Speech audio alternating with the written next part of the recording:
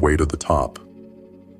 While you're settling for mediocrity, someone else is reaching for greatness. Every moment you spend coasting, someone is taking your spot. Someone is doing the work you refuse to do. They're breaking the limits you're too afraid to even challenge. This is the cruel truth. Comfort is not your ally.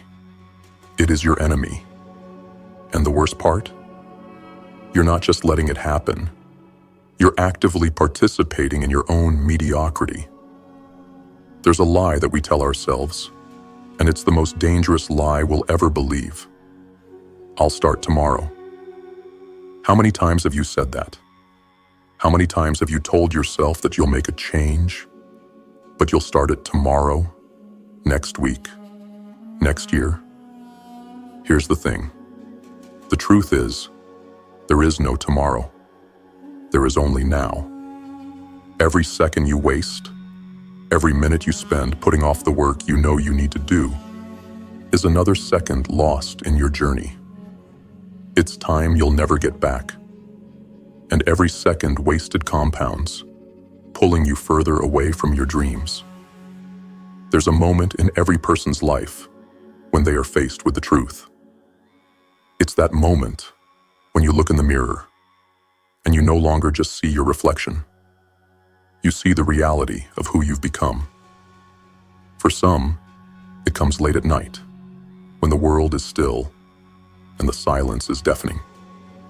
For others, it strikes in broad daylight, when you least expect it, in the midst of an ordinary day. You realize, this is who I am now. Is this who I wanted to be? That moment defines us. It either crushes us or pushes us forward. And that's the point where you must decide. Will you accept mediocrity or rise up to your true potential? Now let me share something with you that most people will never grasp. Success isn't about what you achieve. It's about who you become in the process of achievement. It's not just the destination that matters. It's the journey. It's the person you evolve into while you push toward that goal. And that person, well, they're determined by what you do every single day when no one else is watching. The truth is, it's easy to want success. Everyone wants success. But the real question isn't whether you want it. It's whether you're willing to become the person capable of achieving it. Think about yesterday. Really think about it. What time did you wake up? What was the first thing you did? Did you roll out of bed and go straight into your day? Or did you hit snooze for another 10 minutes, telling yourself you'll just rest for a little longer?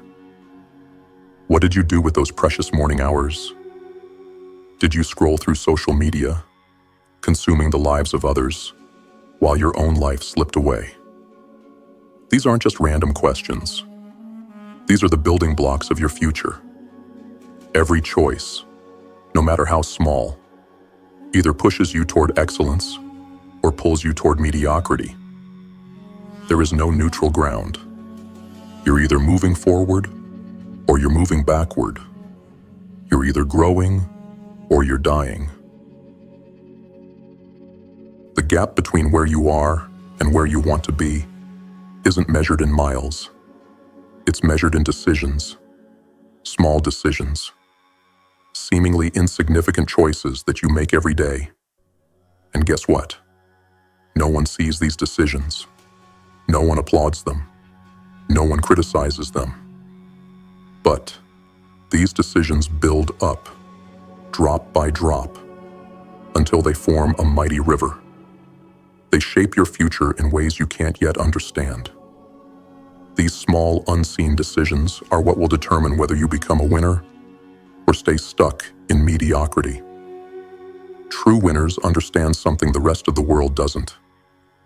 Success is not a destination you arrive at one day. It's the natural consequence of consistently making the harder right choice instead of the easier wrong one.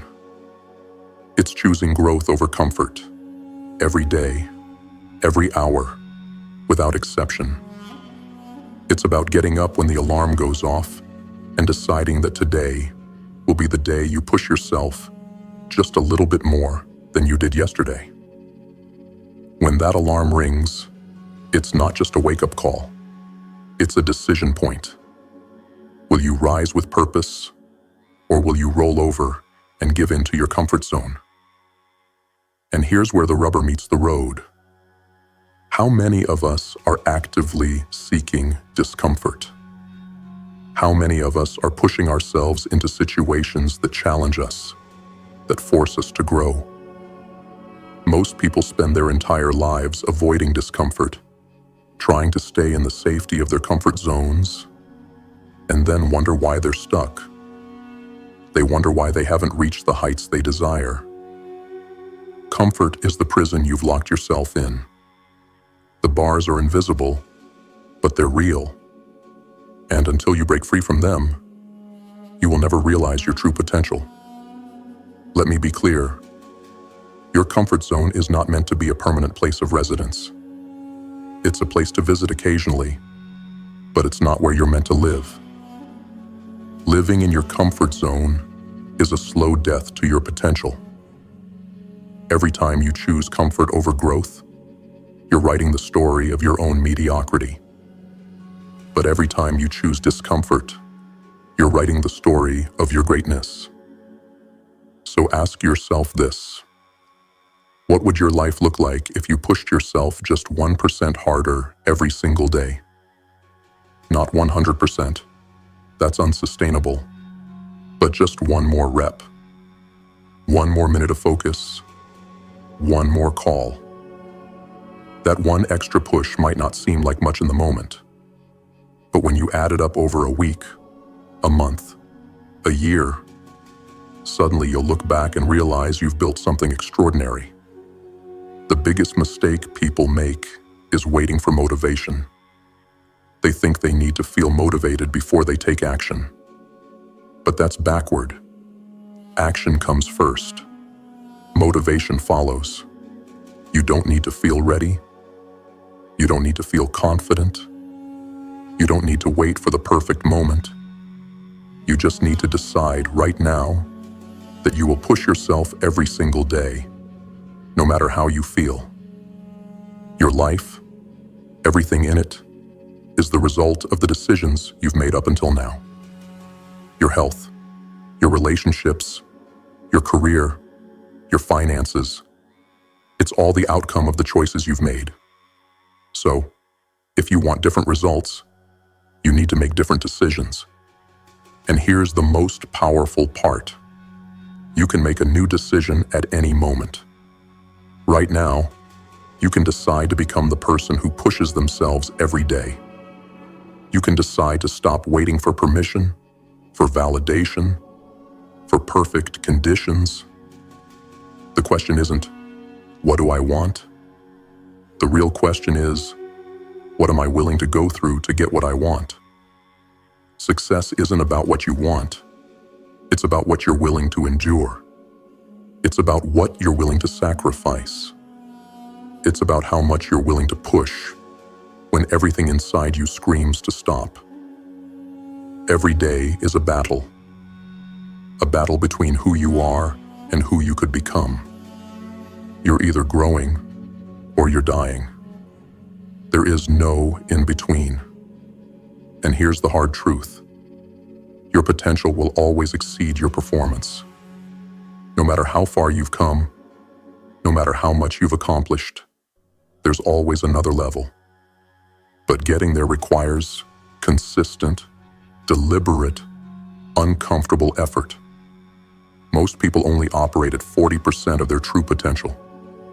They do just enough to get by, enough to avoid criticism, enough to keep up appearances.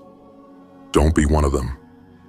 Winners know that 40% is self-betrayal. Every time you operate below your potential, you're betraying your future. The moment you feel resistance, that's not a sign to stop. That's a sign that you're about to level up. Discomfort is a signal of growth.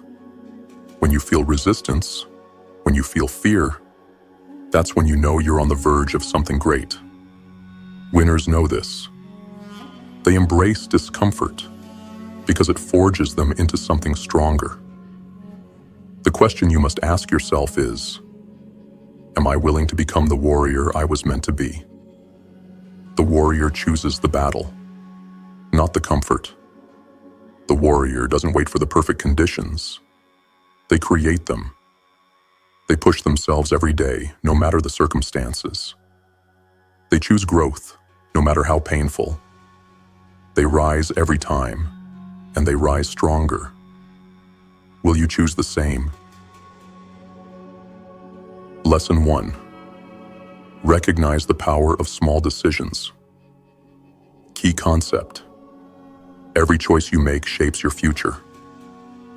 The first step in breaking free from your comfort zone is understanding that every decision matters. Every small, seemingly insignificant choice you make today is contributing to your future. The act of choosing between comfort and growth, between easy and hard, between now and later. These decisions, though seemingly minor, are actually the building blocks of your destiny. This is where the real battle takes place, in the small, daily decisions that no one notices. The most successful people understand that these small moments accumulate over time and eventually shape the course of their lives. Each decision, whether it's deciding to wake up on time or to tackle a difficult task instead of procrastinating, is a moment that either takes you closer to your potential or pushes you further away from it. The key here is awareness. If you can become aware of the importance of these small decisions, you can begin to actively choose growth, even in the most mundane moments. You stop operating on autopilot and start making deliberate choices that align with your goals. How to implement. Start each day by making one small, tough decision that pushes you outside your comfort zone. Whether it's waking up when your alarm rings, choosing to go for a run instead of hitting the snooze button, or tackling that challenging email instead of putting it off. Make it a non-negotiable part of your morning routine. Over time, these small wins will compound and shift your mindset to prioritize growth over comfort. When faced with decisions throughout the day, ask yourself, is this pushing me toward excellence or pulling me toward mediocrity? This could be as simple as choosing to spend 30 minutes learning a new skill instead of mindlessly scrolling through your phone. When you can recognize the choices that matter most, you become empowered to choose the path that leads to growth. Keep a journal of your daily decisions for 1 week. Track the small choices you make and reflect on whether they're moving you closer to your goals or reinforcing your current comfort zone. This exercise helps to build self-awareness and offers insight into areas of your life where you may be subconsciously choosing comfort over growth. Use this information to begin adjusting your daily habits. By focusing on the small decisions and choosing growth even in seemingly insignificant moments, you begin to shift your entire life trajectory. Recognizing the power of small decisions is the foundation upon which every other lesson is built. When you take control of your choices, you take control of your life. And once you realize that, the process of pushing past your limits becomes much easier to sustain. Lesson 2. Embrace discomfort as a growth signal. Key concept. Discomfort is a signal of growth. The path to success is not a smooth one. It's not about finding ease and comfort. It's about stepping into the unknown and willingly embracing the discomfort that comes with change. Discomfort is one of the most powerful indicators of growth. It's a sign that you are stretching yourself, challenging your limits, and stepping beyond what is familiar to you. The moment you feel discomfort, that is the moment when transformation is happening. It's when you push past your comfort zone that you begin to break through the barriers that have kept you stagnant. Most people shy away from discomfort because it feels unpleasant. The truth is, our minds are wired to seek pleasure and avoid pain. However, in the modern world, this survival mechanism often prevents us from reaching our full potential. You must retrain your mind to view discomfort not as a threat, but as a valuable signal that you're moving in the right direction. It's like the burn you feel when you lift heavy weights. At first, it's painful, but over time, that discomfort leads to strength and growth. Understanding that discomfort equals growth requires a shift in perspective. Instead of trying to avoid it, seek it out. Challenge yourself to lean into discomfort.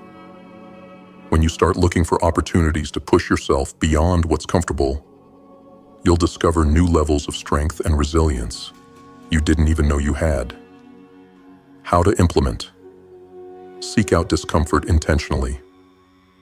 When you're presented with the option to take the easy route, choose the harder path. If you feel the resistance in your body or mind telling you to avoid something, that's your cue to move toward it. Whether it's taking on a tough project at work, signing up for a challenging fitness program, or engaging in difficult conversations, these moments of discomfort are opportunities to grow. Reframe discomfort as a positive force. The next time you feel uncomfortable, whether it's a physical challenge, a mental hurdle, or an emotional obstacle, remind yourself that it's not a sign to stop. It's a signal that you are progressing, that you are evolving. Reframe discomfort as evidence that you're on the right track. Instead of running from it, ask yourself, what can I learn from this? How can I use this discomfort to become better? Push yourself beyond your current limits. One of the best ways to embrace discomfort is to set goals that are just beyond your current capabilities.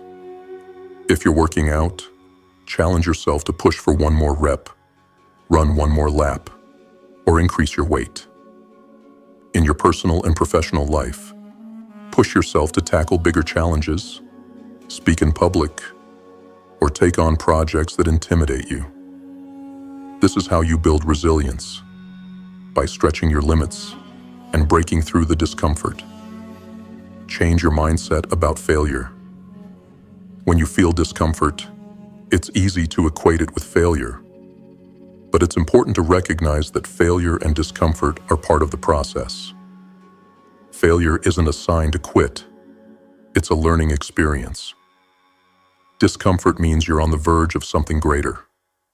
Failures, setbacks, and challenges are not the end.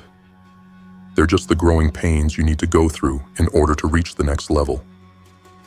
Develop a discomfort tolerance. The more you expose yourself to discomfort, the easier it becomes to handle. Over time, you'll develop a higher tolerance for discomfort, meaning you'll be able to push yourself further and further without being overwhelmed. Just like physical training increases your muscle endurance, emotional and mental discomfort increases your capacity for growth. When you choose to embrace discomfort, you no longer see it as something to fear. Instead, you recognize it as a necessary step toward becoming stronger, more capable, and more successful. Discomfort becomes not just something to endure, but something to seek out.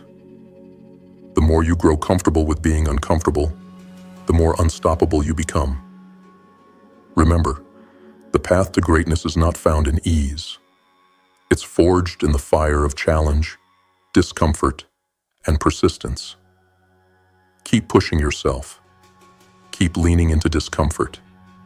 And watch as you transform into the person you were always meant to be. Lesson 3. Build the habit of consistent effort. Key concept. Success is the result of consistent daily effort. Success is rarely a result of a single action or a dramatic leap forward. It's built on the consistent daily efforts that compound over time. The truth is, success is more about persistence than it is about talent, intelligence, or luck. Every great achievement comes from showing up each day, doing the work, and putting in the effort, even when the results aren't immediately visible. This is where most people fail. They expect instant results, or they try to make drastic changes without understanding that success is achieved in incremental steps. The most successful people in the world understand one simple truth. Success is not an event. It's a process. It's a series of small, deliberate actions that accumulate into something greater than the sum of their parts. It's about the habits you cultivate, the effort you put in and day out, and the discipline you maintain when motivation fades. Consistency is the bedrock of any achievement. Building the habit of consistent effort means committing to the process, not just the outcome. It's about showing up, even when you don't feel like it. It's about doing the work, regardless of how long it takes or how difficult it seems. Over time, the results will come, but they will only come if you remain disciplined in your effort. How to implement. Set clear, measurable goals. Consistency thrives when you know exactly what you're working toward. Set specific, clear goals for yourself. Whether it's a professional target, a health milestone, or a personal development objective, having a clear destination helps keep your efforts focused. Break these larger goals down into smaller, manageable tasks that you can accomplish every day. This turns the overwhelming journey toward success into a series of daily, consistent actions. Create a daily routine that incorporates your goals. Consistency thrives on routine. Develop a schedule that aligns with your goals and commit to it every day. For example, if your goal is to write a book, commit to writing 500 words each day. If it's fitness, dedicate 30 minutes every day to physical exercise. The key is not to overwhelm yourself with massive tasks, but to create a sustainable habit that you can repeat daily without fail. Focus on effort, not results. One of the hardest things to do is to detach your worth and motivation from immediate results.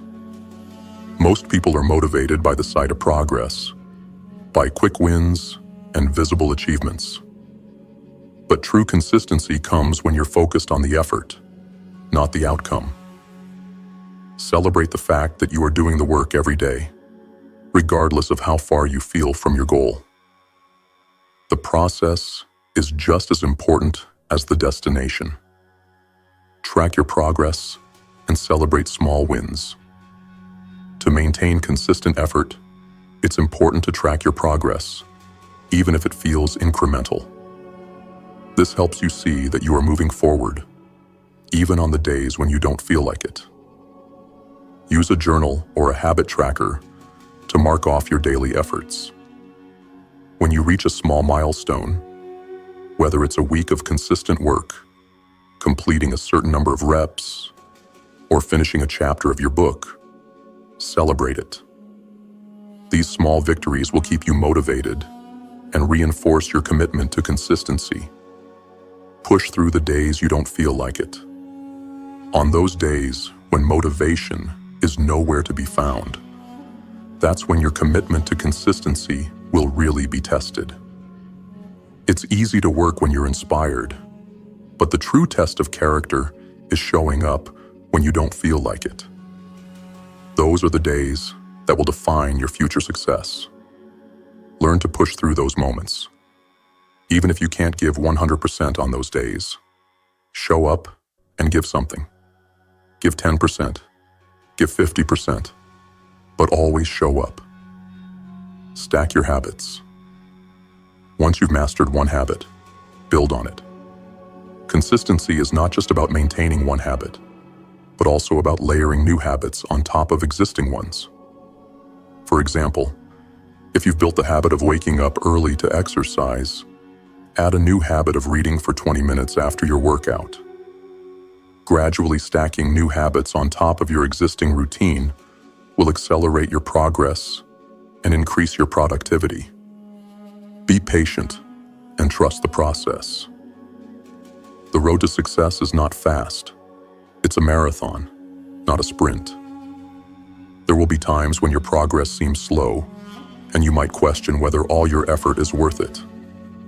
But remember, success is the result of consistent effort compounded over time. It's like a snowball rolling down a hill. At first, it's small and barely noticeable, but with each day, it grows larger and more powerful. Trust the process and have patience as your efforts build momentum. Consistency over perfection. Don't wait for the perfect moment to take action. Consistency doesn't mean doing things perfectly. It means doing things regularly and making progress, even if that progress isn't always perfect. Perfectionism can paralyze you, keeping you stuck in place. Instead, focus on showing up and doing your best, not on achieving flawless results. Over time, your consistent effort will lead to improvements that no single perfect attempt could ever match. By committing to consistent effort, you're creating a foundation of resilience. You're building the mental toughness that will allow you to keep going when the road gets tough. Remember, success doesn't come from one huge breakthrough. It comes from the daily actions you take, the effort you put in, and the resilience you build when you push through obstacles. Action plan. Define your goals and break them down into smaller, manageable tasks. Create a daily routine that includes these tasks and prioritize them every day. Track your progress, no matter how small, and celebrate your consistency. Push yourself on days when motivation is low and learn to work through resistance. Build on your habits over time, stacking new goals on top of old ones. Trust the process, and remember that your consistent effort is the foundation of success. Consistency is the key that unlocks the door to greatness. By making the daily decision to show up, do the work, and push through discomfort, you will build the momentum needed to achieve extraordinary success. Keep going, even when it feels hard. Keep putting in the effort, because with every step, you're becoming the person capable of achieving what you once thought was impossible. Lesson 4. Stop waiting for motivation. Act first. Key concept. Motivation follows action, not the other way around. One of the biggest lies we tell ourselves is that we need to feel motivated before we can take action. We often find ourselves waiting for the perfect moment, for the right mood, or for the burst of inspiration that will push us to take action. The truth is, this mindset is a trap. Motivation doesn't come before action. It comes after we start. The most successful people don't wait for motivation to strike. They create motivation by simply doing the work, even when they don't feel like it. Think about it. Motivation is a fleeting feeling, like the wind. It blows through, but it doesn't always stay. If you rely solely on motivation to get things done, you'll quickly find yourself stuck in a cycle of inaction, waiting for a feeling that may never come. The secret to success isn't waiting for motivation. It's taking the first step, no matter how small, and allowing action to fuel the momentum that builds motivation. When you take action first, even in the face of doubt or resistance, you break the cycle of procrastination. You create forward momentum that naturally generates motivation, making it easier to keep going. The act of doing is what ultimately drives you to continue moving forward. So, stop waiting for the perfect moment. Stop waiting to feel inspired. Start now. How to implement. Take the first step, no matter how small. It doesn't matter if you don't feel like it or if you think you're not ready. The most important thing is to begin. Start with the smallest possible action you can take toward your goal. Whether it's writing a single sentence, working for 10 minutes, or making one call. The key is to overcome the inertia of inaction. Once you take that first step, momentum will begin to build. Commit to doing before feeling. We often wait for the feeling of motivation to come before taking action. Flip that thinking. Commit to the idea that you will act first, and the feeling will follow. For example, instead of waiting for motivation to start exercising, tell yourself you will work out for just 5 minutes. Often, after you get started, you'll find that you're willing to go longer because action has already started the process of generating motivation. Stop making excuses. We are all experts at making excuses. We tell ourselves that we don't have enough time, that we're too tired, or that the conditions aren't right. The truth is, if you wait for ideal conditions to act, you will never act. The conditions will never be perfect. If you truly want to make progress, you must learn to act in spite of the obstacles. Discipline is about doing the work regardless of your excuses or how you feel. Stop waiting for everything to align and take action with what you have, where you are. Focus on process, not results. Motivation often gets stuck in the desire for results. We want instant rewards and instant feedback to fuel our drive. But this is a trap. Focusing too much on the outcome can make the journey feel overwhelming.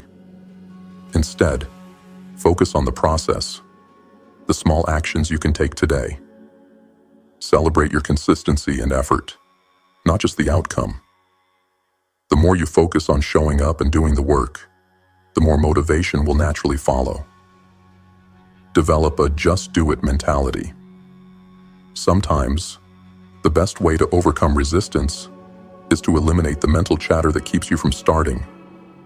The longer you think about something, the more doubts and excuses will enter your mind. Develop a just do it mentality. When you feel resistance, push past it by saying, just do it. Commit to taking action right now, regardless of your emotional state or mental hesitations. Create a no excuses rule. Build a habit of rejecting excuses. Set a rule for yourself that excuses have no place in your daily life.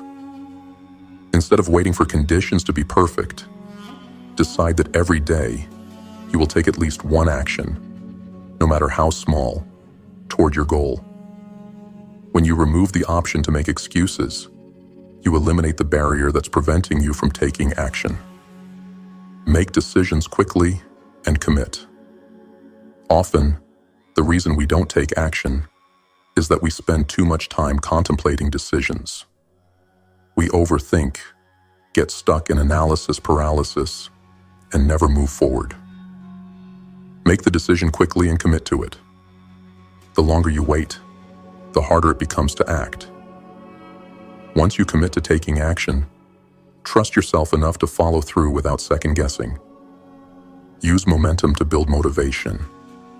Once you start acting, motivation begins to build.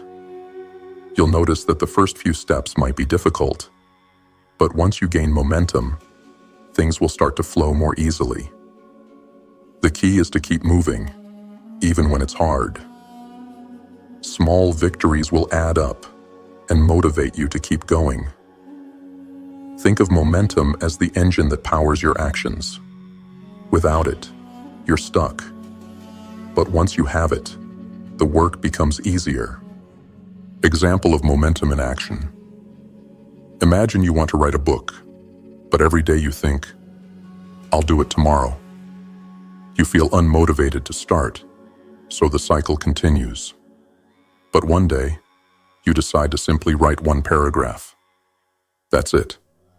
You don't pressure yourself to write a chapter, just one paragraph. Once you get started, you may realize that you're in the flow, and suddenly you've written a few pages. You started with the smallest action, but it sparked the motivation to continue. The key was starting, not waiting for motivation to come to you. Key takeaways. Take action first.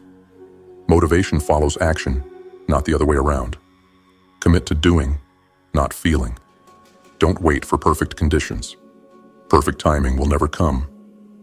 Act now and adapt as you go. Focus on the process. Motivation grows from consistent effort, not from the pursuit of immediate results. Eliminate excuses. Stop waiting for the right moment and start working with what you have. Develop a no excuses rule. Commit to taking action each day, no matter how small. Conclusion. Waiting for motivation is a surefire way to stay stuck in the same place. The key to moving forward, to breaking free from procrastination, is to act first. The moment you take that first step, you create momentum. And with that momentum comes the motivation to continue. Don't wait for inspiration to strike. Create it yourself by simply getting started. Act now and let motivation follow. Lesson 5. Redefine your self-image through action. Key concept.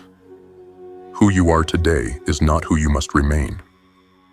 One of the most powerful tools you have at your disposal is the ability to shape your self-image. Your self-image is the mental picture you have of yourself, the person you believe yourself to be. It governs how you approach challenges, how you react to setbacks, and most importantly, how you act in everyday situations.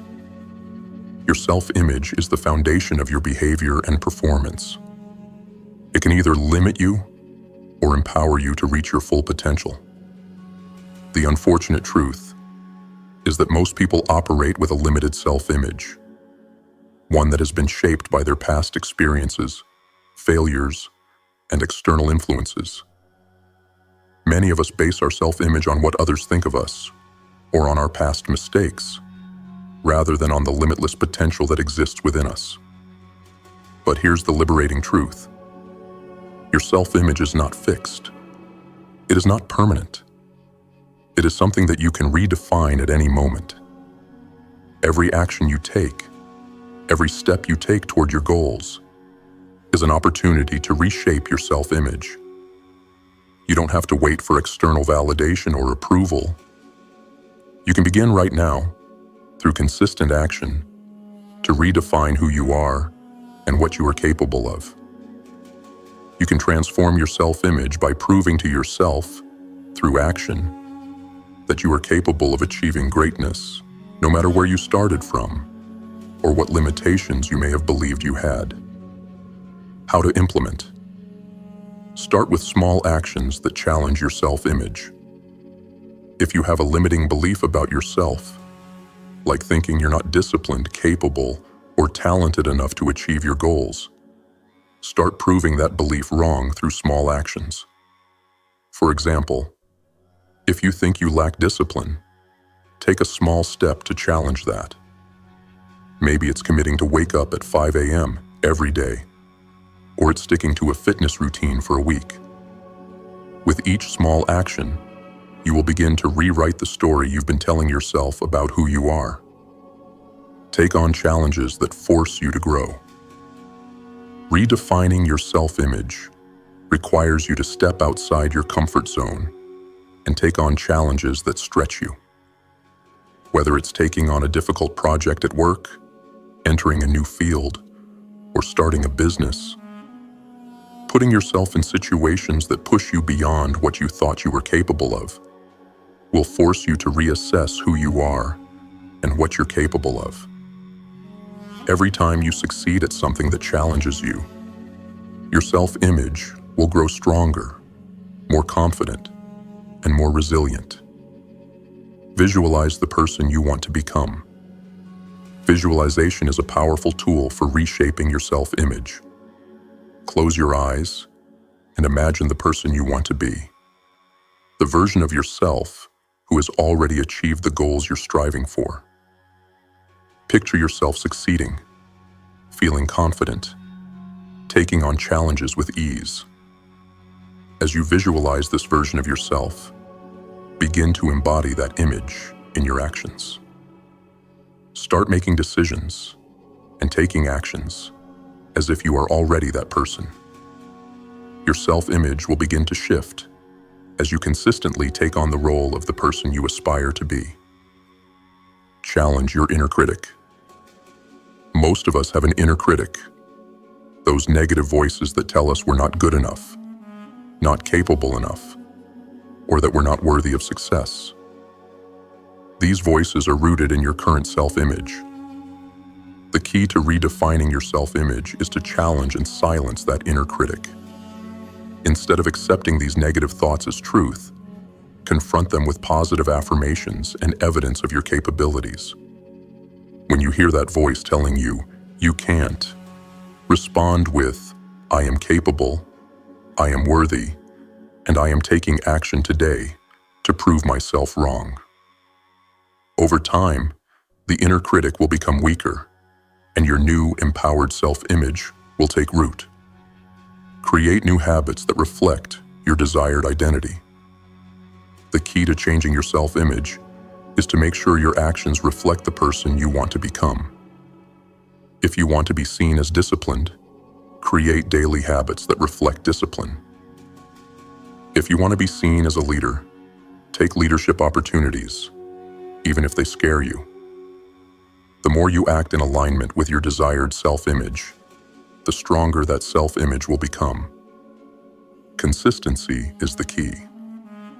With every new habit you adopt, you reinforce the identity of the person you are striving to become. Use positive self-talk to reinforce your new identity. The way you talk to yourself matters. Your thoughts influence how you see yourself and how you perform.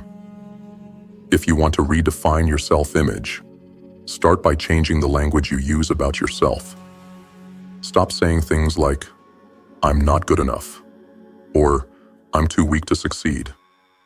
Instead, tell yourself, "I am capable of achieving anything I set my mind to. I am strong and resilient," or "I am always growing and improving." This positive self-talk will create a mental foundation for the new, empowered identity you are working to build. Surround yourself with people who support your new image. The people you spend time with have a significant impact on your self-image. If you are constantly around people who reinforce your old limiting beliefs, it will be difficult to break free from that mindset. Surround yourself with people who believe in your potential, who challenge you to grow, and who support your goals. These people will help you see yourself through a more empowered lens and encourage you to become the best version of yourself. Measure your progress. As you take consistent action, it's important to measure your progress. Track your achievements and reflect on how far you've come. This will help reinforce the fact that your self-image is indeed shifting. When you look back at your progress, you'll realize that you've become someone new. Not because of what others think of you, but because of the actions you've taken and the person you've decided to become. Be patient with the process. Changing your self-image takes time. It's not an overnight transformation. It requires consistent action, belief in your potential, and a commitment to growth. Don't get discouraged if things don't change immediately. Understand that as long as you continue to take action toward your goals, your self-image will shift. Trust the process and stay committed to becoming the person you aspire to be. Example of self-image transformation. Consider someone who believes they're not good with money. Their self-image is rooted in the idea that they'll never be financially successful. To change this, They could start by taking small steps, like creating a budget, saving a certain percentage of their income, or learning about investing. Each time they take action in alignment with a more financially responsible identity, they start to see themselves differently. Eventually, this person no longer sees themselves as someone bad with money, but as someone who is financially disciplined, capable of making sound financial decisions. Key takeaways. Your self-image is not fixed. It is shaped by your actions and beliefs, and you can redefine it at any time. Challenge your limiting beliefs. Identify areas where your self-image is holding you back, and actively work to change those beliefs through action. Act as if. Begin embodying the person you want to become by taking actions that align with your desired self-image. Create habits that reflect your new identity. Consistent, positive habits will help reinforce your new self-image. Use positive self-talk to reinforce change. Your inner dialogue influences your behavior, so speak to yourself as the person you're becoming. Conclusion. The power to redefine your self-image is within your hands. By taking consistent, purposeful actions that align with the person you want to become, you can reshape who you are. Your self-image is not a static portrait. It is a living, breathing reflection of your daily choices. The more you act in alignment with your true potential, the more your self-image will evolve. Don't wait for others to define you. Take the reins and create the identity of someone who is capable of achieving anything they set their mind to. Your future self is waiting for you to step into your power. To all the returning GrimFace warriors, thank you for your unwavering commitment to the grind. Every day, you prove that you're not just spectators of life. You are the ones shaping your own destiny, pushing through discomfort, and building the future you deserve. Keep pushing, keep grinding, and remember, the struggle you embrace today is the strength you'll carry tomorrow. And to all the new viewers joining us, welcome to the movement. This is where we don't just talk about success. We put in the work. We don't wait for motivation to find us. We create it with every step we take. If you're ready to redefine your life, challenge your limits, and become the best version of yourself, then you found the right place. Subscribe to the GrimFace movement, and let's walk this path together. Your journey to greatness begins right now. Stay relentless. Stay hungry. Stay grim.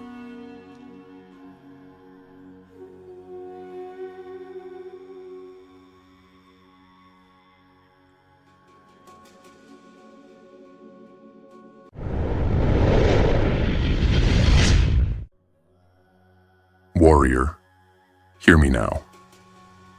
The battle you are about to embark upon is not one fought with weapons or armies. It is fought within the depths of your own soul. The enemy is not the world or anyone around you. The enemy is your own weakness, your own complacency, your own reluctance to grow. The battlefield lies within your mind, and the victory is claimed through self-mastery. If you want to claim the spoils of wealth, power, and happiness, you must first realize this. Your enemy is comfort. Success is not a gift from the heavens or some stroke of luck. It is forged in the fires of your own growth. You are only as powerful as the man you have become. The riches you acquire in this life are only reflections of the warrior within. If you remain weak, so will your fortune. But if you rise, if you grow, if you forge your spirit like a blade, your fortune will be yours to command. And let me tell you this, warrior, from the deepest depths of truth, success is not something you chase. It's something you attract. So stop running after success. Stop pleading for opportunities to knock.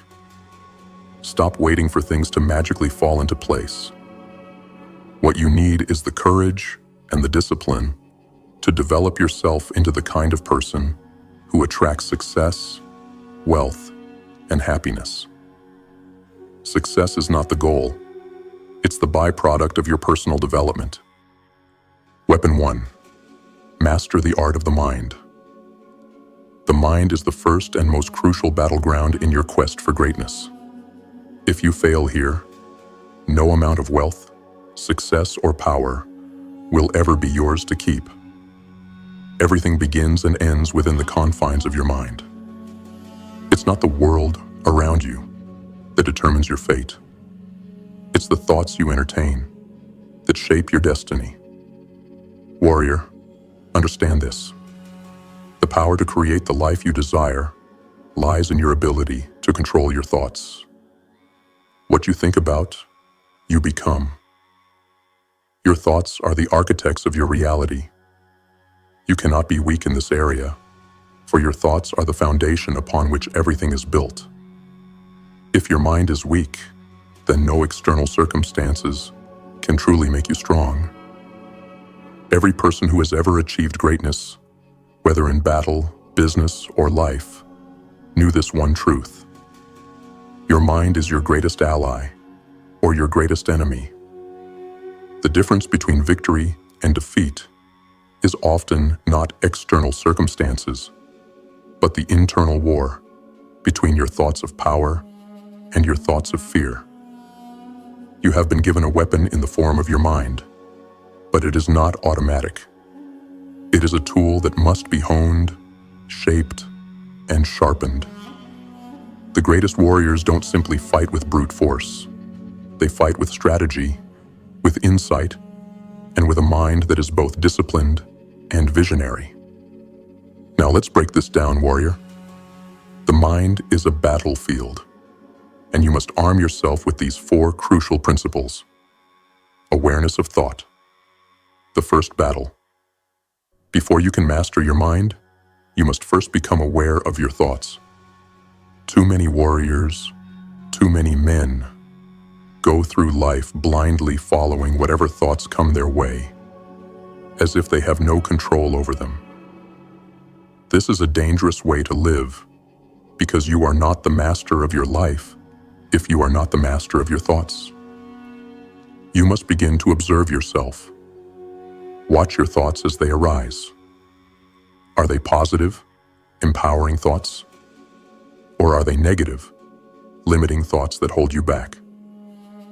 The moment you begin to observe, you start to gain control. The first battle of the mind is becoming aware of what you think. Once you realize how often you entertain thoughts of fear, doubt, or weakness, you can start replacing them with thoughts of strength, certainty, and vision. Focus, commanding your attention. In this world, distractions are everywhere. The battle for your mind is often a battle for your focus. Every day, there are 1,000 things trying to pull your attention in different directions. Your mind can only serve one master at a time, and the warrior who lacks focus is a warrior who will never win the war. Focus is not something that comes naturally to many. It is something you must actively train. When you focus on something, you are giving it the full power of your mind. This means, when you focus on a goal, a purpose, a mission, everything within you is directed toward that single aim. Focus is the key to overcoming distractions. The mind must become like a laser, sharp, powerful, and unwavering. A warrior who can focus on his vision, his mission, and his purpose will cut through any obstacle in his path. Anything less is surrendering to the chaos. Belief, the strength of your conviction. The thoughts you entertain shape the beliefs you hold, and your beliefs shape the actions you take. Belief is the driving force behind everything you do. A warrior who does not believe in himself, who does not believe in his own potential, is like a knight without a sword, helpless and unprepared for battle. But belief is not something you are born with. It is something you create. You do not wait for belief to come to you. You choose it. The most successful warriors have an unwavering belief in their own power, in their mission, in their ability to succeed. They know that failure is just a part of the journey, not the end of the story. If you do not believe in yourself, no one else will. The first step to victory is belief. Belief that you are capable, that you are strong, that you are destined for greatness. If you do not believe, you cannot act with confidence. If you do not believe, you will falter when the world challenges you. So build your belief, warrior. Protect it fiercely, for it is the shield that guards you on your path. Visualization, shaping your future. Visualization is a powerful weapon in your mental arsenal. It is the art of seeing your success before it happens. Great warriors, leaders, and conquerors throughout history have used this principle to achieve greatness. They could see their victory long before it became reality. And that vision is what drove them forward, even in the most dire of circumstances. You cannot achieve what you cannot imagine. Your mind is a powerful creator, and whatever you can visualize, you can manifest. It is not enough to think about success. You must feel it, see it, live it in your mind, before it can ever materialize in your physical reality. When you visualize your success, you are not just imagining an outcome. You are conditioning your mind to believe that success is inevitable. Every day, as a warrior, you must take time to see your victory. Picture it in vivid detail, how it feels, how it looks, how it changes your life. The more real it feels in your mind, the more likely it will become your reality. The discipline of thought, a lifelong battle. Mastering the mind is not a one-time achievement. It is a daily, ongoing battle. Every day, you will face thoughts of fear, doubt, distraction, and weakness. The key is not to eliminate them altogether. That is impossible. The key is to fight them relentlessly, to replace them with empowering thoughts that push you forward instead of holding you back. Warrior, you are not born with the mind of a champion. You must forge it, just as a blade is forged in fire. The stronger you make your mind, the greater your victories will be. Discipline your thoughts. Master your mind. Protect it like the most precious weapon you possess, because it is. The warrior who can control his mind will control his destiny. And that, my friend, is the path to true power. The battle begins here. With every thought, with every idea, you shape your future. Choose wisely, fight fiercely, and win the war within. Weapon 2. Prepare for battle. Educate yourself. Warrior, knowledge is not just power. It is the very armor that shields you from the chaos of the world. The greatest battles are often fought not with swords, but with ideas, wisdom, and insight. Education is the weapon that enables you to stand tall in the face of adversity.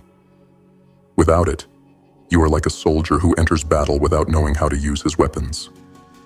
You may have the strength, but without the proper knowledge, you will falter. True warriors are never content with what they know today. They understand that to rise above the masses, to achieve something truly great, they must never stop learning.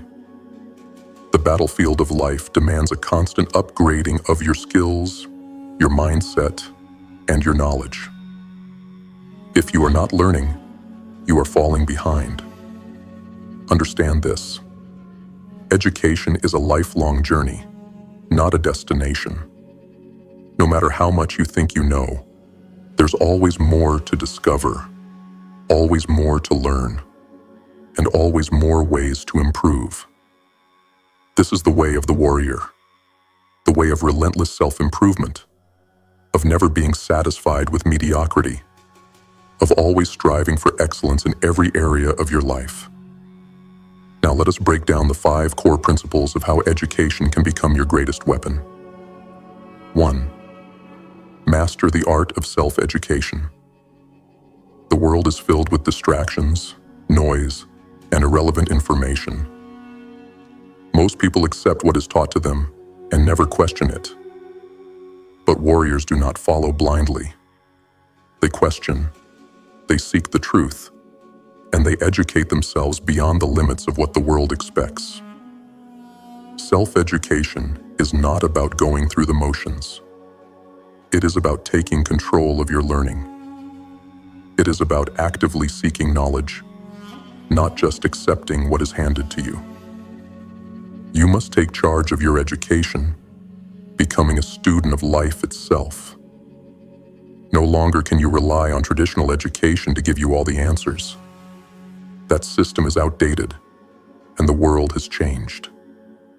If you want to rise, you must take it upon yourself to learn from the best. Seek out the greats, the warriors of intellect, the masters of their craft, and learn from them. Their wisdom is a treasure trove of knowledge, and if you are wise, you will mine it. Think of self-education as your daily discipline. Just as a warrior sharpens his sword every morning, you must sharpen your mind.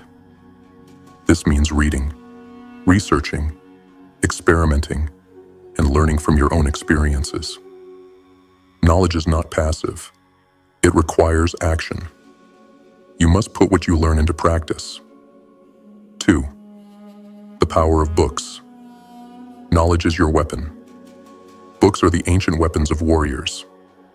The power contained within the pages of a book can shape your future, change your mindset, and alter the very course of your life. And yet, most warriors fail to see this truth. They neglect the power of books, thinking that success is something they must stumble upon, something they will eventually get lucky with.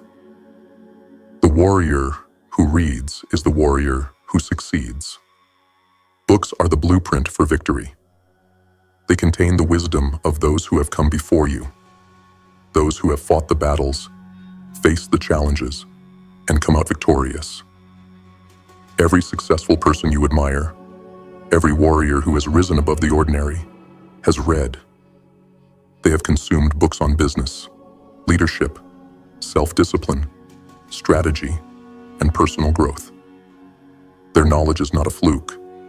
It is the result of years of dedicated study. And this knowledge is available to you, just a page away. Do not wait for success to come knocking. Read and learn from those who have mastered the art of living. Every time you read, you gain an advantage over the masses. A single book might hold the keys to unlocking a door you didn't even know existed. Commit to reading every day, not for entertainment, but for growth. Make it a rule, warrior. 30 minutes a day. That's all it takes. In those 30 minutes, you can change the trajectory of your life. 3. Learn from the greatest minds. Seek mentorship. Self-education is powerful, but it is not enough on its own. The next step in your quest for knowledge is mentorship. To truly elevate yourself, you must seek out those who are already at the top of their craft and learn directly from them. No one has reached the pinnacle of success alone. Everyone who has made it has had mentors, guides, and advisors along the way. A true warrior understands the value of learning from those who have already walked the path. Find the individuals who are where you want to be and learn from their experiences. A mentor doesn't just show you what to do, they show you what not to do. They teach you the hard lessons, the pitfalls to avoid, and the strategies that work. It's not enough to read a book. You need to interact with real people, gain real-world knowledge, and apply it to your own life. Seek out those who are living the life you want to live and ask them questions. Absorb their wisdom. Let them teach you. Don't just look for mentors in your own circle. The greatest mentors are often those who have already made it and are willing to share their knowledge with you. Reach out, show respect, and be willing to learn. The more experienced a mentor is, the more value they can offer you. And if they're willing to teach you, it's because they know what it takes to succeed. 4. Learning from experience, your own and others. There is no substitute for experience. No amount of books or mentors can replace the lessons you learn by doing. But here's the secret. You don't have to learn everything the hard way. While it's important to take risks and learn from your own mistakes, you must also learn from the experiences of others. When you fail, don't be ashamed. Learn. When you succeed, don't celebrate too long. Reflect. Every experience is a lesson waiting to be discovered. Learn to analyze what went wrong, what went right, and how you can improve. But also, pay attention to the experiences of those around you. Watch the successful, observe the unsuccessful, and learn from both. You can avoid many of the pitfalls others have fallen into simply by listening to their stories and observing their actions. Life doesn't give out guarantees, but it does offer an endless supply of lessons. Be alert, warrior. Every experience, whether yours or someone else's, is an opportunity to learn and grow. 5. Knowledge is useless without action. Apply what you learn. There is one fatal mistake that too many warriors make. They hoard knowledge like treasure, but never use it. Knowledge in and of itself is nothing. Action is what turns knowledge into power. Without action, even the greatest ideas and strategies are just wasted potential. When you learn something new, apply it immediately. Take the lessons you have learned from books, mentors, and experiences, and put them into practice. The real warrior doesn't just know the strategy, they live it. They test it, refine it, and make it their own. Every new piece of knowledge you acquire is like a new weapon in your arsenal, but you must wield it. Every day, take action. Whether it's taking a step toward building your business, improving your health, developing your leadership skills, or strengthening your mindset, take action. The warrior who does not act is like a soldier who carries a sword, but never draws it. Education is the weapon that will win you the war. Warrior, you are not bound by your circumstances. You are not trapped by the hand you've been dealt. You can change your fate. All you need is the right education, the right tools, and the willingness to learn. Every great victory in life is won by those who dedicate themselves to knowledge and growth.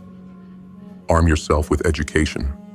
Seek out wisdom, consume books, find mentors, learn from experience, and above all, act on what you learn. Education is the weapon that will win you the war. Make it your most powerful ally, and no enemy, no obstacle can stand in your way. This is your time. Rise up and arm yourself with the knowledge that will shape your future. Weapon 3. Forge your path through discipline. Warrior, listen closely. The greatest battles are not won in a single moment of glory. They are won in the small, quiet decisions you make when no one is watching.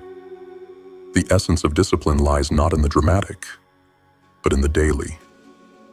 It's in the early mornings when you push through the weariness to rise. It's in the late nights when you choose to keep moving forward instead of seeking comfort.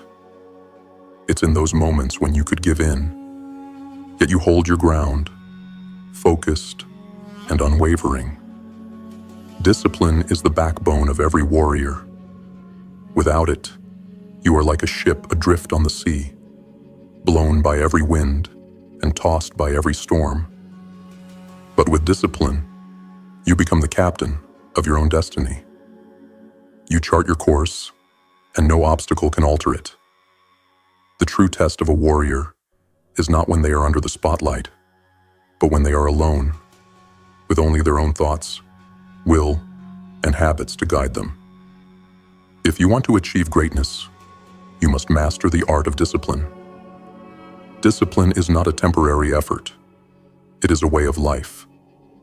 It is a warrior's way of moving through the world. And it is a battle you must win every single day. Let us break down the principles of discipline that will make you a warrior capable of achieving anything. 1. Discipline begins with consistency, the power of small decisions. Most warriors make the mistake of thinking that discipline is only required in moments of crisis, when everything is on the line. The truth is that discipline is won in the smallest, most mundane of moments. Discipline begins with consistency. Every day, you're faced with choices. Small choices that might seem insignificant at the time, but over time, they add up. Whether it's choosing to wake up early, choosing to eat well, or choosing to complete a task you don't feel like doing, each small choice is a victory or a defeat. The true warrior understands that their life is shaped not by the big events, but by the sum of their daily actions. Every small decision you make is either pulling you closer to your goal or pushing you farther away. And it is these small decisions that will either elevate you to greatness or trap you in mediocrity. Make discipline your ally by practicing consistency. Start with simple tasks and do them every day, without fail. Set a standard for yourself and never break it. Consistency builds the foundation for massive success. 2. Discipline requires sacrifice, the battle against comfort. The warrior's path is not easy. It is not meant to be easy. If you want to rise above the ordinary, you must be willing to make sacrifices.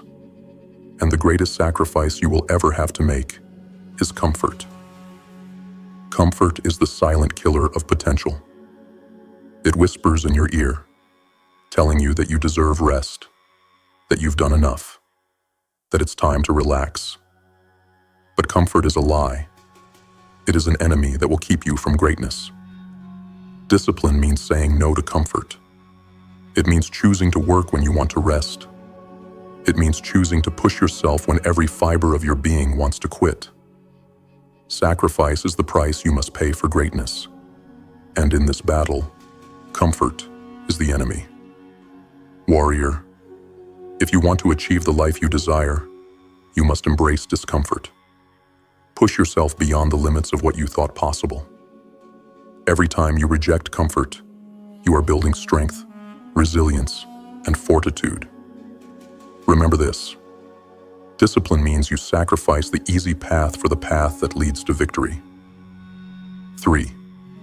Discipline builds strength, the power of repetition. In the arena of life, strength is earned through repetition. The more you repeat an action, the stronger it becomes. This applies not only to your physical strength, but also to your mental and emotional resilience. A warrior does not train once and rest on their laurels. They train every single day. Every repetition, every hour spent honing your skills, every moment spent working toward your goals, builds strength that cannot be taken away. Discipline is about creating habits that fortify your spirit. By repeating your efforts day in and day out, you are not just building muscle or skill, you are building character. Repetition strengthens your resolve and deepens your focus. Every time you push through the resistance, you are making yourself stronger, more capable, and more ready for battle. Warrior, the path to mastery is paved with consistent action Repetition is the key to unlocking your true potential. Whether it's training your body, sharpening your mind, or perfecting your craft, repetition is the warrior's training ground. 4. Discipline means accountability. Own your actions. True discipline means taking full responsibility for your actions. No one else can do the work for you. No one can wake you up. No one can force you to do what needs to be done. And no one can stop you from making excuses. Discipline begins with accountability, taking ownership of your choices and your life. If you want to be a warrior, you must be the one to hold yourself accountable. You must stop blaming the world, your circumstances, or other people for your failures. Every success, every failure is the result of your actions or inaction. A warrior who lacks accountability will wander aimlessly through life, blaming everyone and everything for their shortcomings. But a true warrior looks in the mirror and says, I am the one responsible. I will take action. I will do the work. I will be disciplined. Accountability means you cannot hide from the truth. If you fail, you admit it. If you succeed, you own it. It is the warrior's responsibility to rise, regardless of the obstacles. 5. Discipline requires patience, the long-term vision. In the world of instant gratification, the warrior understands the power of patience. Discipline is not about immediate rewards. It's about the long-term goal. It's about sacrificing the short-term pleasure for the long-term victory. You must have the patience to wait for your efforts to bear fruit. A warrior does not expect to win every battle immediately. They understand that victory is the result of many battles fought over time. The road to greatness is long and fraught with challenges. But if you stay disciplined and focused, it will be worth it. The warrior understands that their time, their effort, their sweat, and their sacrifice will eventually pay off. But they do not rush it. They do not expect miracles overnight. They trust the process. Patience is not waiting idly. It is staying disciplined, doing the work day after day, knowing that the rewards will come in time. True discipline is the courage to stay the course, even when the end is not in sight. 6. Discipline is a lifestyle, a warrior's way of life. Discipline is not a temporary commitment.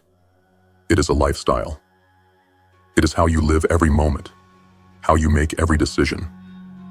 It's in the way you carry yourself, the way you approach challenges, and the way you handle failure. Discipline is the constant companion of the warrior, the silent force that drives them forward when everything else tells them to stop. To make discipline a part of your life, you must live it, breathe it, and make it a non-negotiable part of your existence. Discipline is not a burden. It is the key to freedom. It frees you from weakness, from procrastination, and from mediocrity. Warrior, discipline is the bedrock of success.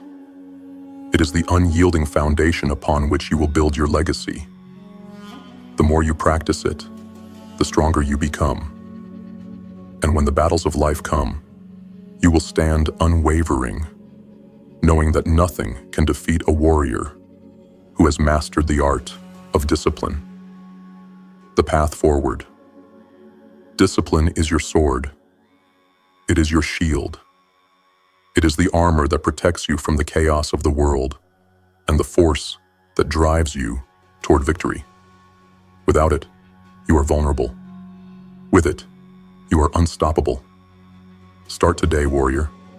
Build the habits, the routines, and the mindset that will carry you to greatness.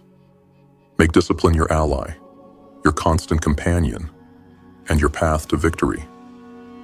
The battles ahead will be fierce, but you will face them with the unshakable confidence that discipline brings. Discipline is the key to unlocking your potential. It is your weapon, your strength, and your power. Choose it, embrace it, and let it forge you into the warrior you are destined to become. Rise, warrior. Let discipline be your guide. Weapon 4. Master yourself. Self-motivation. Warrior. The greatest force you possess lies within you. The world around you will challenge you, test you, and try to break you. But there is one thing that no external force can touch: the fire that burns inside of you. This fire is self-motivation. It is the driving force behind everything you do, the energy that pushes you forward when the path is dark, the fuel that powers you when others falter. Without self-motivation, you are a ship without a sail, a warrior without a weapon. But with it, you are unstoppable. Self-motivation is not something you can borrow from others. It is not something that comes from an external source. It is a choice, a force you must cultivate within yourself. The true warrior is not motivated by applause, by praise, or by the promise of rewards. They are motivated by the fire in their own soul, by the vision of the person they are becoming, by the battle they are fighting within their own mind. This weapon is one of the most powerful you can wield, because when you are self-motivated, you answer to no one. You are your own commander, your own guide. No matter the circumstance, no matter the opposition, your drive comes from within. Let's explore the principles of mastering self-motivation and how you can forge this powerful weapon in your life. 1. Self-motivation starts with vision, the power of your why. The first step in building self-motivation is to have a clear and compelling vision. Without a vision, motivation is a fleeting force. It comes and goes with the whims of your mood, your environment, and your circumstances. But when you have a vision, a purpose that is larger than you, something that drives you to rise every day and fight, it becomes an unshakable force that fuels every action. Your why is the reason you do what you do. It is the vision of your future self, the man or woman you are becoming. This vision must be vivid and powerful, something that stirs you to your core. Your why is your fuel, your North Star, your guiding light. When you wake up, it should be the first thing on your mind. When you face challenges, it should be what keeps you going. Warrior, without a strong why, your efforts will lack direction. You will lose momentum when the road gets tough. But with a vision that inspires you, that pulls you forward, you will be unstoppable. Your vision will give you the clarity and the determination to keep moving, even when everything around you tells you to stop. 2. Take responsibility for your motivation. No one can motivate you except yourself. There is a dangerous lie that many warriors believe, that motivation comes from other people. They wait for the spark, the push, the encouragement from others to get moving. But true self-motivation lies in taking full responsibility for your own actions. You cannot wait for someone else to inspire you. No one is coming to save you. The responsibility for your success is solely in your hands. This is the warrior's truth. You are the only one who can motivate yourself.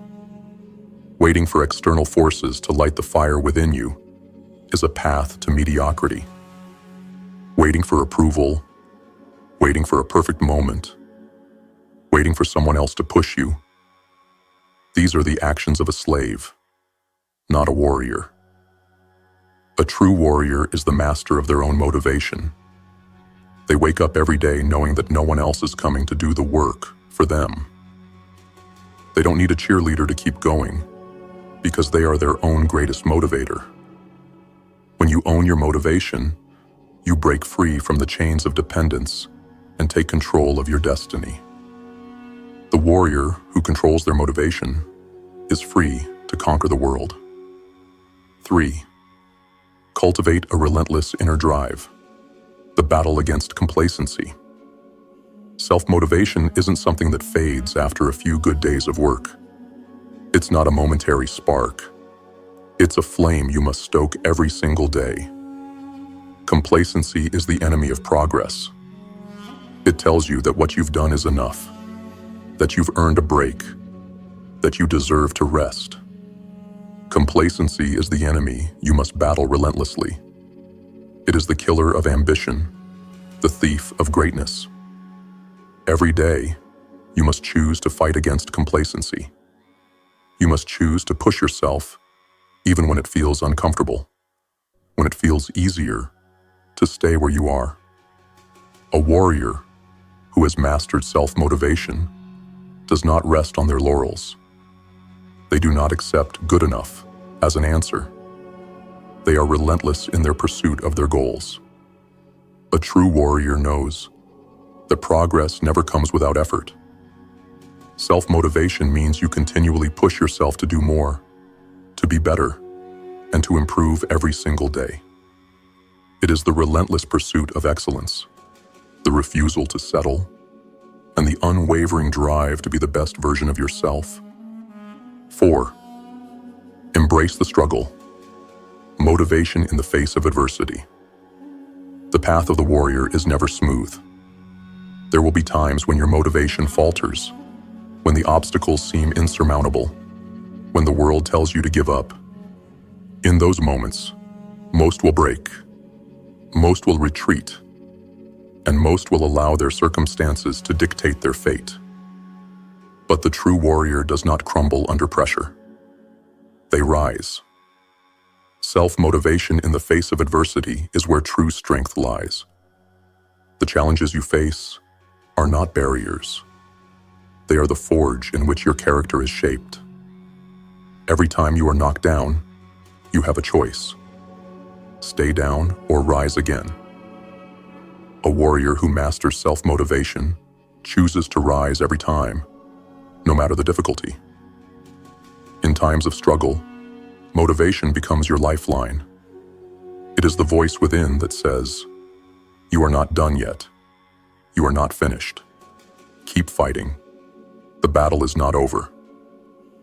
The true warrior finds motivation not in comfort, but in challenge. They embrace the struggle, knowing that it is through hardship that true growth occurs. 5. Build momentum. Through small wins. Motivation is a snowball. When you are struggling to find motivation, the key is to start small. You don't have to conquer the world in a day. Focus on the small wins, the small steps that lead you toward your larger goal. As you begin to achieve small victories, your momentum will build, and your motivation will increase. Self-motivation is like a snowball. It starts small, but as you continue to roll it forward, it gathers strength, energy, and speed. The more you achieve, the more you believe in yourself, and the more you are motivated to continue the journey. Set small, achievable goals for yourself every day.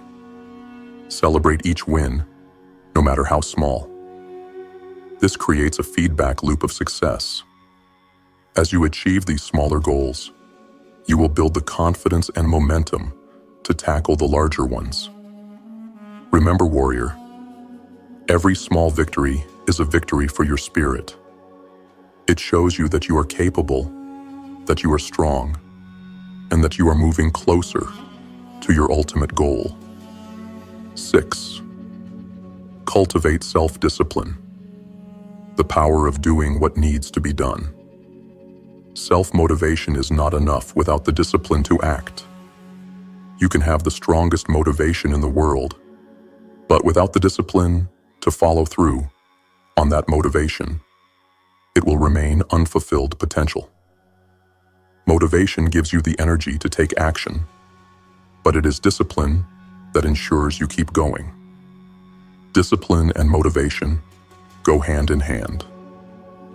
Motivation will get you started, But discipline will carry you through the difficult moments when your motivation starts to wane. Discipline is the constant companion of self-motivation, ensuring that the fire you ignite with motivation burns steadily, even in the toughest times.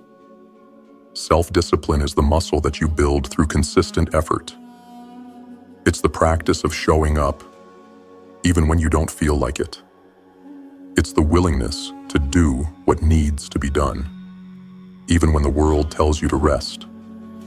And the more you practice discipline, the easier it becomes to stay motivated, to push forward, and to achieve your goals. Self-motivation, the warrior's greatest weapon. Warrior, your journey is yours alone to walk. No one can walk it for you. But the power to move forward, the power to rise, the power to achieve, lies within you. Your greatest weapon is not external. It is the fire that burns inside of you. Self-motivation is the force that will carry you through the darkest times, the hardest battles, and the toughest challenges. You are the master of your destiny. The fire you need is already within you. It's time to light that fire and let it burn brighter than ever. Fuel it with your vision, feed it with discipline, and let it drive you to victory. Rise, warrior.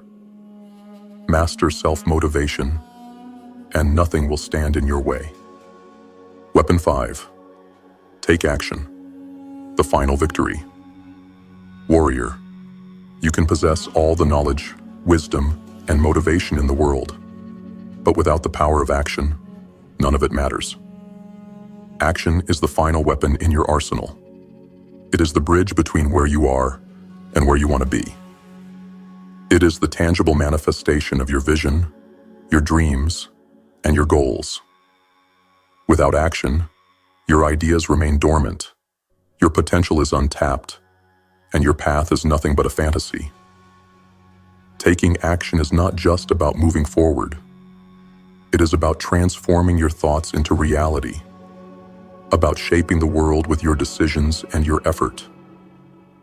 Action is the ultimate test of your discipline, your drive, and your commitment. If you fail to act, you fail to live. But action doesn't come easily. It requires bravery, it requires focus, and it requires the will to face uncertainty. Many warriors falter here, believing that they must wait for the perfect moment or the perfect conditions. But this is the lie that keeps them stuck. The perfect moment does not exist. The only moment you have is now. You must act in the face of uncertainty, and that is where true power lies. Let's break down why action is not just important. It is the key to your transformation and ultimate victory. 1. Action is the fuel that powers your dreams. A dream without action is like a fire without fuel. It will burn brightly for a moment, but then it will fizzle out. No matter how powerful your vision or how strong your motivation, without action, your dreams will remain nothing but a distant thought. It is action that fuels your progress, that turns your desires into tangible results. Taking action brings your dreams into the physical realm. Every step you take, every effort you put in, adds fuel to the fire of your success.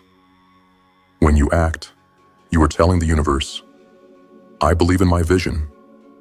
I am committed to making it real. And with each action, the world begins to shift. Opportunities open, and momentum builds.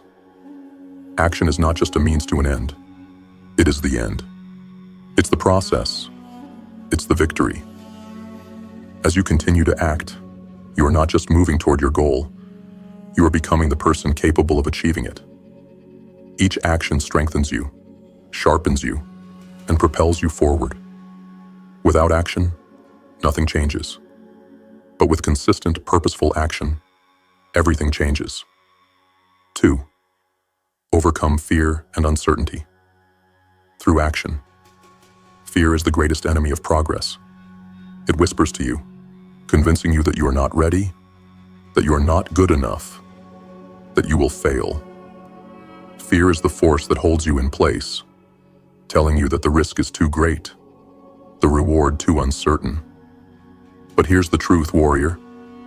Fear is not something to avoid. It is something to act in spite of. The only way to conquer fear is through action. The longer you wait, the bigger the fear becomes. The more you hesitate, the more it controls you. But when you take action, fear loses its grip on you. You prove to yourself that you are capable, that you can handle whatever comes your way. Action doesn't eliminate fear. It diminishes it. Every step you take forward is a blow against the hold fear has over you. It's in the action that you discover your strength, your resilience, and your courage. The more you face your fear with action, the smaller it becomes. And eventually, it will have no power over you at all. Warrior, fear is not your enemy. It is your signal that you are on the verge of growth. The moment you feel afraid is the moment you need to act. That is where your greatest breakthroughs lie. 3. Consistent action builds momentum. The snowball effect. Think of action as a snowball. When you start rolling it, it's small and insignificant. But the more you push it forward, the bigger it gets. At first, you may feel like you're not making much progress, like your efforts are too small to matter. But the key is consistency. Momentum is built upon a series of small actions repeated day after day. Each small step you take, no matter how insignificant it may seem, compounds over time. Over time, your small actions will gather speed and strength, and you'll find yourself achieving more than you ever thought possible. This is the snowball effect in action. If you want to create momentum in your life, you must commit to consistent action. Even when it seems like the results are small or delayed, keep pushing forward. It's in the consistency that the power lies. Like a snowball, your actions will grow stronger with time. And soon, what once felt like a struggle will feel effortless. 4. Action creates clarity and learning. The power of experimentation. Action is not just about moving forward. It is about learning. When you take action, you discover what works and what doesn't. You learn about yourself, your strengths, and your weaknesses. You gather data about your environment, the people around you, and the strategies you're using. Too many warriors get caught up in the idea that they must have all the answers before they take a step. They wait for the right moment, the perfect plan, but all they end up doing is waiting. Action gives you clarity. It is through the doing that you find the answers, adjust your approach, and refine your path. When you take action, you're not just moving toward your goal. You are learning, adapting, and growing. Every failure is a lesson. Every success is a confirmation. And with every action, you grow more adept at navigating your journey. Warrior, don't fear making mistakes. Don't fear the unknown. Embrace action as your teacher. Every step you take brings you closer to the truth of what works and what doesn't. Through this process, you will refine your strategy and become stronger, more confident, and more capable of achieving your ultimate victory. 5. Action is the ultimate test of commitment. Are you willing to pay the price? When you take action, you are making a commitment, not just to your goal, but to yourself. Action is the litmus test of your true desire and your level of commitment. You can say all the right things, you can dream and plan, but the moment you take action is the moment you show the world and yourself just how committed you are. Warrior, your dreams are not free. The price for greatness is high, but every time you take action, you pay that price. Every action is a step toward honoring your commitment to your vision, your goals, and your purpose. If you are unwilling to take action, you are unwilling to pay the price for the life you want. The warrior understands that the journey is not easy, but it is worth it. They pay the price every day, knowing that their commitment is what will see them through to victory. 6. Action brings results, from vision to reality.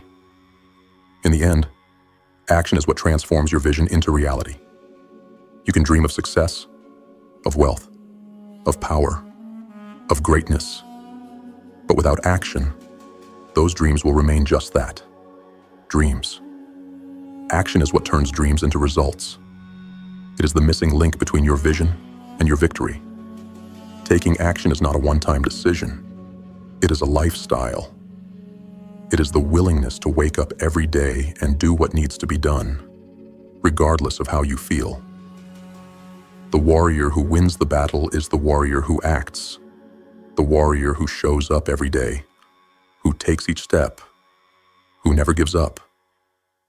The road will not be easy, the obstacles will be great, and there will be times when you want to stop. But it is in those moments that you must remind yourself that action is the key. Your dreams are waiting for you on the other side of your effort, and the only way to reach them is to keep moving forward.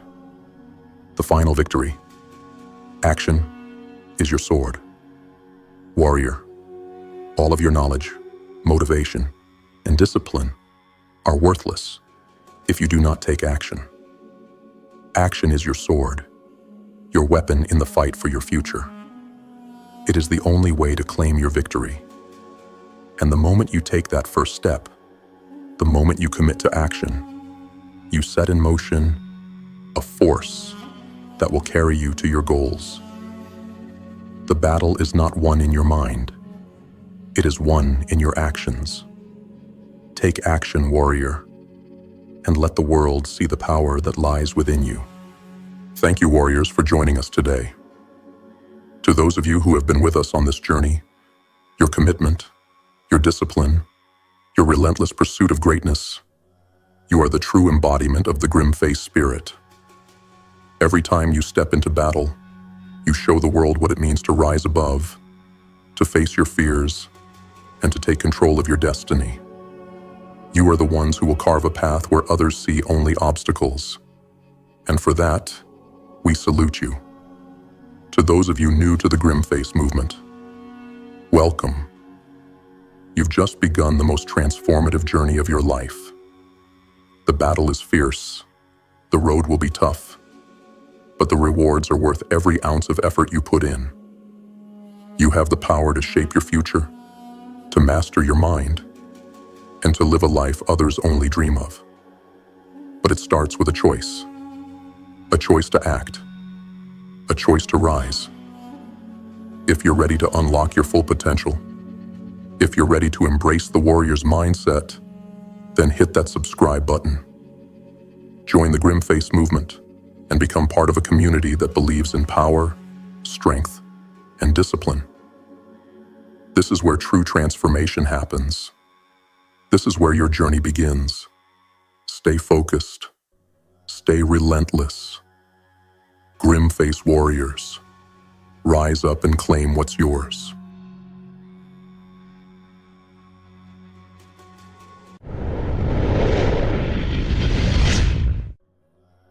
Every morning, the battlefield awaits you. It doesn't care how you slept. It doesn't care if you're tired. It doesn't care if you're scared. The battlefield only has one rule: adapt or die. This is not a game. This is war. And war is not won by wishful thinking. It's won by warriors, those who are willing to stand when others retreat, those who move when others freeze, those who build while others break. In this world, your fate is not written by luck or divine intervention. It's carved by your choices, your habits, your weapons. You want money to flow to you? Then stop asking. Stop begging. Stop waiting. You must become the kind of person money chases. Let the weak wait for breakthroughs. You forge them. Let the masses pray for luck. You craft skill. Let the cowards look for easy paths. You take the hard road, because only that road leads to power. The war begins with a simple truth. Skills are your weapons, not dreams, not affirmations, not potential. Skill, raw, undeniable, ruthless skill. This is what separates the kings from the corpses. And skills must be earned through repetition, through challenge, through obsession. You don't rise by doing what's easy. You rise by solving real problems. Look around. There's chaos everywhere. People drowning in confusion, frustration, inefficiency, and they will pay handsomely for a solution. Your job? Become the one who holds the answers. Learn. Building adapt. Master. Whether it's your hands or your mind, your voice or your vision, refine it until it cuts through noise like a blade through flesh. Become so skilled at what you do, they have no choice but to come to you. And when you solve their pain, money follows like a shadow. But a sharp sword means nothing if you don't control the battlefield. And your battlefield is your money. Take command. Every dollar that leaves your hand must be a soldier marching to a purpose. You do not throw troops into the wind. You deploy them with precision. Most people treat money like water. It leaks, it spills, it disappears. Not you. You track every dollar. You know where your money goes, what it fights for, and how it multiplies. You don't let your income vanish into vices and comfort.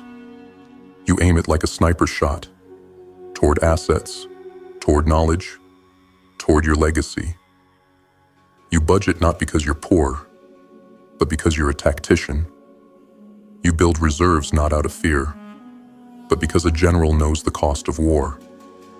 And when others collapse from surprise attacks, unexpected bills, broken cars, job loss, you will still stand, prepared, armed, ready.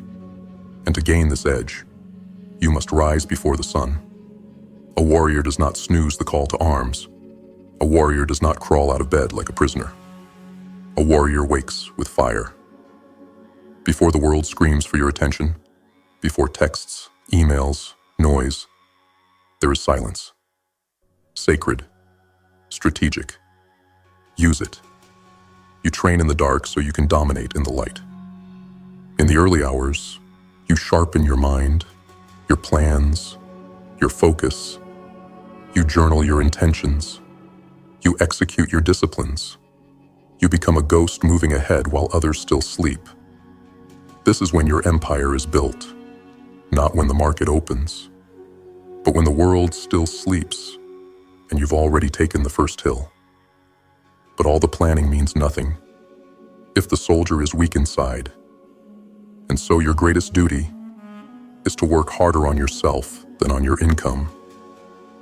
Let this be clear. Money is not your God. It is your mirror. It reflects what you are. If you are undisciplined, you will bleed money. If you are weak, you will chase what you should be attracting. If you are shallow, your wealth will be an illusion, empty and ready to crumble. So you forge the inner weapon, your mind, your will, your focus. You train your thoughts the way a warrior trains a sword. You cut away self-doubt, victimhood, and fear. You build a fortress inside yourself, brick by brick, through reading, through reflection, through sacrifice. You invest in mentors, courses, books, not because it's trendy, but because the knowledge becomes steel in your hands. You grow stronger with each truth you uncover. You shed your old skin with each uncomfortable realization. You don't chase confidence. You earn it through conquest. And when the world tests you, because it will, you will not bend. You will rise. You will adapt. You will conquer. But personal growth alone isn't enough. A warrior must also invest wisely. Every coin you earn is a weapon, and a fool wastes it on glitter and distraction. A warrior multiplies it through investments, through skills, through assets that appreciate, not just entertain. Invest in your health, because a sick warrior dies early. Invest in your network, because a lone wolf starves when the hunt goes wrong. Invest in tools, systems, knowledge, and let every dollar you deploy come back with recruits. You don't invest emotionally. You invest strategically. You move with logic, with foresight, with patience. You study your targets. You calculate the terrain. You do not gamble. You strike with precision. This is how empires rise, brick by brick, asset by asset, discipline by discipline. And every great warrior tracks the war. Relentless daily focus. This is your next command. Not monthly. Not when you feel like it. Daily. Every day you check your progress. Every day you log your wins, your losses, your spending, your income. You don't drift. You dominate. You don't guess. You know. Numbers don't lie. Patterns don't lie. You treat your finances like a battlefield. Would a general walk into a war with no map, no plan, no intel? Then why are you living like that? Track. Every move. And here's the most overlooked edge of all. Learn from the rich and do what they do. You think they got lucky? No. They mastered the code. They leverage. They scale. They delegate. They buy time and build systems. They think in decades, not days. They read more than they post. They buy assets while the sheep buy liabilities. They don't chase paychecks. They build engines. They don't spend emotionally. They invest ruthlessly. So study them. Copy their models. Reverse engineer their empires. And then take it a step further. Add your edge, your grit, your pain, your story. Because one more principle separates the rich from the forgotten. Give more value than anyone expects. Deliver so much value that people feel guilty underpaying you. Over-deliver. Outwork. Outshine. Make your name impossible to forget. Be the one who does more, who solves more, who shows up earlier, leaves later, and crushes expectations into dust. You do this not for applause, but for dominance. Because when you give more than expected, the world opens its doors. People remember you. They recommend you. They rely on you. And your reputation becomes armor that no one can pierce. But don't stop there. Create something people need and will pay for. Your skills are powerful. But if you channel them into something people crave, you'll create your own economy. You'll no longer chase opportunity. You become the opportunity. Don't waste time building for everyone. Build for someone. Solve a specific pain. Serve a specific tribe. And serve them well. Give them tools, services, systems, products that help them win. If you do that, your path becomes unstoppable. And lastly, warrior, push yourself daily to earn and grow more. This isn't about chasing numbers. It's about becoming more. Every single day. You don't stop just because you're tired. You don't pause because you're ahead. You push because warriors must evolve. You lift heavier, think deeper, focus harder, invest smarter. You act even when you don't feel like it, because that is what separates the elite from the average. You don't settle. You don't coast. You hunt. You push every day, because growth is oxygen. You push every day, because the world won't stop. You push every day, because warriors don't wait for fate. They forge it. Lesson 1. Forge the weapon. Master one valuable skill. Skill. Raw, undeniable, ruthless skill. This is what separates the kings from the corpses. Objective. Choose one real-world skill that solves a specific problem and commit to mastering it with warrior-level discipline. Why this matters. In the world of warriors, your blade is your skill. You don't bring a butter knife to a battlefield. You forge steel that cuts through chaos. Most people scatter their focus across a dozen half-baked talents and wonder why no one values them. But the warrior goes deep. The warrior becomes dangerous with one tool, one mastery, one edge. The marketplace does not reward dabblers. It rewards dominators. Pick your lane, sharpen your blade, become the one they call when the stakes are high and failure is not an option. Implementation. 1. Identify a real-world problem. Look around you. What frustrates people? What's broken in your industry? What do people complain about in forums, on social media, or in conversation? Find the gap, the pain that needs solving. 2. Choose a skill that solves that problem. Your skill must fix something. Marketing, negotiation, video editing, electrical repair, coding, closing sales, fitness coaching. Whatever it is, make sure it solves a pain point people will pay to end. 3rd block, 90 minutes per day for skill mastery. Create a non-negotiable time slot every single day for learning and practicing. No distractions, no excuses. Study during that block. Practice during that block. Reflect and refine. 4. Follow a warrior-level training path. Don't just kinda learn. Find the best books, mentors, courses, and real-world projects. Your goal is not to know. Your goal is to do. Test yourself weekly. Simulate real-world use. Turn theory into muscle memory. 5th set weekly mini-challenges. Each week, create a challenge to push your skill into discomfort. If you're learning sales, record mock pitches. If it's writing, publish an article. If it's design, build something from scratch. Fight resistance with output. Battle-tested tips. Kill the shiny object syndrome. Every time you switch skills, you reset the clock on mastery.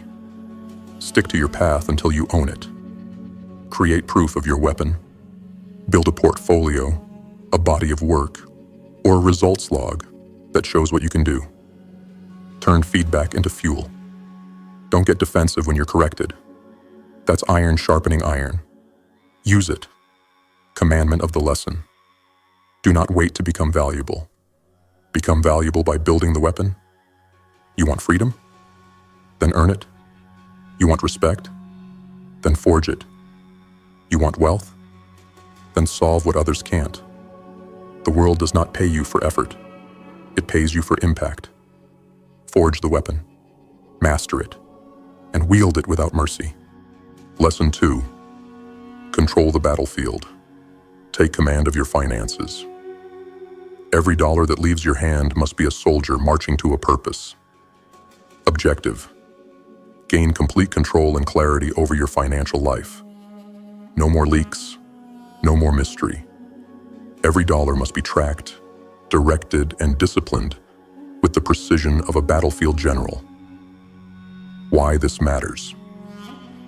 The average man is a slave to his money, not because he doesn't earn enough, but because he doesn't command it. A warrior without control over his resources is a warrior destined for collapse. You can have all the ambition in the world, but if your money leaks out through distractions, addictions, and disorganization, you've already lost the war.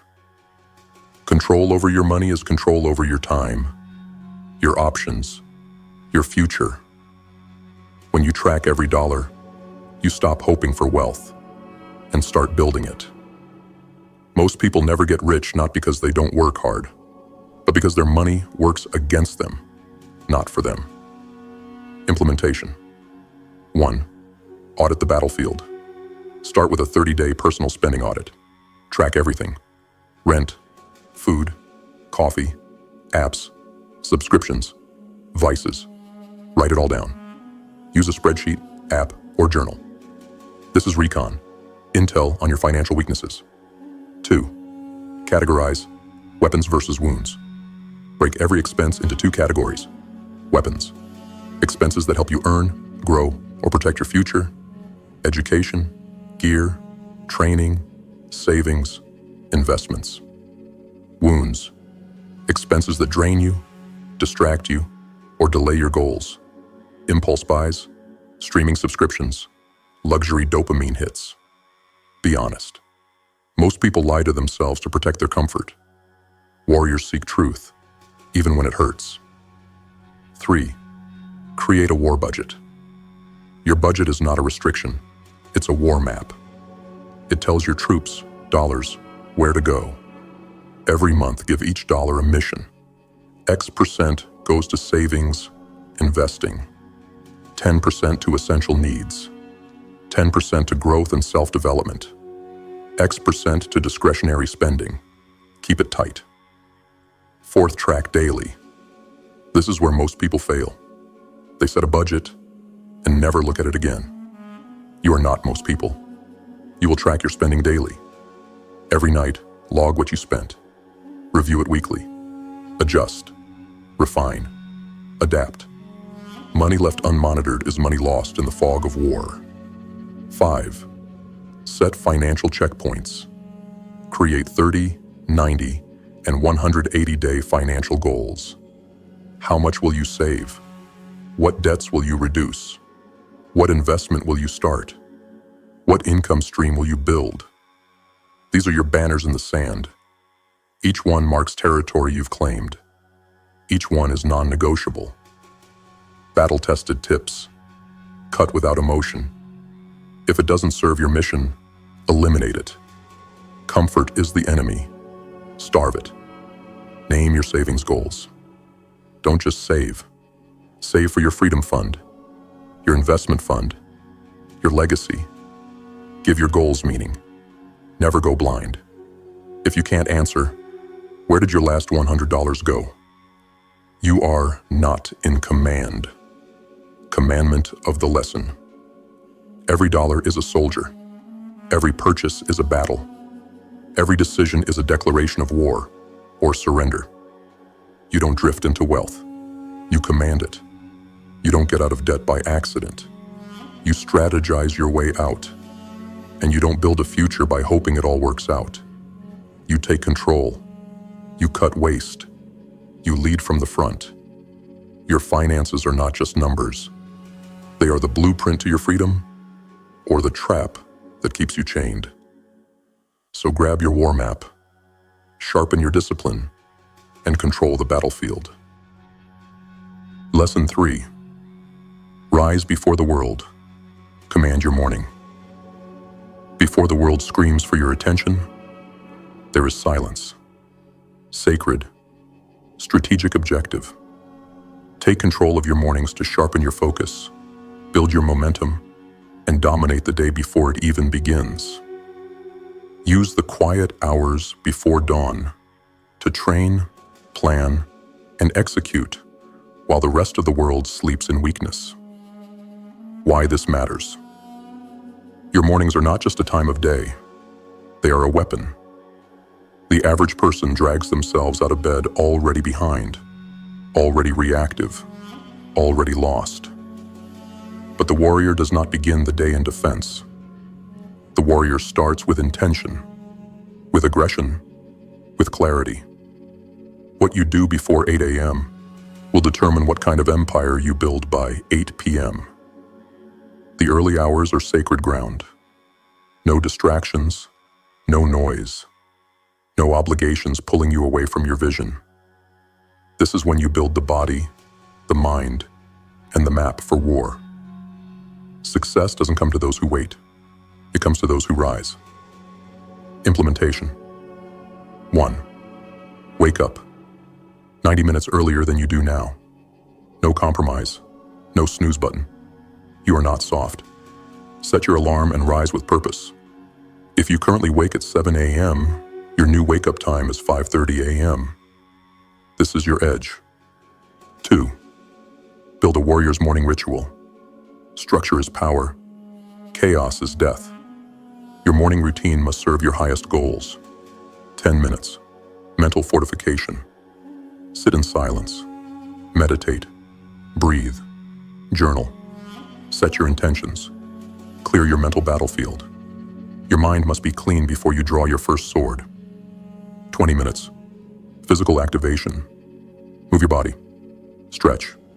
Do bodyweight exercises. Go for a walk. Train. Your body is your armor. Don't let it rust. Sweat early. Think clearly. 30 minutes. Skill sharpening. Read. Study. Practice your craft. Review notes from the day before. This is when you level up. When the rest of the world is still drooling into pillows, you're forging mental dominance. 30 minutes. Strategic planning. Review your financial goals. Look at your calendar. Plan your top 3 priorities for the day.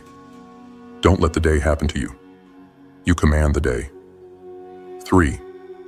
Prepare the night before. Victory begins the night before. Lay out your clothes. Prepare your journal. Set up your training space. Cut screen time 1 hour before sleep. Set yourself up to win before the sun ever rises. 4. Use alarms for war, not weakness. Your alarm is not your enemy. It's the war horn. When it goes off, you rise. Not in negotiation, not in delay, immediately. Because every time you delay rising, you lose time. And lost time is lost territory. 5. Build the ritual. Protect the ritual. This is not a one-day challenge.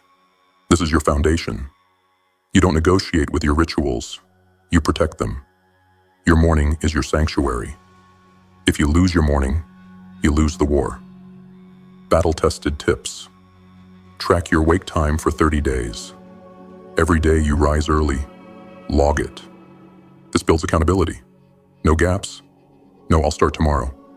Eliminate late-night traps. TikTok, Netflix, texting. These things steal your edge. Replace them with a pre-sleep ritual. Reading, gratitude, planning. Stack your wins. One clean morning fuels the next. Win your morning equals build unstoppable momentum. Commandment of the lesson. If you wake up reactive, you live a life of retreat. If you wake up intentional, you go to war with precision. Every morning you rise early, you prove something to yourself. You are not the average. You are not the herd. You are not waiting for life to get better. You are taking it by the throat. Every minute before sunrise is yours. Your weapon. Your time. Your advantage. So rise, warrior. While they dream, you build. While they snooze, you sharpen. While they waste, you dominate. Lesson 4. Build the inner fortress. Develop relentless self-discipline. If your habits are garbage, your empire will rot from the inside. Objective. Forge an internal world of unshakable focus, consistency, and mental resilience. Discipline is not a motivational quote. It is the invisible force that either builds your empire or ensures your destruction. Why this matters. Your greatest threat is not out there. It's within you. Your enemy is the voice that says, "You've done enough." The one that whispers, "Take the day off." The one that makes soft choices and calls it self-care. That voice is subtle, seductive, and lethal. You don't lose the war overnight. You lose it in the micro decisions.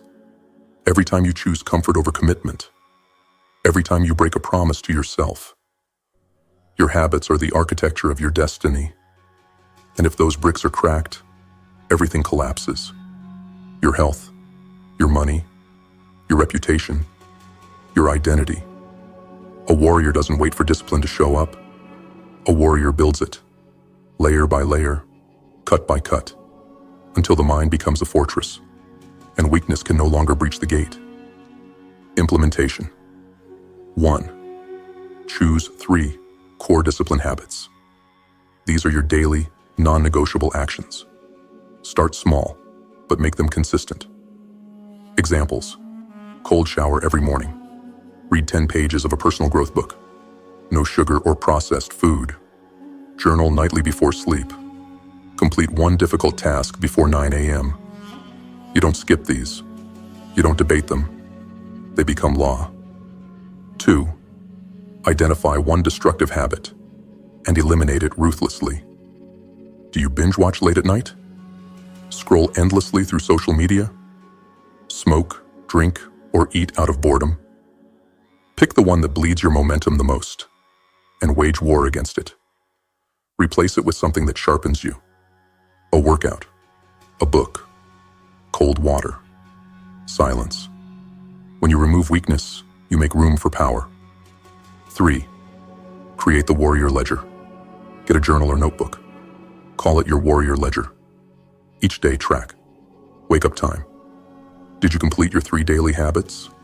Did you eliminate the destructive habit? Did you push yourself? Final grade, win or loss. You're not tracking for perfection. You're tracking for accountability. 4. Weekly self-review. Brutal honesty required. Once a week, sit down and review the ledger. Ask, where did I break? What distracted me? What triggered old habits? What will I correct next week? This is how warriors stay sharp. Reflection is the whetstone of discipline. Set a 30-day discipline challenge. For 30 days, execute your habits like your life depends on it. Because it does. Don't negotiate. Don't miss. Don't justify. Track every day. Win or lose. This is your crucible. Battle-tested tips. Don't stack too much at once. Discipline is not about doing 100 things. It's about doing 3 things every single day until you can't live without them. Ritualize. Don't improvise. Habits that are left to chance will fail. Put them on your calendar. Tie them to existing routines. Use pain as power. Every time you slip, don't shame yourself. Study the failure.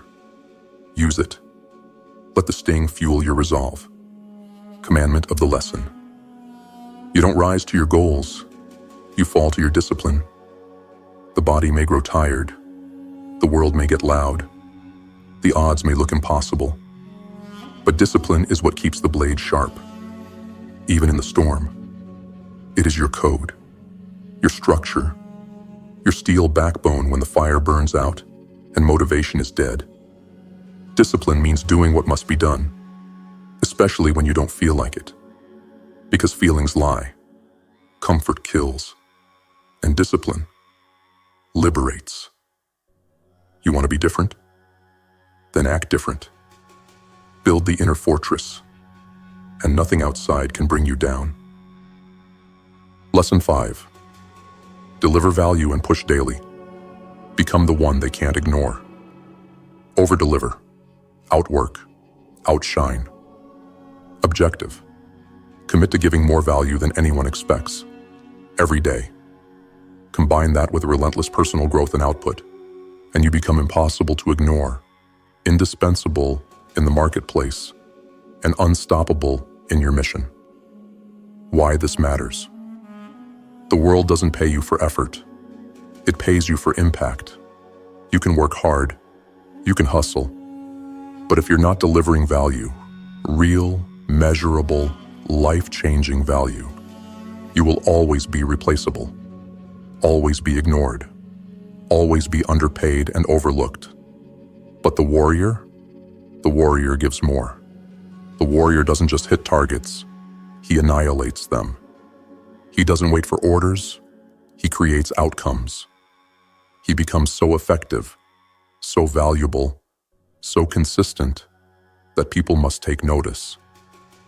In this world, there's a massive shortage of people who do what they say, who show up early, who deliver more than expected, who push themselves beyond their limits without needing applause. You become a force by merging two disciplines: extreme value creation, daily relentless growth, implementation. 1. Define your value weapon. What problem do you solve better than 99% of people around you? If you don't know yet, your first task is discovery. If you do know, your next task is refinement. Create a value statement. I help this person, chart group, achieve this result by doing this solution. Examples. I help small business owners attract customers by creating high-converting ads. I help busy professionals lose 10 pounds in 60 days through minimalist meal prep coaching. Your value must be clear, simple, outcome-driven. This becomes your mission. 2. Deliver 10 times the value you're paid for. In every transaction, go beyond. If you're an employee, outperform your job description. If you're a freelancer, add bonuses, insights, extra touches. If you run a business, create customer experiences they rave about. Examples. Add extra resources without being asked. Follow up faster than expected. Anticipate problems before they arise. You're not doing this to burn yourself out. You're doing this to build leverage. Because when you give value consistently, you build reputation equity. And that is currency far more powerful than money. 3. Create a daily growth system. Every day, push forward in 3 areas: mind, read, study, analyze. 1 new concept per day. Skill, practice and refine. 1 hour per day minimum. Output, build or create something real. Content, product, pitch, solution. This is how you become rare. Most people learn, but never apply. Most people talk, but never build. You push, daily, without exception. 4th, track your daily output. Use your warrior ledger or a simple journal. Ask, did I create something today that added value? Did I push past comfort today? Did I improve 1 inch? Small gains daily become legendary results over time. 5. Get feedback. Then apply it ruthlessly. Don't fear critique. Seek it. Ask those you serve. How can I improve? What's one thing I could do better? What didn't meet your expectations? Most people avoid this. That's why they stay average. But the warrior? He refines his edge constantly. No ego, no defensiveness, just raw improvement. Battle-tested tips. Operate like your reputation is your resume. Every client, every project, every interaction. Treat it like it will be reviewed by your future self 10 years from now. Never just meet expectations. Always ask, what's one way I can make this more impactful? Over-delivering builds loyalty. When you make people's lives easier, better, more powerful, they return, they refer, they support your rise. Commandment of the lesson. You become valuable by making others stronger. You become wealthy by solving real problems. You become a legend by showing up and delivering more than anyone ever expected. This is not about being a doormat. This is about dominance. You give more not to be liked, but to build a moat no one can cross. You deliver more to leave no doubt. You push yourself daily, not because someone is watching, but because you are becoming unstoppable. This world pays those who execute. So rise, deliver, building push, and become the one they never forget.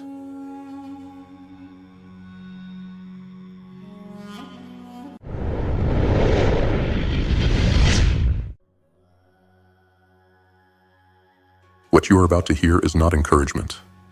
It is not comfort. It is not gentle guidance. This is war. A war against the weakest parts of yourself. A war against the assumptions that have kept you crawling through life like a beggar, instead of building like a king.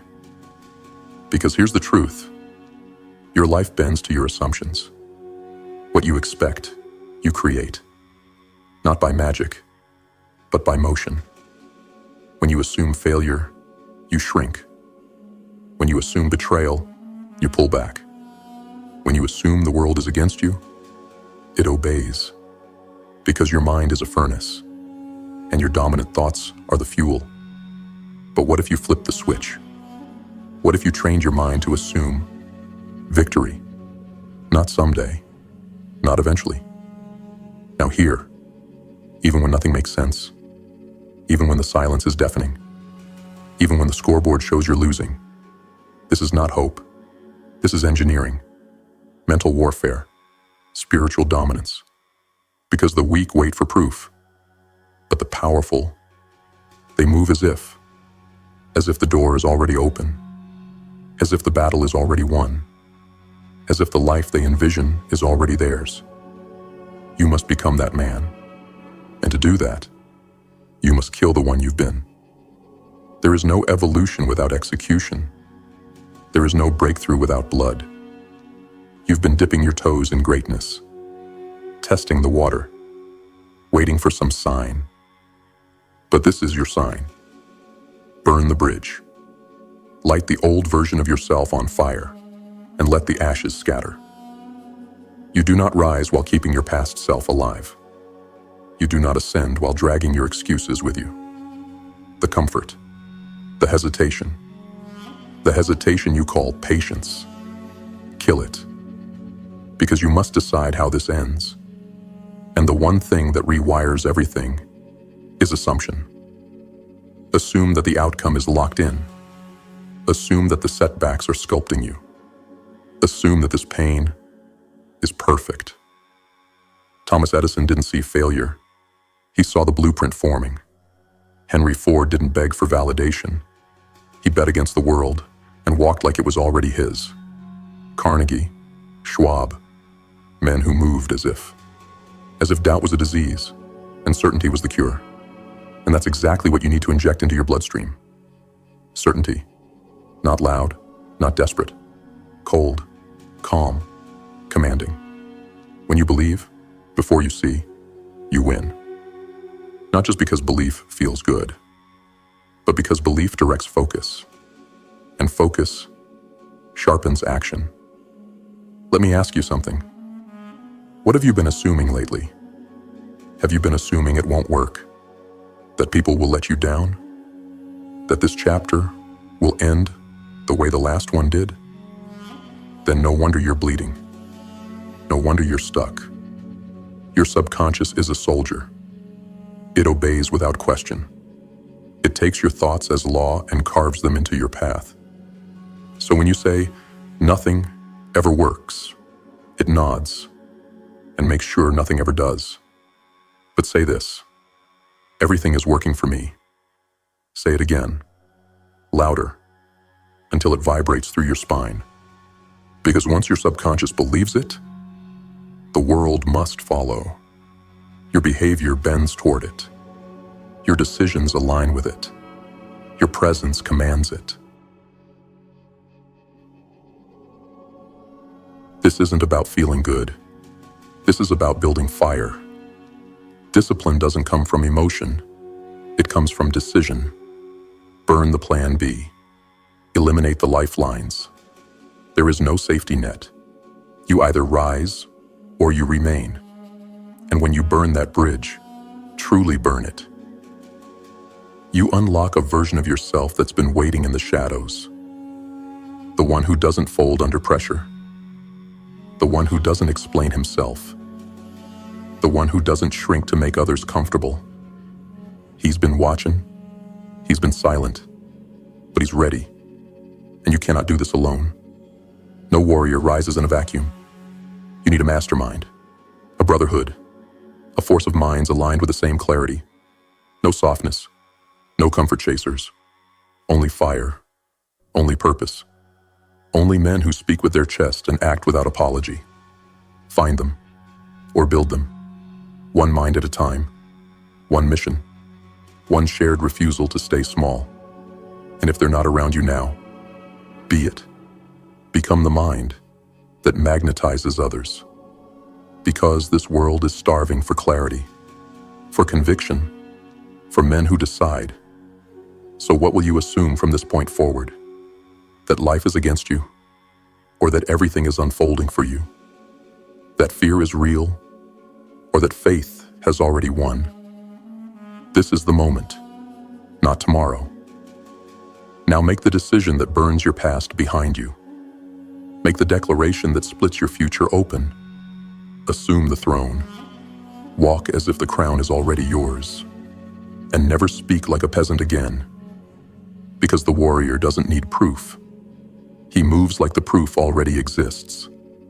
And eventually, the world bows in agreement. Lesson 1. Control the assumption. Command the outcome. Core truth. Your life does not bend to your potential. It bends to your assumptions. And right now, whether you're aware of it or not, you are carrying assumptions that are building your prison or forging your path to power. The world isn't responding to your goals. It's responding to your expectations. Let that sink in. Most people assume they'll fail, so they hesitate. Most people assume they'll be rejected, so they don't speak up. Most people assume life is against them, and so it is. Not because of some mystical force, but because focus follows assumption. Action follows focus, and results follow action. The assumptions you rehearse become the laws you live under. So the first lesson on this path is simple. You must take full control of your inner assumptions before anything else changes. This is your operating system, your hidden programming, and every outcome in your life is running on the code you wrote. What happens when you shift the assumption? Assume things never work out for you, and you will subconsciously sabotage. Assume people are out to get you, and you will resist alliances. Assume the process is failing, and you'll quit before the breakthrough. Now flip it. Assume everything is working for you, and suddenly, pain becomes preparation. Delay becomes divine timing. Chaos becomes construction. This isn't delusion. This is conscious command. This is mental warfare with the soft programming that's kept you broke, small, or silent. Step by step, install the assumption of power. Step 1. Morning mirror drill. Every single morning, before the phone, before the doubt, stand in front of a mirror, look yourself in the eye, and declare, everything is working out for me. Say it again. Say it like a man who believes it. Say it until the voice that once doubted goes quiet. This is not a chant. It's a command. You're telling your subconscious, this is the reality now. Build accordingly. Step 2. The 5-day assumption audit. Grab a notebook. Carry it everywhere for the next 5 days. Every time a negative thought enters your mind, write it down. Then ask this: what assumption created this thought? You'll start to see the patterns, the hidden scripts you've been obeying. And once you expose them, you strip them of their power. Now, for each negative assumption, write a replacement. Example: old assumption, I always mess things up. New command, I execute with power, even under pressure. You must write them as if they're already true. That's the key. Step 3. Behavioral alignment practice. Each night, reflect and write down one moment where you acted in alignment with your new assumptions. One moment where you defaulted to the old programming. This builds self-awareness and puts a spotlight on your mental blueprint. And here's the truth most never hear. You can't think your way into a new identity. You must act your way into one. So this final reflection is where your mental rehearsal begins to shape your muscle memory. Your daily affirmation mantra. Repeat daily. I assume power. I assume victory. I assume the struggle is shaping me. I move like the outcome is locked in. My assumptions create my world, and I only assume dominance. Why this lesson matters. If you don't take control of your assumptions, someone else will. Society, your past, your failures, your fears. They will all whisper scripts into your mind. And if you're not the author, you're just an actor in someone else's play. But when you write the script, when you forge the belief, and when you act like it's already happening, the world doesn't stand a chance. It must follow. Lesson 2. Burn the bridge. Kill the old identity. Core truth. You cannot become a new version of yourself while keeping the old one alive. You cannot carry power with one hand while dragging weakness with the other. You do not transform by tweaking. You transform by eliminating. There is no evolution without execution, no rebirth without a burial. The world has lied to you. It told you that you could change gradually, that you could ease your way into a better life, that you could become powerful while still making excuses for your past. But here's the raw truth. As long as the old you has a voice, a shelter, or a way back in, he will always return. So your job now is to make his return impossible. Why burning the bridge? Matters. This isn't poetry. This is strategy. When you burn the bridge, you activate a part of the mind that most men never access. The must. The no other option. The do or die. You see, a man with a plan B never commits fully to plan A. He always holds something back. And that sliver of hesitation is the leak that sinks his entire ship. Think about every version of your past self that failed. The one who justified laziness. The one who said, later. The one who blamed everything but himself. That man can't come with you. He must be exiled. Because if he stays, you stay stuck. Step by step, burn the bridge and kill the old self. Step 1. Identify the survival mechanisms. Grab a journal and answer these. What behaviors do I use as escape routes? Scrolling, overthinking, procrastination, bad habits. What do I always say to justify quitting? Maybe it's not the right time. I need more clarity. It's not that bad. What part of me am I secretly still protecting? The lazy one? The scared one? The one who wants approval? This is your enemy profile. You can't destroy what you haven't identified. Step 2. Destroy the artifact. Now, choose one object that represents the old you. It could be a journal, a piece of clothing, a number in your phone, a playlist, even a location. Destroy it. Physically. Throw it in the fire. Shatter it. Delete it. Tear it apart. Do not keep souvenirs of your suffering. Do not leave breadcrumbs back to mediocrity. You are not editing your story. You are rewriting it from scratch. Step 3. Close the escape routes. Look around your life and make these cuts. Remove 3 distractions that always lead you backward. Block or unfollow 3 people who represent your old mindset. Delete 3 apps, accounts, or tabs that seduce you back into weakness. Every open door is an invitation to retreat. Lock them. Weld them shut. Leave no path but forward. Step 4. Write and declare the death sentence. Write a death sentence for the man you used to be. Speak it aloud. Bury him with words. The man who hesitated is dead. The man who chased comfort is buried.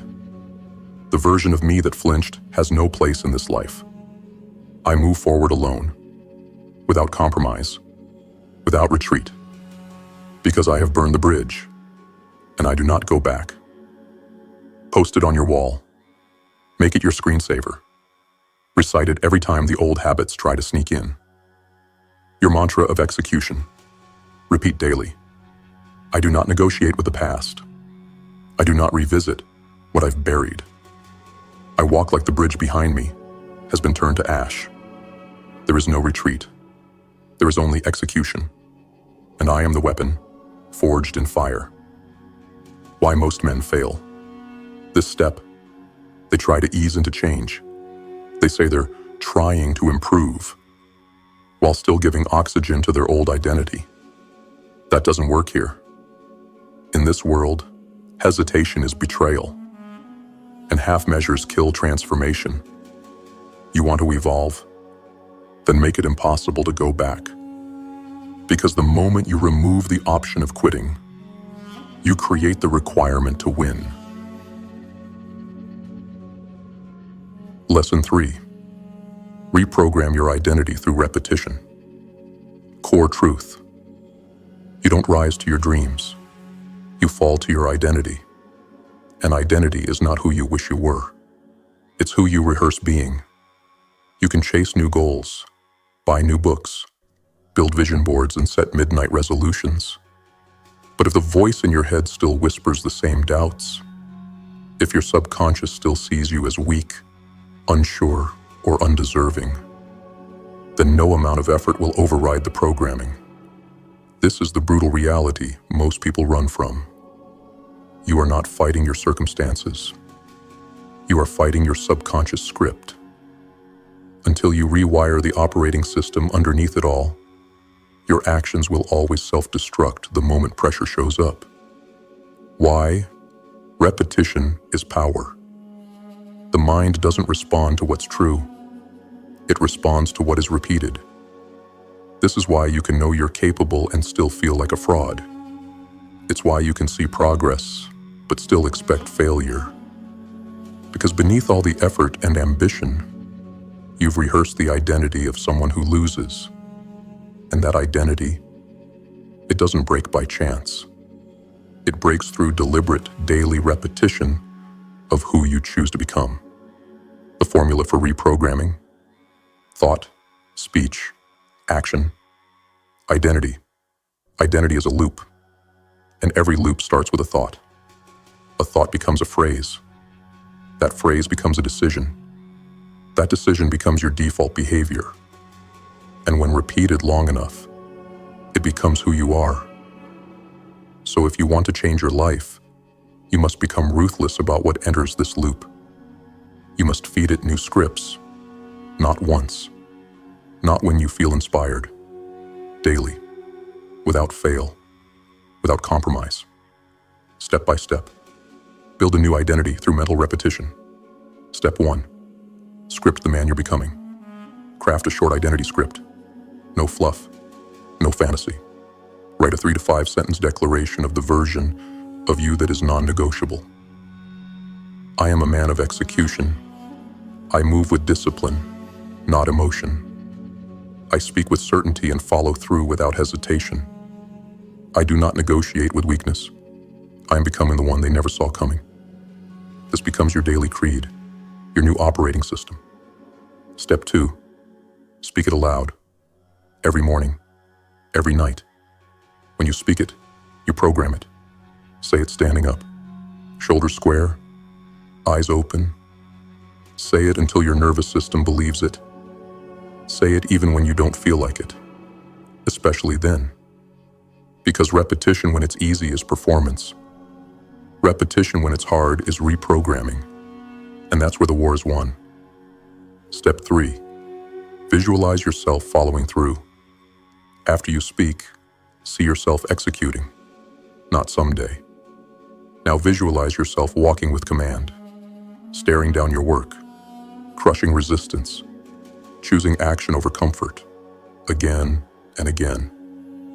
Your subconscious cannot distinguish between imagined and lived experience, so show it what power looks like. Every day. Step 4, stack evidence, reinforce the loop. Every time you act like the man you're becoming, write it down. Woke up on time? Write it. Spoke with certainty in a meeting? Write it. Trained when you didn't feel like it? Write it. This becomes your proof vault, a log of evidence that says, This isn't theory. I am becoming that man. You are not building confidence. You are building certainty. Your daily identity reprogramming routine. Morning, 5 minutes. Stand and declare your identity aloud. Visualize yourself executing powerfully today. Feel the words. Burn them in. During the day, 1-minute micro habits. Any moment you feel weakness, pause, breathe. Repeat one phrase aloud. I do not flinch. I execute evening, 5 minutes. Reflect on one win that aligned with your new identity. Write it down. Speak it again. End the day with power. Why most men fail. This step, they wait for belief to arrive like a gift. They think confidence is supposed to feel good, but it doesn't. Not at first. Confidence comes after consistency. Identity comes after repetition. And if you only speak power when you feel powerful, you'll never get past your threshold. So what do? We rehearse. We repeat. Until your mind forgets who you used to be. Until the new you becomes inevitable. Mantra of identity reprogramming. Repeat daily. I speak as the man I'm becoming. I act before the proof. I reinforce the identity I have chosen. I am not a reaction. I am a command. And with every repetition, I become undeniable. Lesson 4. Build or find your mastermind. Core truth. No warrior rises alone. Discipline may be forged in solitude, but acceleration is born in alignment. If your mission is to build something unstoppable, you must align your mind with others who are just as dangerous. Men who don't flinch at hard truths. Men who don't beg for motivation. Men who don't just want power, they live it. This is the 4th law of ascension. Environment dictates evolution. You are not above influence. Your thoughts, your ambition, your standards, they're all being shaped by the people around you, whether you admit it or not. Why the mastermind is power. The mastermind isn't just a group. It's a mental forge. It's a convergence of aligned minds, burning toward the same purpose, sharpening each other through pressure. And here's what separates winners from wanderers. Wanderers keep soft company. Warriors engineer their alliances. Do not mistake comfort for compatibility. Do not confuse proximity with power. You may like the people around you, but if they are not building you, they are breaking you. Your mind is too valuable to be diluted by cowardice, laziness, or excuses. What a mastermind does to you. It increases your standards, instantly. It exposes your blind spots. It multiplies your momentum. It removes the illusion that you're the only one pushing. In a real mastermind, you are watched. You are challenged. You are expected to rise. And if you don't have that pressure in your life right now, then you're leaving potential on the table. Step by step, build or join your mastermind. Step 1. Audit your circle. Make 3 lists. Builders. People who challenge you, raise your standards, speak power. Drifters. People who float, distract, mean well, but reinforce mediocrity. Bleeders. People who drain, gossip, complain, or question your purpose. Remove the bleeders immediately. Don't wait. Don't explain. You owe them nothing. Your mission matters more than their feelings. Limit the drifters. Minimize exposure. Respect their path, but don't walk it. Double down on the builders. Text them. Call them. Set meetings. These are the men who sharpen your sword. Step 2. Create the alliance. Start with 1. Find one man aligned with your purpose. Meet weekly. Speak openly. Share your wins, your failures, your targets. No fluff, no lies, no ego. Set rules. Masterminds need structure. No victim talk. No apologies for ambition. No tolerance for softness. Declare your purpose. Each man must state his mission aloud, clearly, without hesitation. This is the spine of the mastermind. If a man can't speak it, he shouldn't sit at the table. Step 3. Create pressure. The mastermind isn't therapy. It's not a support group. It's a fire. Set weekly targets. Hold each other accountable. Call out hesitation. Celebrate follow-through. This is how steel is forged. Through heat, through resistance, through non-negotiable standards. Step 4. Speak the language of builders. Install the dialect of the mastermind into your own speech.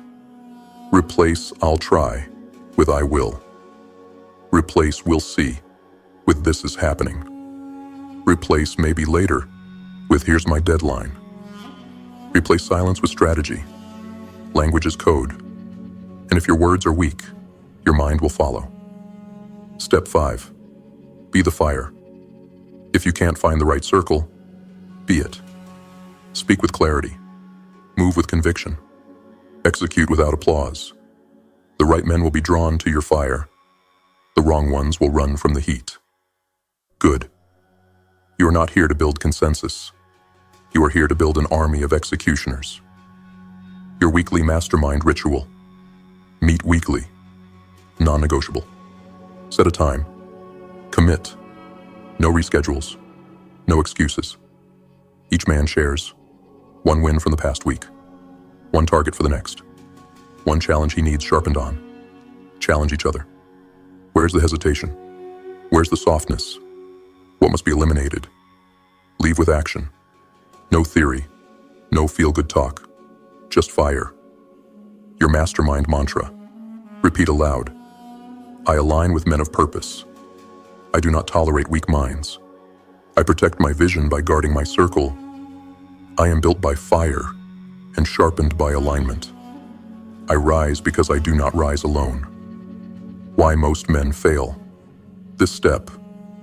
They confuse comfort with loyalty. They keep people in their life out of habit, not alignment.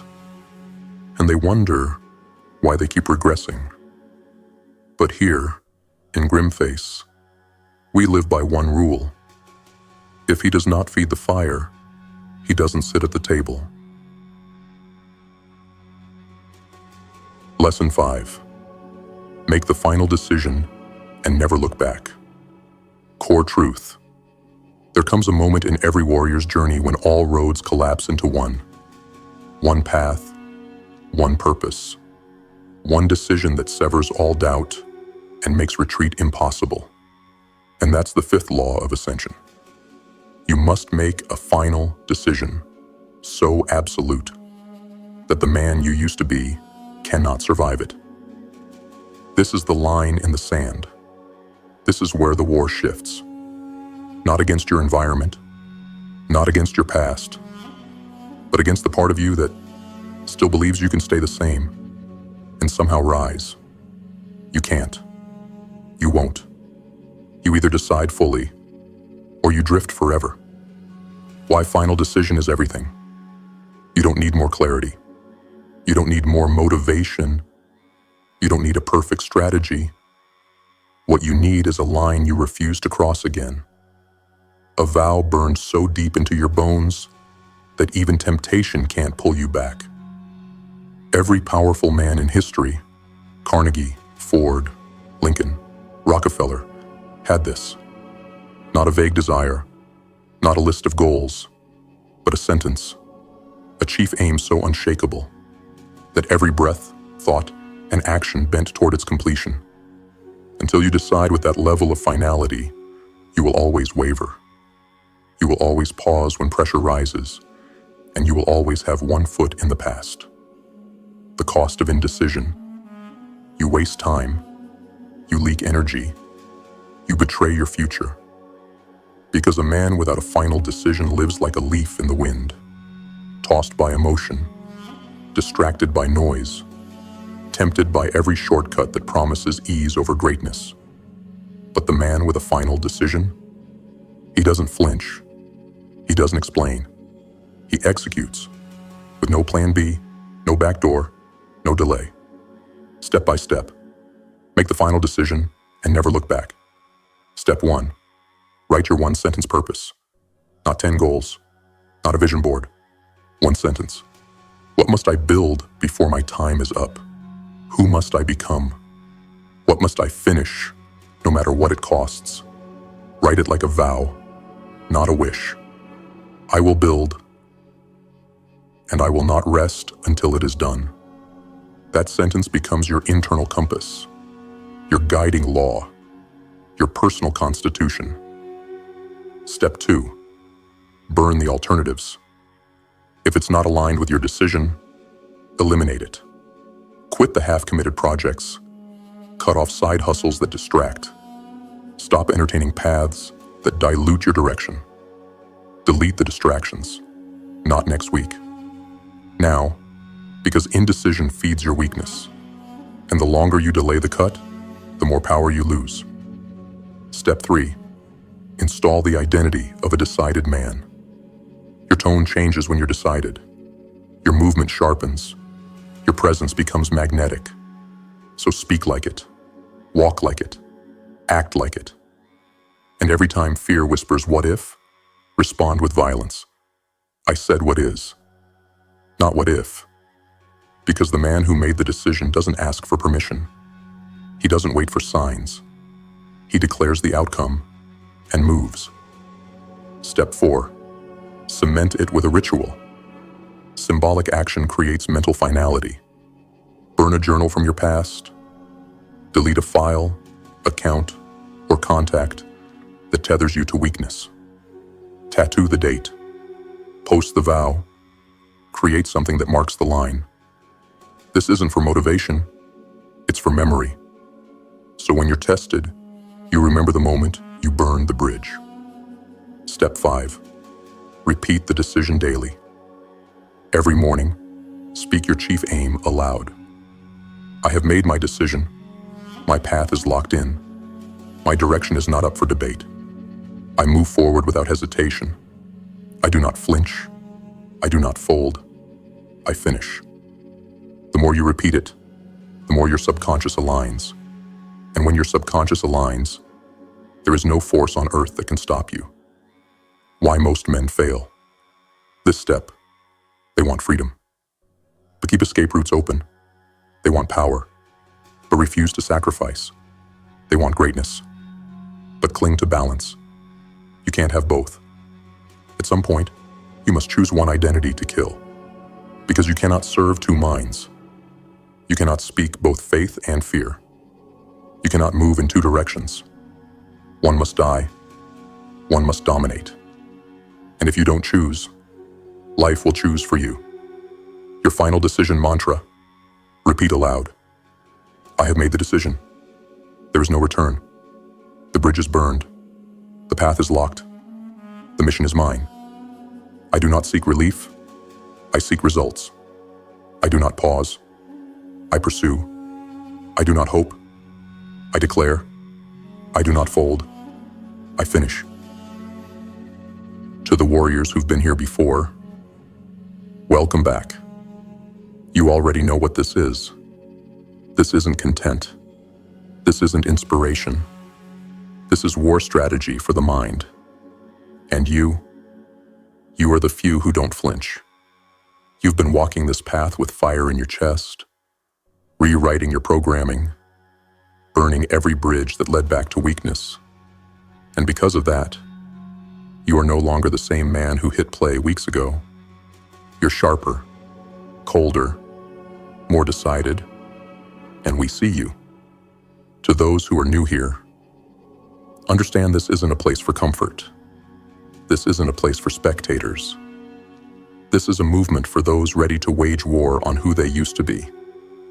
If this message spoke to the part of you that's been quiet for too long, if something inside you finally woke up, then subscribe right now. Not because we need numbers, but because you need accountability. You need the reminder that you're not alone in this war, and you need the fire that only this circle can bring. We are GrimFace. We don't chase hype. We build power. One thought, one decision, one execution at a time. So subscribe, join the ranks. And remember, the world doesn't need more dreamers. It needs more decision makers. And we've already chosen who we are. Now it's your turn. Stay sharp, stay dangerous, and never look back.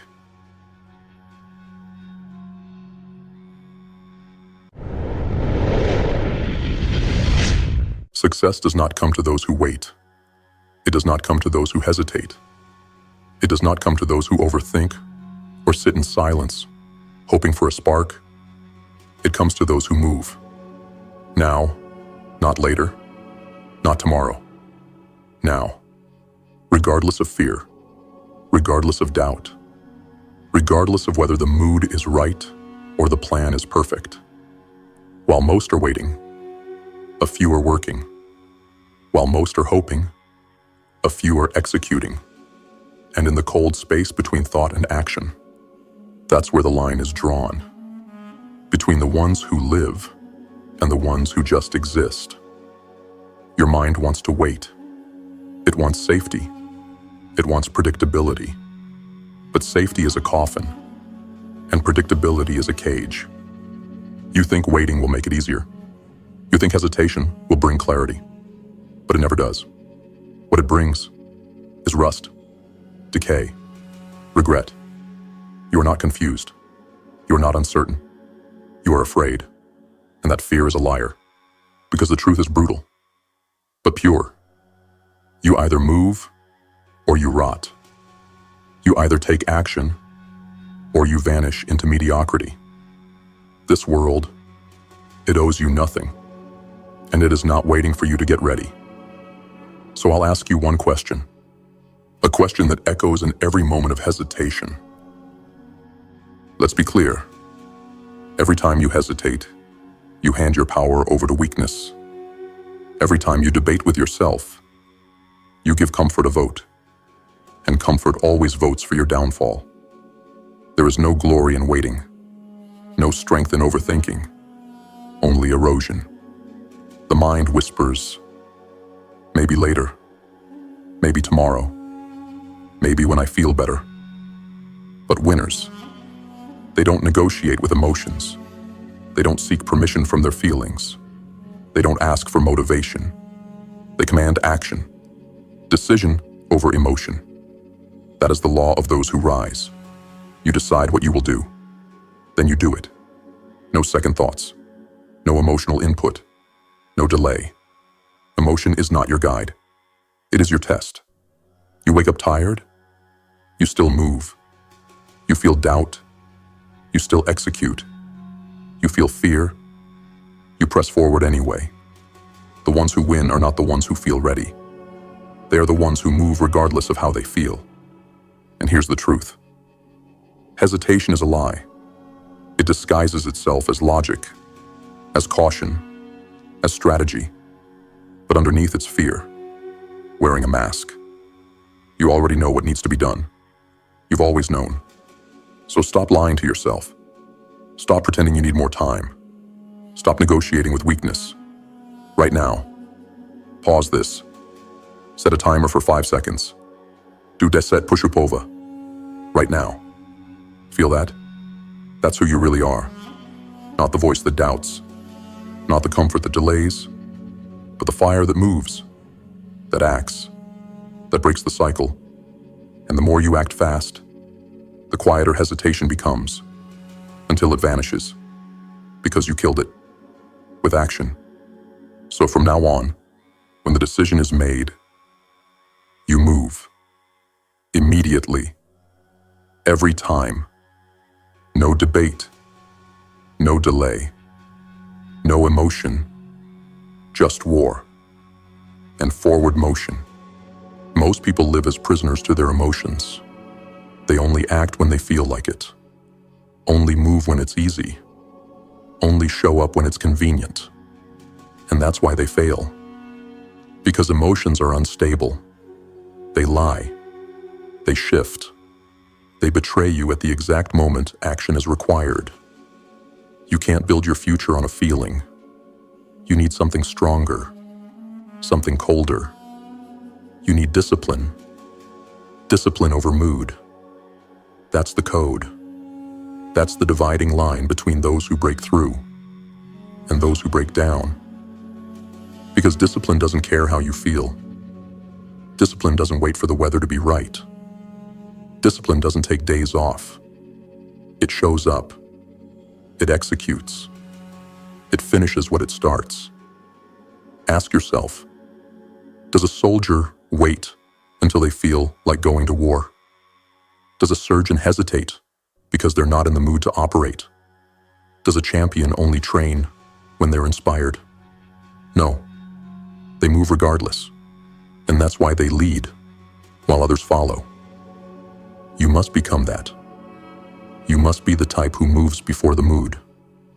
Because when you move first, the feelings follow. This is the secret most never learn. Action creates emotion, not the other way around. You don't wait to feel powerful. You act powerfully, and power follows. You don't wait to feel confident. You take the shot. And confidence is built through the doing. Move first. Feel later. Because waiting to feel right is the trap that keeps you exactly where you are. It is the chain that wraps itself around your potential. You think you need to feel good to take action? No. You need to take action to feel good. You think discipline is something you're born with? No. It's something you forge. In pain. In resistance. In the cold, early mornings when no one is watching. So here's the test. What will you do when you're tired? What will you do when you're uninspired? What will you do when everything in your body says stop? Because that is where your destiny is decided. Not when it's easy. Not when you feel like it. But when it's hell. And you keep moving anyway. So remember this. You are not ruled by emotion. You are ruled by decision. And the only feeling that matters is the one that comes after you win. But you don't get that feeling unless you move through the fire without it. Discipline. Over everything. Every time. At the core of every action is identity. You don't do what you do by accident. You do what you believe someone like you does. And that belief is everything. You think you're lazy? You'll act lazy. You think you always give up? You'll fold again. You think you're inconsistent? You'll sabotage every streak you build. You are what you repeat. And what you repeat becomes who you are. So if you want to change your life, you must first change your self-image. You must kill the version of you that hesitates. You must bury the identity that negotiates.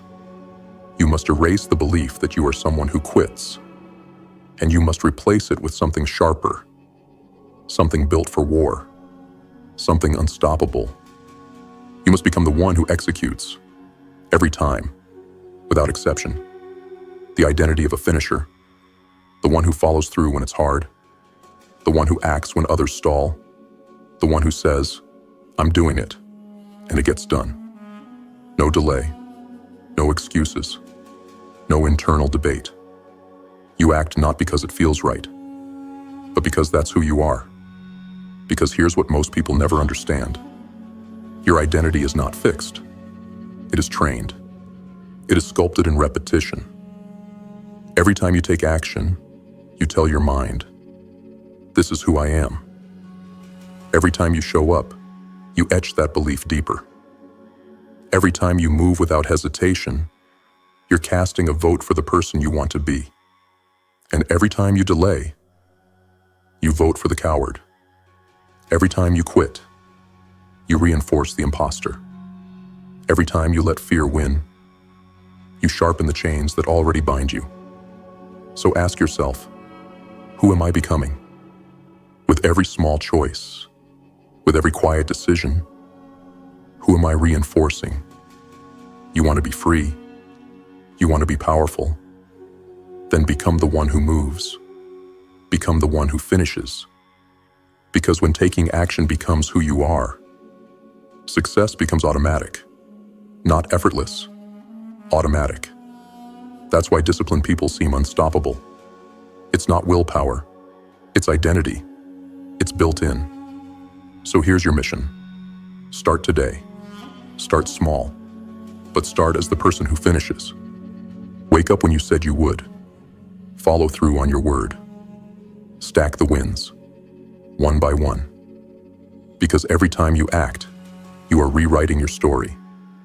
And that story ends with victory. Or it ends in regret. There is no in between. So decide now. No more hesitation. No more old labels. No more believing you are the person who can't. From this moment forward, you are the one who does, who finishes, who moves first, who leaves no task undone. Say it out loud. I am the one who executes. I am the one who finishes. I am the one who moves. And when that becomes your identity, there is nothing you can't achieve. Because the world bends to those who are too relentless to stop. Here's the brutal truth. Most people never change because nothing forces them to. No deadlines, no accountability, no cost for staying the same. And when there's no consequence for inaction, inaction becomes the norm. You say you want change, but you keep your goals hidden. You whisper your commitments to yourself, so no one can hear when you break them. That's not strength. That's a safety net for weakness. Because deep down you know, if no one's watching, you'll cut corners. You'll quit early. You'll talk a big game and never show up. No consequence, no commitment. That's how most people live. Safe, comfortable, silent. But winners play a different game. They create the pressure. They invite the fire. They force themselves into the fight. They say it out loud. They post their goals. They tell someone who won't let them off the hook. They put money on the line. They build an environment where failure is painful. Because that's what it takes. If the cost of quitting isn't high enough, you will quit. Create the fire or be consumed by it. Think about the last time you had a deadline. You moved fast. You stopped making excuses. You stopped negotiating with yourself. Why? Because there was pressure. Pressure is not the enemy. It's the catalyst. It's the force that burns away the nonsense and leaves only action. No one rises without it. So here's what you do. You build external pressure into your life. You set the deadline. You make the announcement. You pay the money. You tell the people. You put skin in the game. Because when you have something to lose, you will fight to win. And if you don't create that pressure, comfort will consume you. And you'll wake up 10 years from now, having moved nowhere. So ask yourself, what are you risking right now? What's the cost of failing? If there's no cost, then you're not really committed. You're just playing with the idea of success, but still sleeping in the bed of hesitation. Real commitment comes with weight, with blood in the game, with people watching, and with pain if you don't follow through. That's why elite athletes have coaches. That's why soldiers have commanders. That's why top performers make bold bets on themselves. They don't hope they'll stay disciplined. They build a system that makes failure unacceptable. So here's the order. Build your battlefield. Raise the stakes. Make the consequence of quitting so heavy that taking action becomes the only option.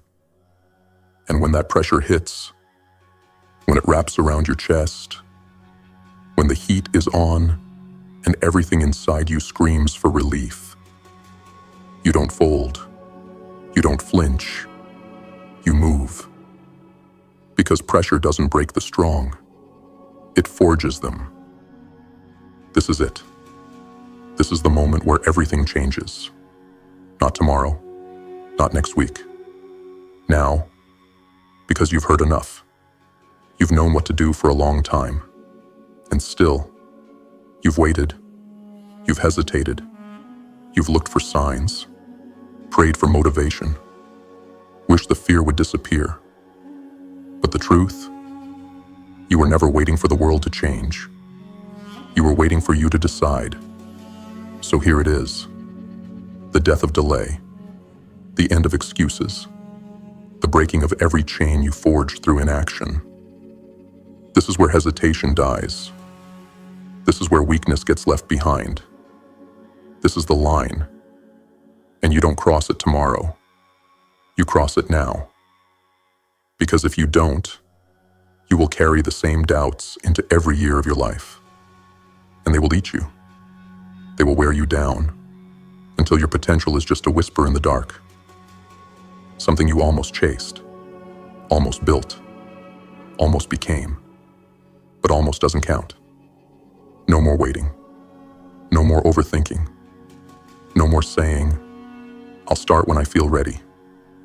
That version of you is dead now, buried beneath the weight of your next move. Because from this moment on, you are someone who executes. Every time, no matter what. You don't look for motivation. You create it through action. You don't wait for clarity. You earn it by moving through the fog. You don't wait for fear to go away. You march into it and force it to retreat. This is the truth. You've always had the power, but you've handed it over every time you delayed. So take it back. Stand up. Move. Now. Not later. Not after this video ends. Now decide. Move. And do not stop. Let the world feel your presence. Let your hesitation die in the shadow of your discipline. Let your actions speak so loud that fear has no room left to whisper. This is your moment. This is your war. This is your fire. So light it. Feed it. And never look back. Because from now on, you are not someone who hopes. You are not someone who plans. You are someone who does. Every single time. Move. Now, or be left behind.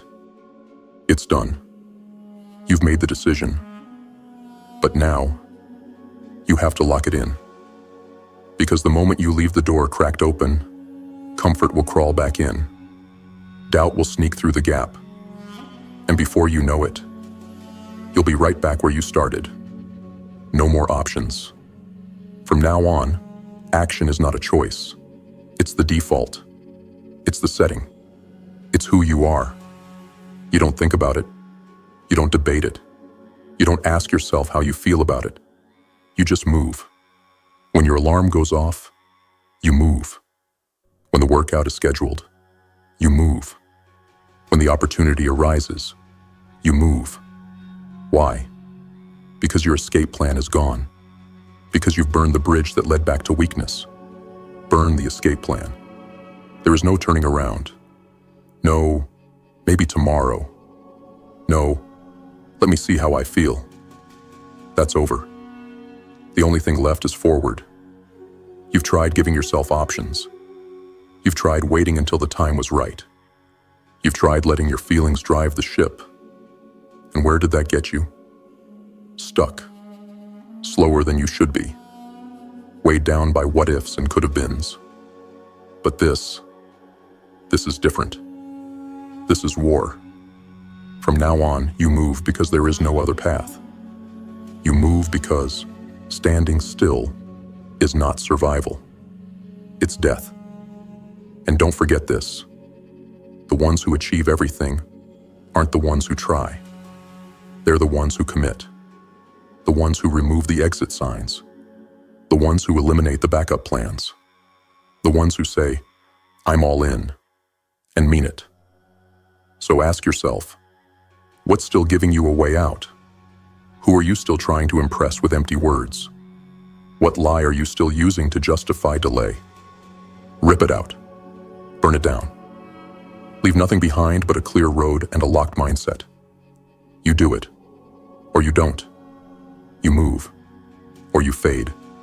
You execute, or you evaporate into the background noise. This is it. You're no longer the person who needs convincing. You're no longer the person who checks how they feel first. You're no longer the person who wants to be disciplined. You are the one who is. And that means the work gets done. Every time.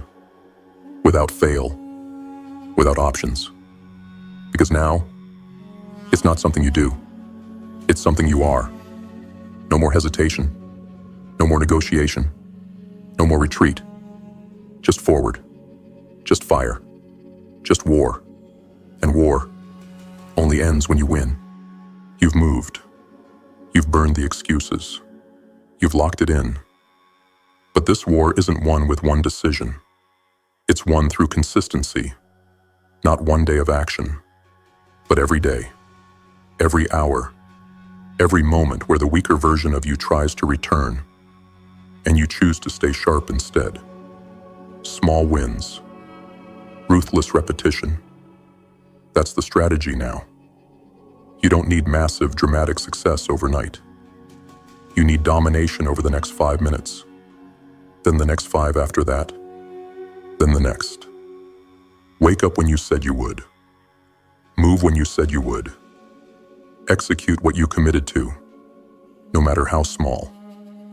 Because each of those wins is a brick. And brick by brick, you build the fortress of the new identity. You're not building hype. You're building evidence. Every time you finish what you start, you tell your mind, this is who I am now. Every time you move through resistance, you teach your body that it no longer holds the leash. Every time you push past the voice that says, just skip it, you break another chain. This is the habit of execution, the habit that separates those who dream from those who build. Because once it becomes a habit, it's no longer a fight. It's just how you live. You won't need a pep talk. You won't need reminders.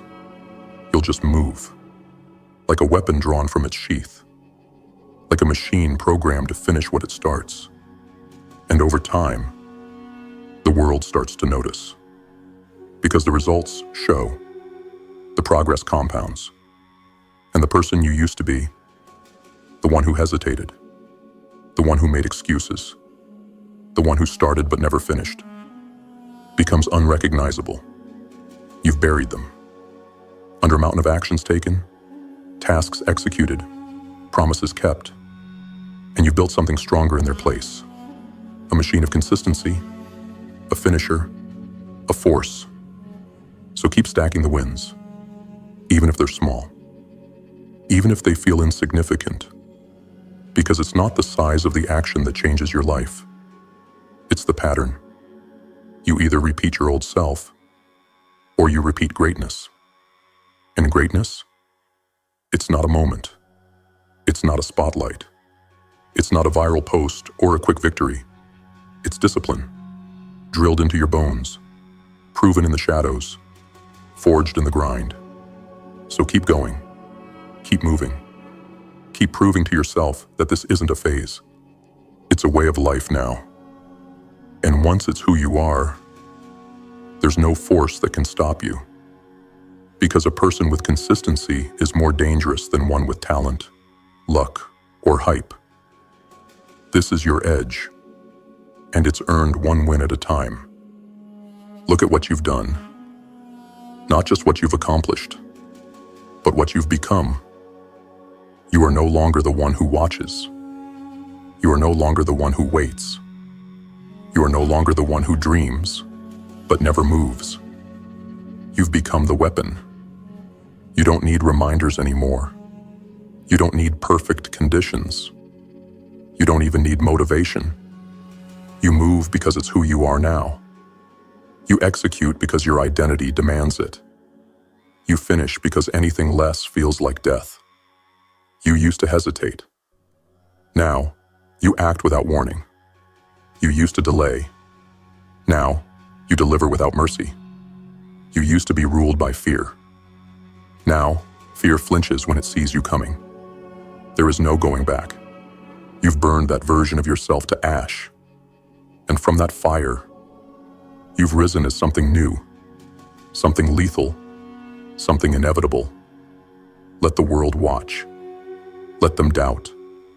Let them whisper about how you've changed. Because you have. And now, the storm is not something you fear.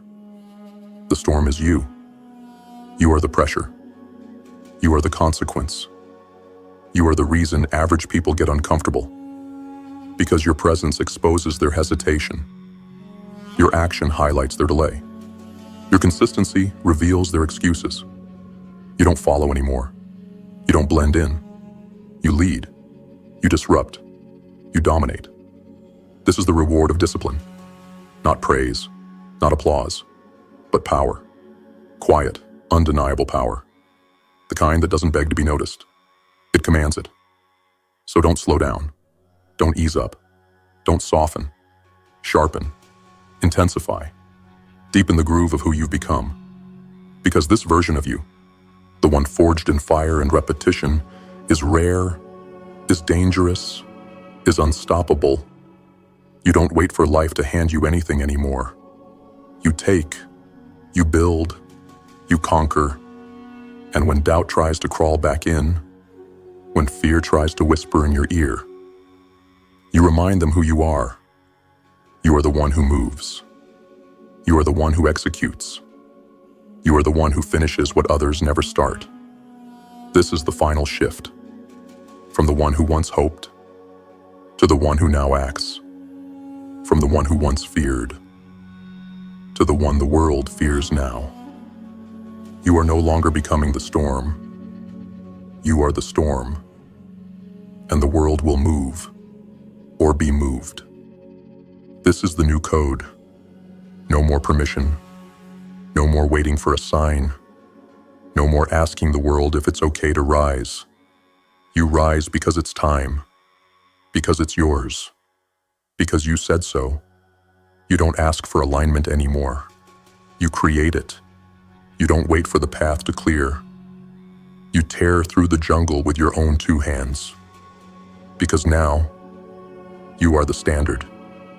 When others hesitate, your speed makes them uncomfortable. When others sleep, your discipline becomes their reminder. When others talk, you're already executing.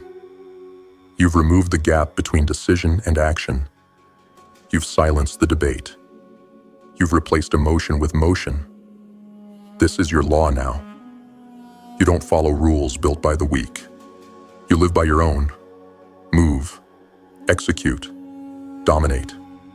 There's no space for compromise, no tolerance for hesitation, no patience for mediocrity. What you touch, you finish. What you start, you drive to the end. What you commit to, you bleed for. This is the final identity, the edge most never reach, the mindset that separates you from 99% of the world. You are the one they'll never understand, the one they can't replicate, the one they'll call obsessed, until you're the one they all want to be. Let them stay in their cycles. Let them scroll, complain, and shrink. You don't even see them anymore, because your eyes are forward, your grip is tight, your jaw is set, and your pace is unbreakable. This is war, and war belongs to the one who shows up when it's ugly, when it's inconvenient, when the world would forgive you for quitting. But you don't, because quitting isn't an option. It's not even a thought. It was erased the moment you rewired your soul to move regardless. You're not waiting for life to test you anymore. You're testing yourself every day, every hour, every second. You don't need applause. You don't need validation. You don't need praise. You need the mirror to reflect one thing: that you showed up, that you executed, that you honored the code of the weapon, the code of the finisher, The code of the one who moves no matter what. No breaks, no detours, no mercy. Just forward. Always forward. This is who you are now, and there's no turning back. To the returning GrimFace warriors, you already know what this is. You felt the fire. You faced the mirror. And you keep coming back. Not for comfort, but for the truth. We see you. We honor your discipline. And we're proud to fight beside you. To those who are new here, if something inside you stirred today, if something broke loose, if you felt the weight of your excuses crumble, then this is your signal. Not to watch, but to join. This is more than motivation. This is war against weakness. A movement for those who refuse to be average. A brotherhood. A sisterhood. A force. Subscribe now. Join the GrimFace movement. And take your place among the relentless. Because here, we don't wait. We don't negotiate. We execute. And the world will remember us for it.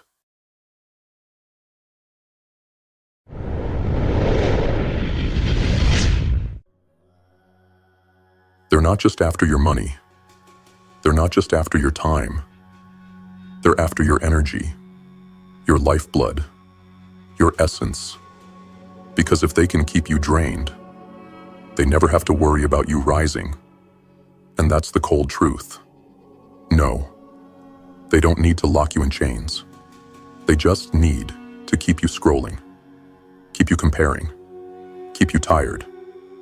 We are living in a machine, one built to devour your fire. And it feeds on the weak, the indecisive, the passive. It grows stronger every time you procrastinate. It thrives every time you choose comfort over progress. But you are not here to feed the system. You are here to break it. They steal from you in silence.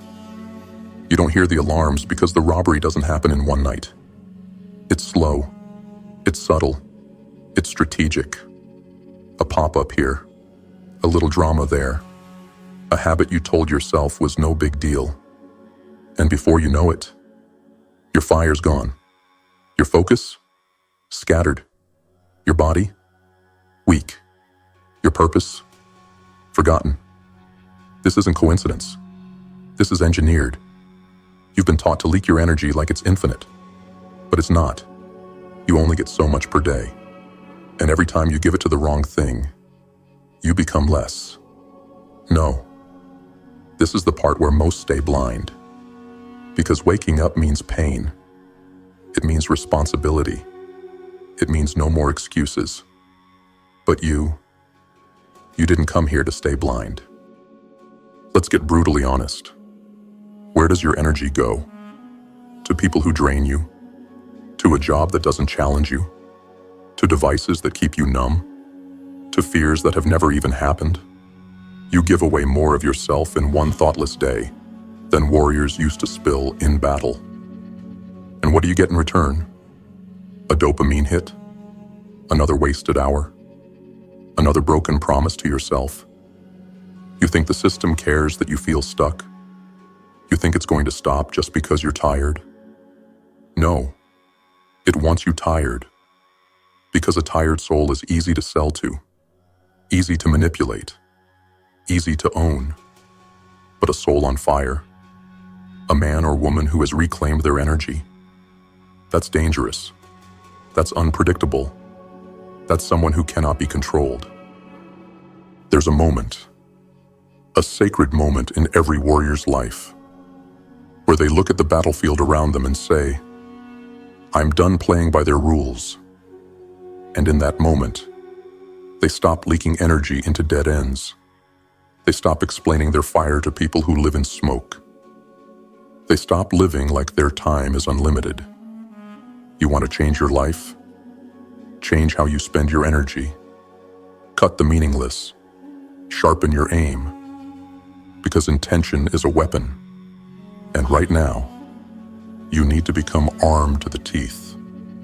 Wake up early, not because it's trendy, but because it separates you from the sleeping.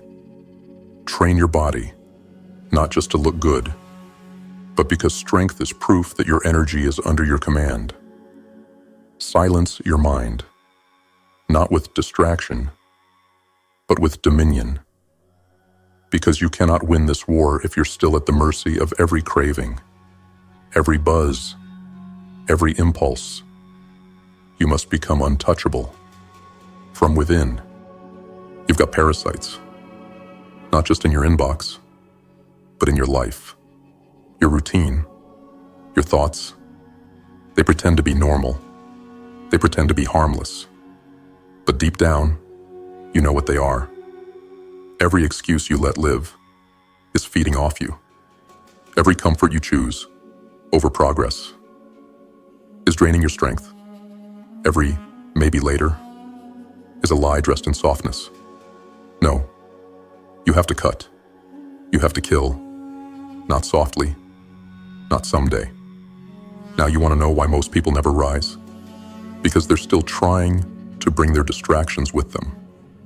Still trying to carry their comfort into war. But war demands sacrifice.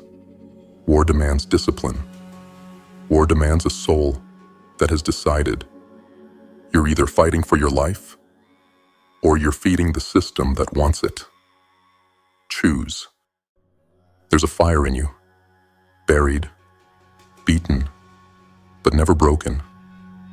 It's the part of you that remembers who you were before the noise, before the fatigue, before the world told you to sit down and be small. That fire can come back, but not through motivation, not through luck, not through waiting. It returns through action, through warrior-level choices, through ruthlessly redirecting your energy to what actually matters. Do the hard things first. Say no more often than you say yes. Delete the apps. Kill the tabs. Starve the weak parts of you until they wither. And then watch. Watch your mind sharpen. Watch your body strengthen. Watch your soul rise from the ashes. You don't need more inspiration. You need domination. Dominate your energy. Own your focus. Forge your will like steel. Because the world is not going to hand you peace. You have to seize it. You have to fight for it. You have to become it. You were born into a system that wanted you soft, distracted, divided. But you have the choice to become a weapon. You can let the world siphon your power until nothing's left.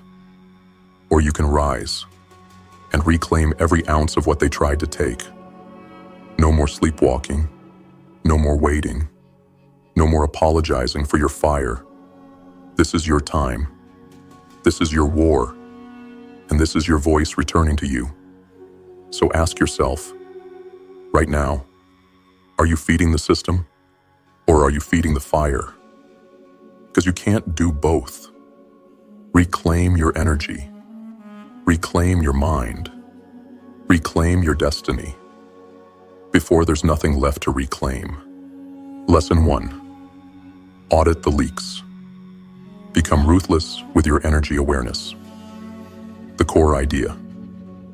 Before you can reclaim your power, you must confront the truth. And the truth is this: you are bleeding energy. Not because you're weak, but because you've been conditioned to leak it. Endlessly, unconsciously, and without resistance. The system doesn't need to kill you. It just needs to exhaust you, drain you, keep you too scattered to fight back. If you don't know where your energy is going, you'll never know how to get it back. Dark reality. Check. You wake up tired. You spend your day chasing shallow distractions. You wonder why you feel empty, burnt out, frustrated. But here's the truth you avoid. You hand your energy over like it means nothing. You don't lose power. You leak it. Through your phone. Through pointless conversations. Through fake urgency. Through mental loops and emotional baggage. Every moment you spend unaware is a moment the system wins. No, This ends now. Implementation tactics. 1. Energy journal, the cold audit. For 3 full days, track everything you do, hour by hour. Log what you did, how long it took, and most importantly, how you felt after. Use a red pen for energy drainers, black for neutral, green for energy builders. At the end of day 3, add up the time spent on red zone activities. The truth will hit you like a hammer. Warning: you'll discover that 70 to 80% of your time is bleeding into things that serve no real purpose. 2. Identify the hidden parasites. Ask yourself, what apps do I open first thing in the morning? Who do I engage with out of guilt or habit, not growth? What small habits are stealing hours over a week? Even 30 minutes a day wasted equals 182 hours per year. That's over a week of life. Gone. For nothing. 3. Confront your addictions. Most energy leaks are not accidental. They are engineered addictions. Identify your top 3.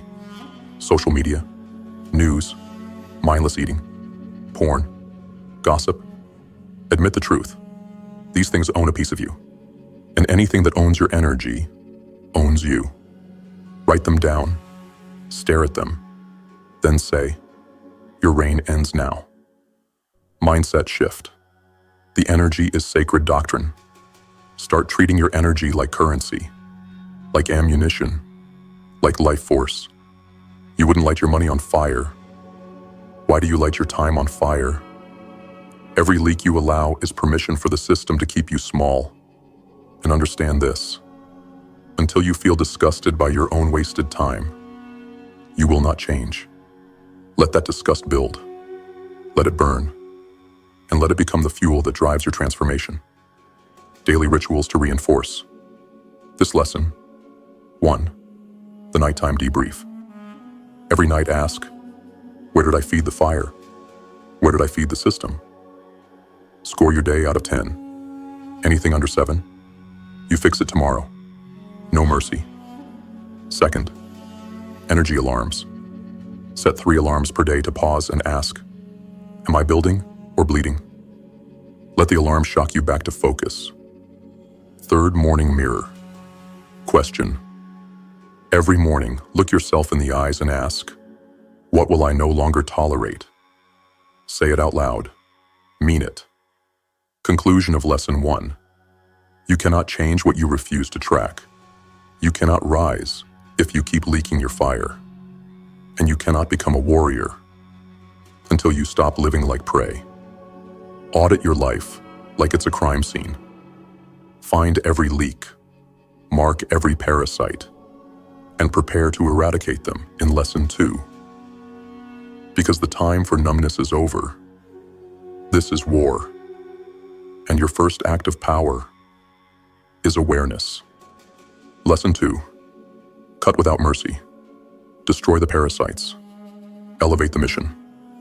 The core idea. You've found the leaks. You've exposed the parasites.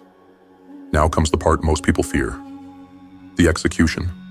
Not gentle, not gradual, ruthless. This is not about balance. This is about cleansing fire. Because anything in your life that siphons your energy without fueling your purpose is the enemy. No, you don't negotiate with leeches. You remove them. The brutal truth: most people will never become who they're meant to be because they're too afraid to let go of what's killing them. They'll cling to toxic relationships because they're comfortable. They'll hold on to soul-sucking habits because they need an escape. They'll stay subscribed to chaos because silence would force them to face the emptiness. But that's not you. You're here for warrior evolution, and warriors don't carry dead weight into battle. Implementation tactics. 1. The digital purge. Kill the notifications. Uninstall every app that doesn't build you. Turn off every notification that pulls your attention away from mission-critical tasks. Delete social media for 30 days. Or at minimum, restrict usage to a single scheduled window. Your phone is not your ally. It's your leash. Cut the chain. 2. The social purge. Distance from drainers. Ask yourself, who around me supports the flame? Who fears the flame? And who wants to extinguish it? Create 3 columns. Fuel, neutral, drain. Anyone in the drain column? Minimize or eliminate contact. Yes, even if it's family, even if it's friends, especially if it's friends. Loyalty to energy vampires is slow suicide. 3. The environment reset. Your temple or your trap. Clean your workspace. Remove clutter. Destroy distractions. Make it a temple of war. Rearrange your room so that nothing passive is in your line of sight. Replace background noise with silence or audio that sharpens the blade. No more dulling your senses. Your environment should reflect your mission, not your comfort. The habit execution list. No more kind cuts. Make a list of your top 5 most destructive habits. Don't try to improve them. Kill them. Replace each with one power habit. Something that builds discipline, presence, or power. Example, kill late night scrolling. Replace with a nighttime warrior debrief. Kill morning chaos. Replace with a sacred 5 a.m. ritual. Kill fast food. Replace with a discipline-based meal prep plan. You're not breaking habits. You're launching a premeditated strike. Mindset shift. Become the executioner of comfort. If it doesn't build you, it's burning you. If it doesn't sharpen your blade, it's dulling your edge. And if it doesn't serve the mission, it's standing in the way of it. Let them call you cold. Let them say you've changed. They're supposed to, because they can't follow you to war. Only warriors walk this path. You are not here to be liked. You are here to be unrecognizable. Discipline rituals to reinforce this lesson. 1. Weekly elimination day. Once per week, ask yourself, what's one more thing I can cut to protect my mission? Execute on it. No delay. This could be a subscription, a behavior, a person, a commitment that no longer aligns. 2. The no challenge. Say no 3 times a day to anything not aligned with your current priority. Build the muscle of refusal, because every yes to the wrong thing is a no to your destiny. 3. The silent sprint. Once per week, 2 hours. No phone, no talking. Just focus, action, or reflection. This is how you rebuild command over your own mind. Conclusion of lesson 2. The parasites won't go quietly. They'll scream. They'll tempt you. They'll wear the mask of comfort, love, and entertainment. But you're no longer a slave. You're the executioner now. And your life, your energy, your time, your future depends on your ability to destroy what no longer serves you. You don't fix the system. You exit it. You don't ease out of the fog. You cut through it with fire. This is your purge, and you will come out clean, or you will not come out at all. Lesson 3. Reinforce the fortress. Build rituals that guard your focus. The core idea. You've identified the leaks. You've burned the parasites. But a fortress without walls will fall again tomorrow. Discipline is not just an idea. It is architecture, a system, a structure, a stronghold that you build around your energy to ensure it is never taken again. Because if you don't create the systems that protect your power, the world will drag you back into the same chaos you just escaped. No. This is where you turn your life into a battlefield designed for victory. The brutal truth. The reason people relapse isn't because they're weak. It's because their life is still designed for failure. They leave the door cracked open. They build no routine, They walk into their day unarmed. And by noon, the system has already won. Understand this. Every minute that's not claimed by you will be claimed by something else. So if you don't build a system of war, you'll live in a prison of distraction. Implementation tactics. 1. Construct the morning fortress, your most sacred hour. How you start is how you command. Wake up early, not because it's trendy, but because the world is still silent. No phone for the first 60 minutes. Your mind is too vulnerable. Protect it like a newborn. Build your warrior morning ritual, 30 to 90 minutes. 10 minutes silence or breath work. Command your mind, 20 minutes movement. Activate the body, 20 minutes learning or visualization. Feed the fire. Strategic planning. Identify top 3 wins for the day. Start with victory, or the world will start you with weakness. 2. Command your time. Kill the chaos. Structure is not a cage. It's a sword. Break your day into time blocks. Don't let the day happen to you. You assign it. Block time for creation, recovery, movement, learning, execution.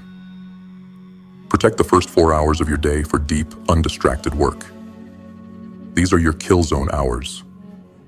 Use mission timers. 60-minute focus sprints followed by short decompression resets. During sprints, no phone, no email, no noise, only action. The one who owns the clock owns the outcome. 3. Guard the gate. Protect the fortress from within. Your greatest enemy is not the outside world. It's the back door you leave unlocked. Set clear, start, and stop. Rituals. Start of day. Warrior ritual. End of day. Review, reflection, recovery. Control your inputs like your life depends on it, because it does. No random scrolling. No reactive consumption. Use content. Don't let content use you. Define tech zones and no tech zones in your environment. Example: bedroom equals recovery temple. No devices, no exceptions. You don't just build discipline, you engineer it. 4. Environmental control. Make discipline the default. If your environment doesn't serve your goals, it serves your destruction. Organize your space like a war room. 1 space for deep work. 1 space for training. 1 space for recovery. Visual cues. Use symbols, quotes, tools, things that remind you who you are becoming. Dress for your war, even at home. What you wear influences how you show up. Sloppy appearance equals sloppy execution. Turn every inch of your world into a mirror of your mission. Mindset shift. Discipline is identity. This isn't about becoming more productive. This is about becoming someone else entirely. Someone who commands themselves. Someone who protects their energy like treasure. Someone who doesn't rely on motivation, because they are fortified by system. You are not just building rituals. You are becoming the ritual. Every movement, every choice, every second, done with intent. Discipline rituals to reinforce this lesson. 1.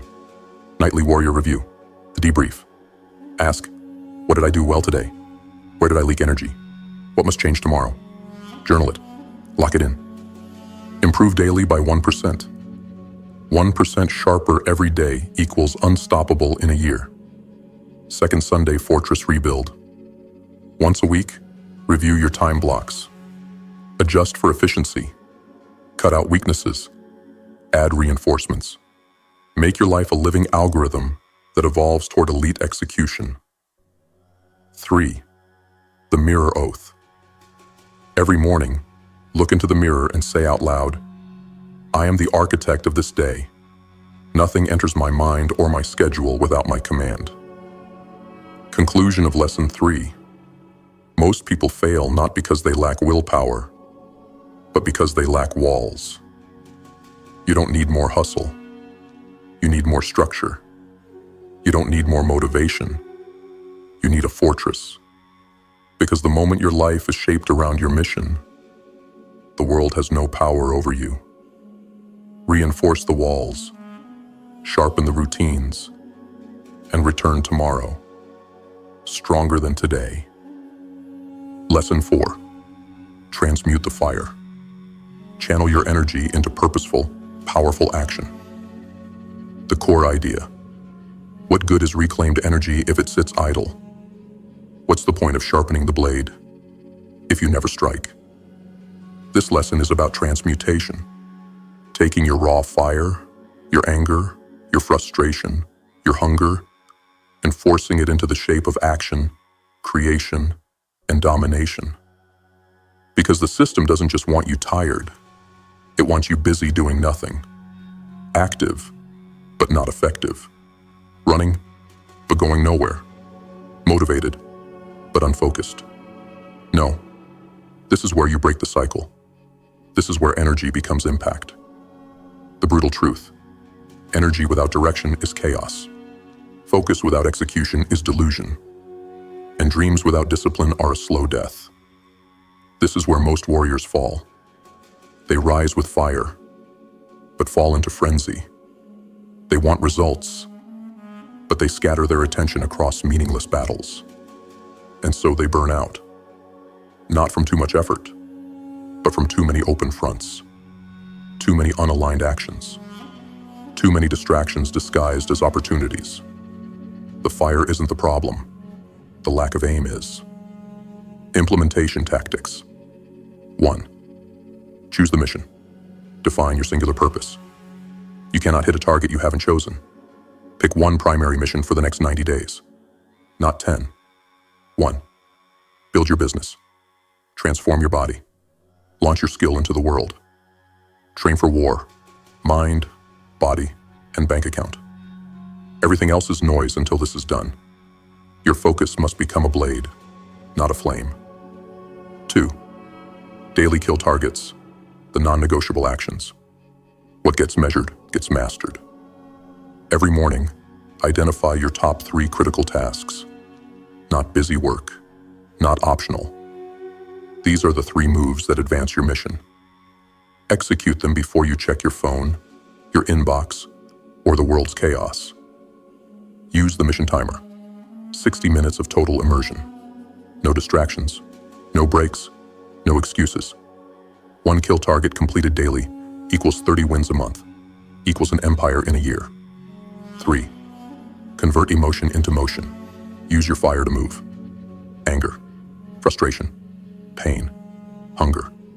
These are not weaknesses. They are fuel. Every time you feel resistance, pain, doubt, move. Don't think. Don't analyze. Don't debate. Train.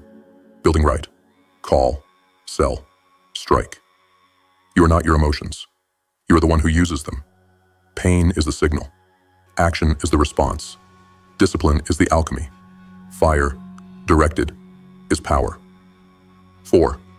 Build keystone habits, daily engines of power. Habits are the bricks. Rituals are the mortar. Discipline is the wall. Choose 3 non-negotiable daily habits tied directly to your mission. 1 for the body, training. 1 for the mind, learning, journaling, silence. 1 for your legacy, business, money, content, creation. Commit to consistency, not intensity. Your habits are your daily oath to your future self. Consistency is the new identity. 5. Weekly war review. Track the results, not the feelings. Feeling like you're making progress and actually making progress are not the same. Once a week, sit down and ask, what moved the mission forward? What was wasted motion? Where did I scatter my fire? What do I cut next? Track your real results. Don't lie. Don't guess. Measure like a general preparing for battle. Clarity plus action equals momentum. Momentum becomes domination. Mindset shift. You are the weapon. You are not your thoughts. You are not your feelings. You are not your potential. You are the result of your actions. And now that you've reclaimed your energy, you must deploy it like a weapon. You don't use your power. You become your power. You don't try. You strike. This is not about staying busy. This is about building legacy. The world remembers those who execute, not those who could have. Discipline rituals to reinforce this lesson. 1. Power hour execution. Non-negotiable daily block. 1 hour each morning dedicated to your most important kill target. Before work, before noise, before anyone else touches your mind. 2nd, emotion to action challenge. Every time you feel resistance, move within 5 seconds. Push-ups, cold shower, a call, a sprint. Right. Building break the delay loop. Burn the hesitation. Act. 3rd, creation over consumption rule. Create before you consume. Every day. Right before you scroll. Move before you watch. Sell before you learn. The one who creates rules. The one who consumes. Conclusion of lesson 4. You've built the energy. You've reinforced the fortress. Now it's time to strike. Stop sitting on your power. Stop hoarding your fire. Direct it. Use it. Wield it. Every day is a battlefield, and you're either gaining ground or losing it. There is no neutral. This lesson is where warriors are forged. Not by thinking, not by feeling, but by doing. Transmute the fire and make the world feel your impact. Lesson 5. Guard the gate. Stay vigilant. Never go back to sleep. The core idea. The greatest threat to your power is not failure. It's drift. You rise. You cut the parasites. You build the fortress. You channel the fire. But then, one late night scroll, one harmless old habit, one weak moment of distraction, and suddenly, you're back at zero. This lesson is not about rising. It's about remaining. Because discipline is not a one-time act.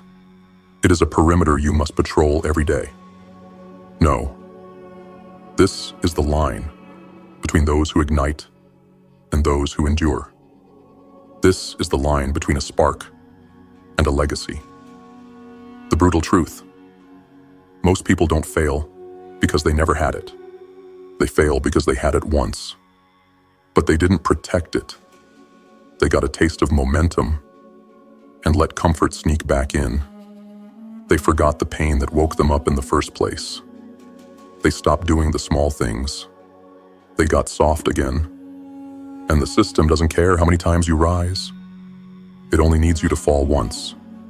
And it will wait, patiently, quietly, ready to devour the undisciplined. Implementation tactics. 1. Daily gatekeeping ritual. Protect the mind. Before the world touches your mind, you must. Every morning, ask yourself one gatekeeper question before anything else. What is trying to enter my mind today that does not belong? What weakness is waiting to slip past my guard? Journal for 5 minutes. Write your primary threat of the day. Declare the counter strategy. If this shows up, I will do this instead. Your mind is a fortress. Let nothing in without purpose. 2. Weekly energy audit. Seal the cracks. You are only as strong as your last correction. Every Sunday, review your week with 3 questions. Where did I bleed energy? What discipline slipped? What must be reinforced? This is not reflection. This is surveillance. Write new rules. Update your rituals. Destroy anything that crept back in. Warriors evolve weekly. The weak evolve yearly, if ever. 3. Create immutable rules. Your unbreakable code. Rules that require willpower are weak. Rules that are unbreakable become identity. Define 5 personal laws that cannot be broken, ever. No phone before warrior ritual. Train 5 days per week, regardless of mood. Read every night for 20 minutes minimum. No tech after 9 p.m. 1 day per week in solitude and silence. Write them on your wall, your mirror, your phone. Tattoo them on your existence. Discipline is a code, not a suggestion. 4. Replace motivation with surveillance, discipline loops. You don't need motivation. You need systems that won't let you slip. Use a daily feedback loop. Start of day. What must be done? End of day. Was it done or not? No gray zones. No rationalizations. Red equals fail. Green equals win. After 3 reds in a row. Punishment protocol. Cold shower. 24-hour fast. Social blackout. Warrior's consequence. Consequence keeps the blade sharp. To the returning GrimFace warriors, you already know what this is. You've walked through the fire. You've bled for discipline. And still, you rise. We see you. We respect you. And this is only the beginning. To those new to the movement, you didn't find this by accident. You were called because something in you knows. You were meant for more than comfort, chaos, and compromise. Subscribe now. Lock in. Because something massive is coming. Inside the GrimFace community. We're building something most people won't even understand until it's too late. A brotherhood. A warpath. A complete system for warriors to master health, wealth, and inner power. And when it drops, you'll either be ready, or you'll be watching from the sidelines, wondering how you missed the moment. You were warned. You were chosen. We're just getting started.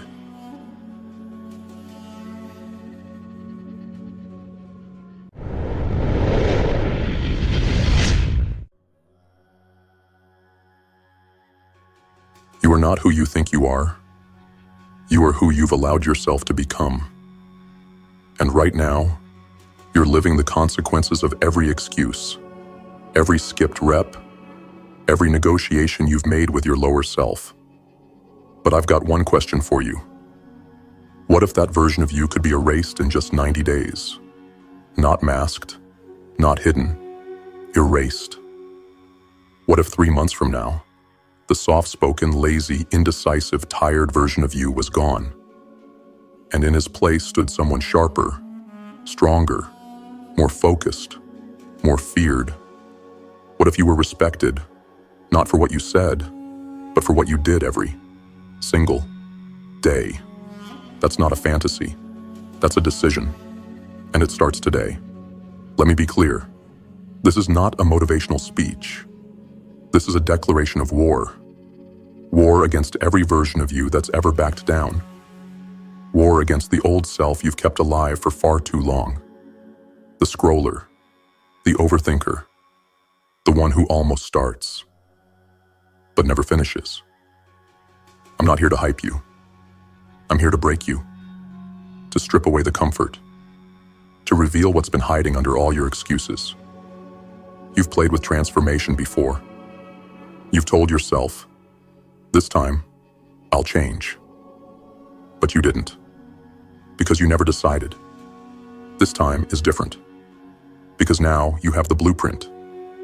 Now you understand that this is not about feeling good. This is about becoming dangerous.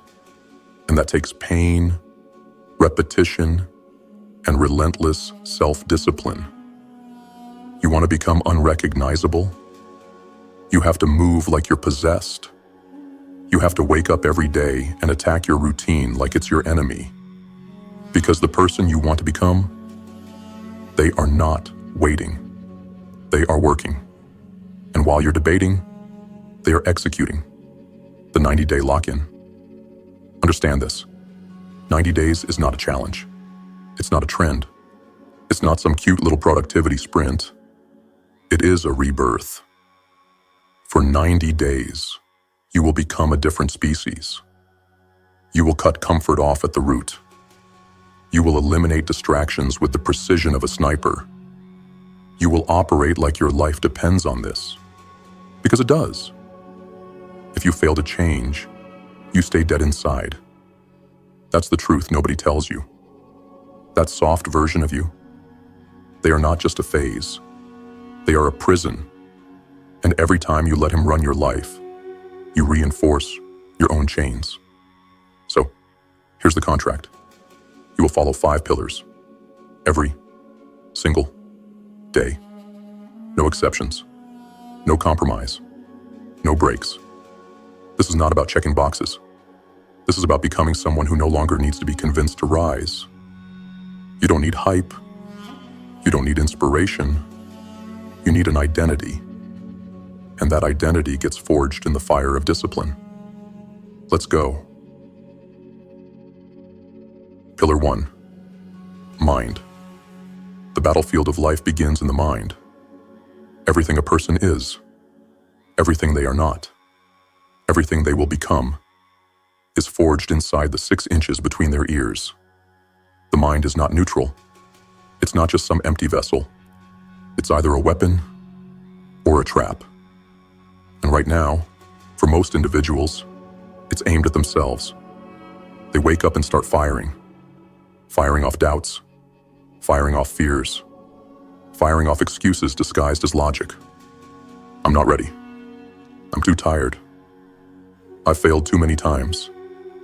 I can't change. They don't realize it's not the world holding them back. It's the scripts running silently inside their own head. And if they don't learn how to interrupt those programs, they'll die with those excuses still intact. Let's ask a brutal question. Who programmed that mind? Was it them? Or was it a parent? A teacher? Some failed authority figure who passed down broken beliefs? Was it society, constantly feeding their subconscious with fear, limitation, and shame? Because let's be real, most people didn't consciously choose the thoughts they carry. They absorbed them. They downloaded them. And now those thoughts are dictating the entire course of their life. But here's the truth. The mind can be reclaimed. And if a person wants to become unrecognizable, they start with the first war, the war in their own head. This is not about motivational quotes. This is not about positive vibes. This is mental warfare.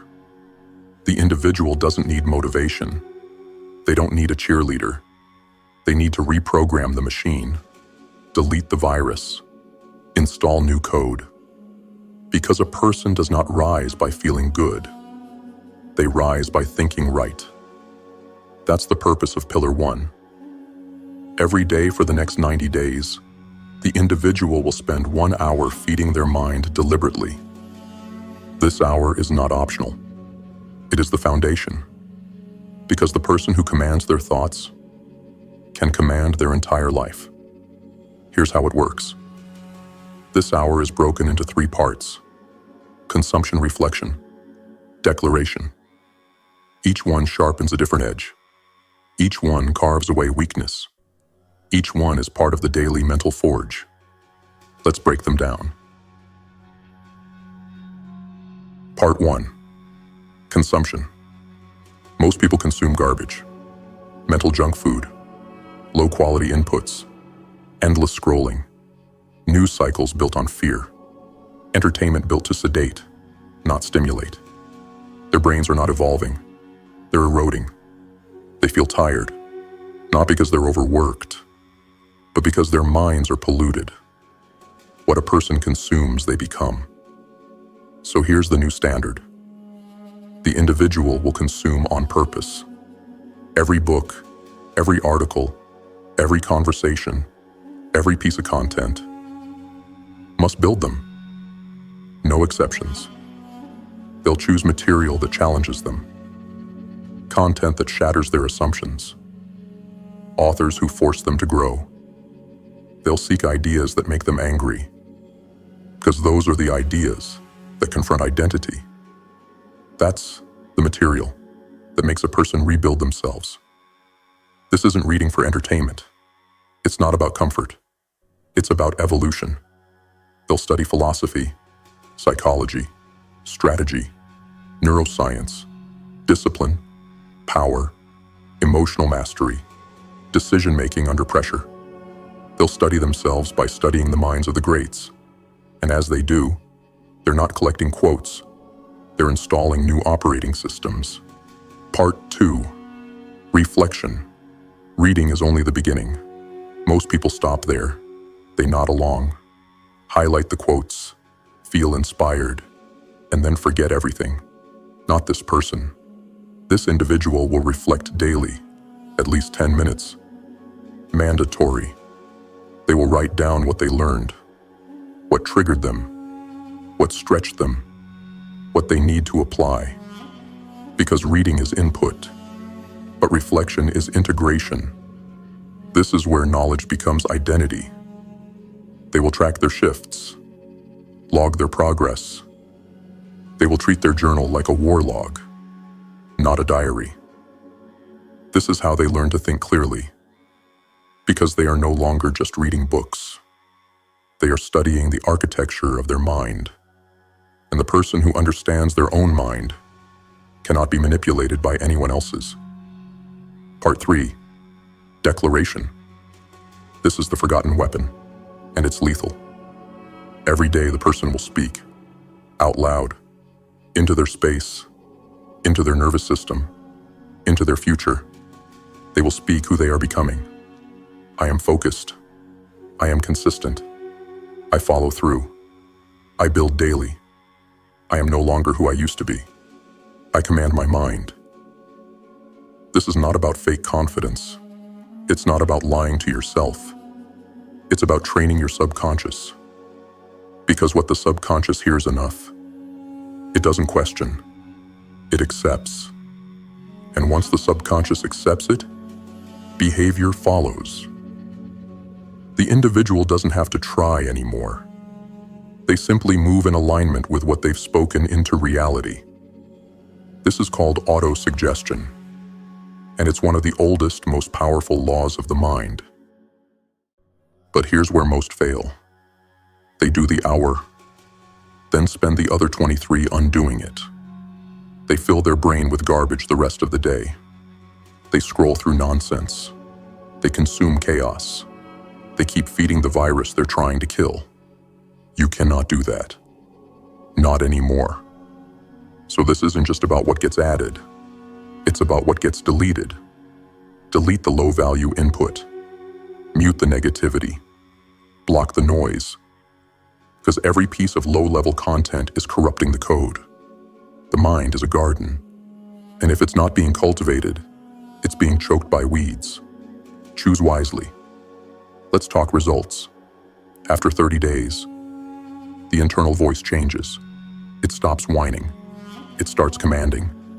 They start hearing themselves think for real.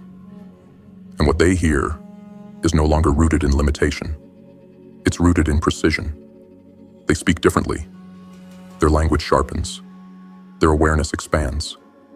And for the first time, they begin to think strategically, not reactively, not emotionally, strategically.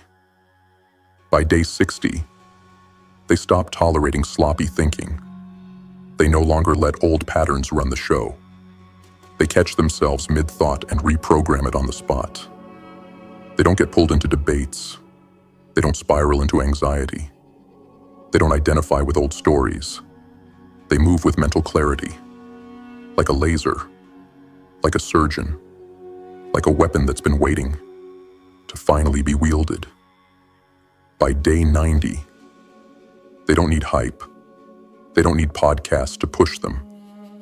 They've become self-fueled. The war in their mind has been fought, and they won. They are no longer at the mercy of emotion. They are no longer hijacked by insecurity. They are no longer addicted to mental comfort. They are calm, decisive, dangerous, and that kind of person cannot be stopped. Here's the daily protocol. 15 minutes, intentional reading, high-level content only. 10 minutes, journal reflection. Answer, what did I learn? What must I apply? 5 minutes, spoken affirmations, out loud, with conviction. Throughout the day, interrupt and reframe negative thoughts immediately. Track, log breakthroughs, monitor progress, study your patterns. This is how a person rebuilds the mind, not with books alone, not with ideas alone, with deliberate repetition and ritual. This is how the old self dies, and a new identity, one built in silence, emerges from the fire. Final command. Rebuilding the mind is not easy, but nothing worth keeping ever is. The person who takes this seriously, who shows up daily, who tracks their thoughts like a sniper, who speaks into the silence, who cuts off the noise, that person becomes unrecognizable. They stop playing. They stop waiting. They start becoming. And the world has no choice but to take notice. Because a person with a forged mind doesn't need to prove anything. They just build. They just rise. They just dominate. Pillar 2, the body. The body is not a trophy. It is not decoration. It is not something to flaunt. It is not something to starve or inflate for validation. The body is a weapon. And for most people walking this earth, that weapon is dull. Their body is not a vehicle for purpose. It's a prison for their excuses. Software, tired, stiff, inflamed, overstimulated, undertrained. People are walking around pretending they're thinking clearly, when in truth, their body is failing them. If the mind is the command center, then the body is the execution unit. And if a person's body is weak, tired, unconditioned, then no matter how strong their intentions are, they won't last. They won't finish. They'll hesitate under pressure. They'll burn out under stress. They'll retreat when the weight gets heavy. This pillar is not about fitness. It's about function, about building a vessel capable of holding the weight of a meaningful life. Because without the body, the mind folds. Here's the code. For the next 90 days, the person trains every single day.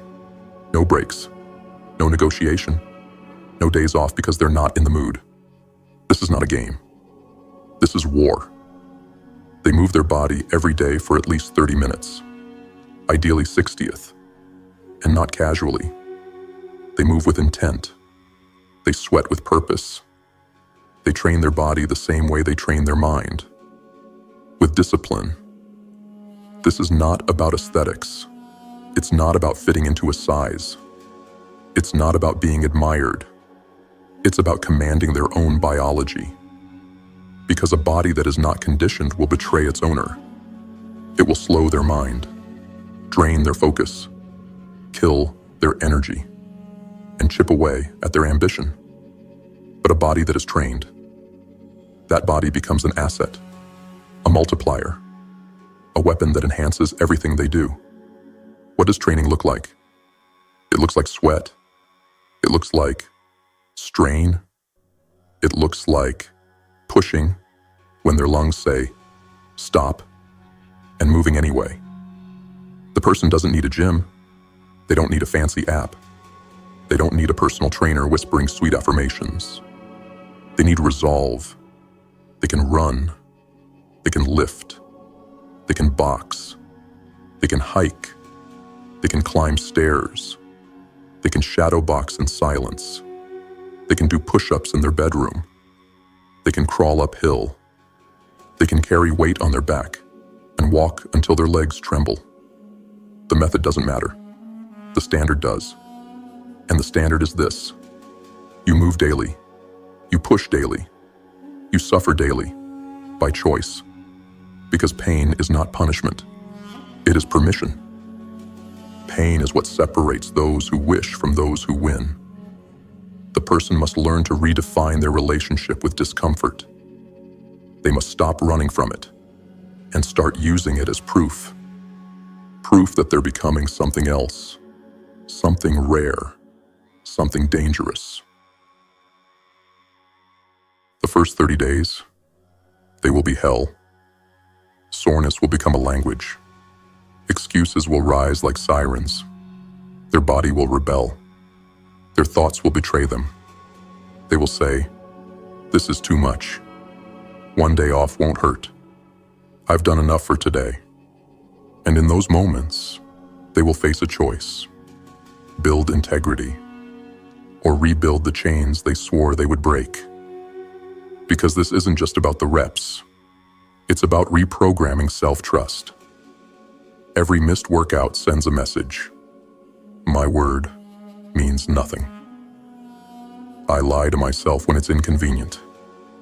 But every day they train, no matter how they feel, they send a new message.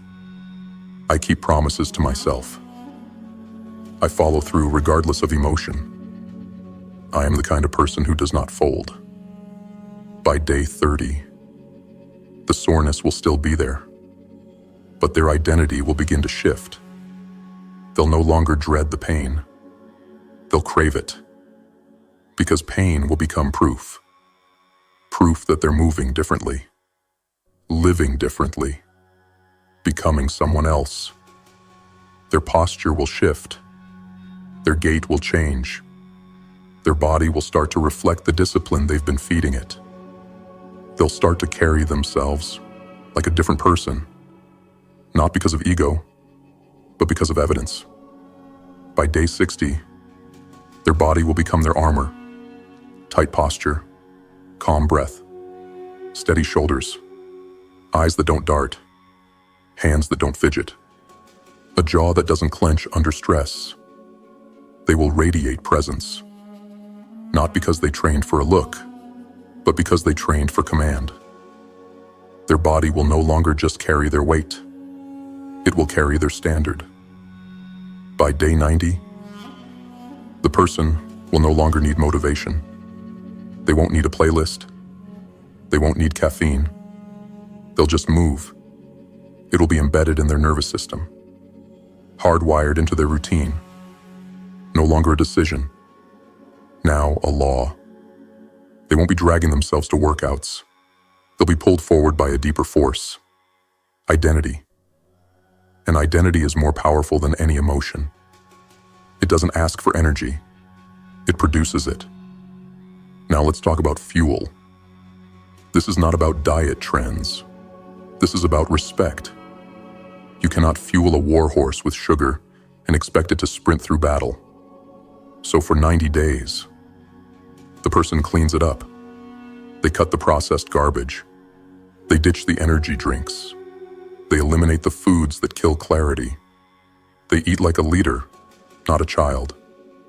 Lean proteins, greens that grow, fats that sharpen, water that restores. They do not treat food like entertainment. They treat it like ammunition. Because what goes in will either build their edge or dull their blade. Recovery. Sleep isn't optional. Recovery isn't laziness. It's part of the training. A person who grinds without rest is not a warrior. They're a candle lit at both ends, and it's only a matter of time before they burn. So they train hard. Then they recover with discipline. No screens in bed.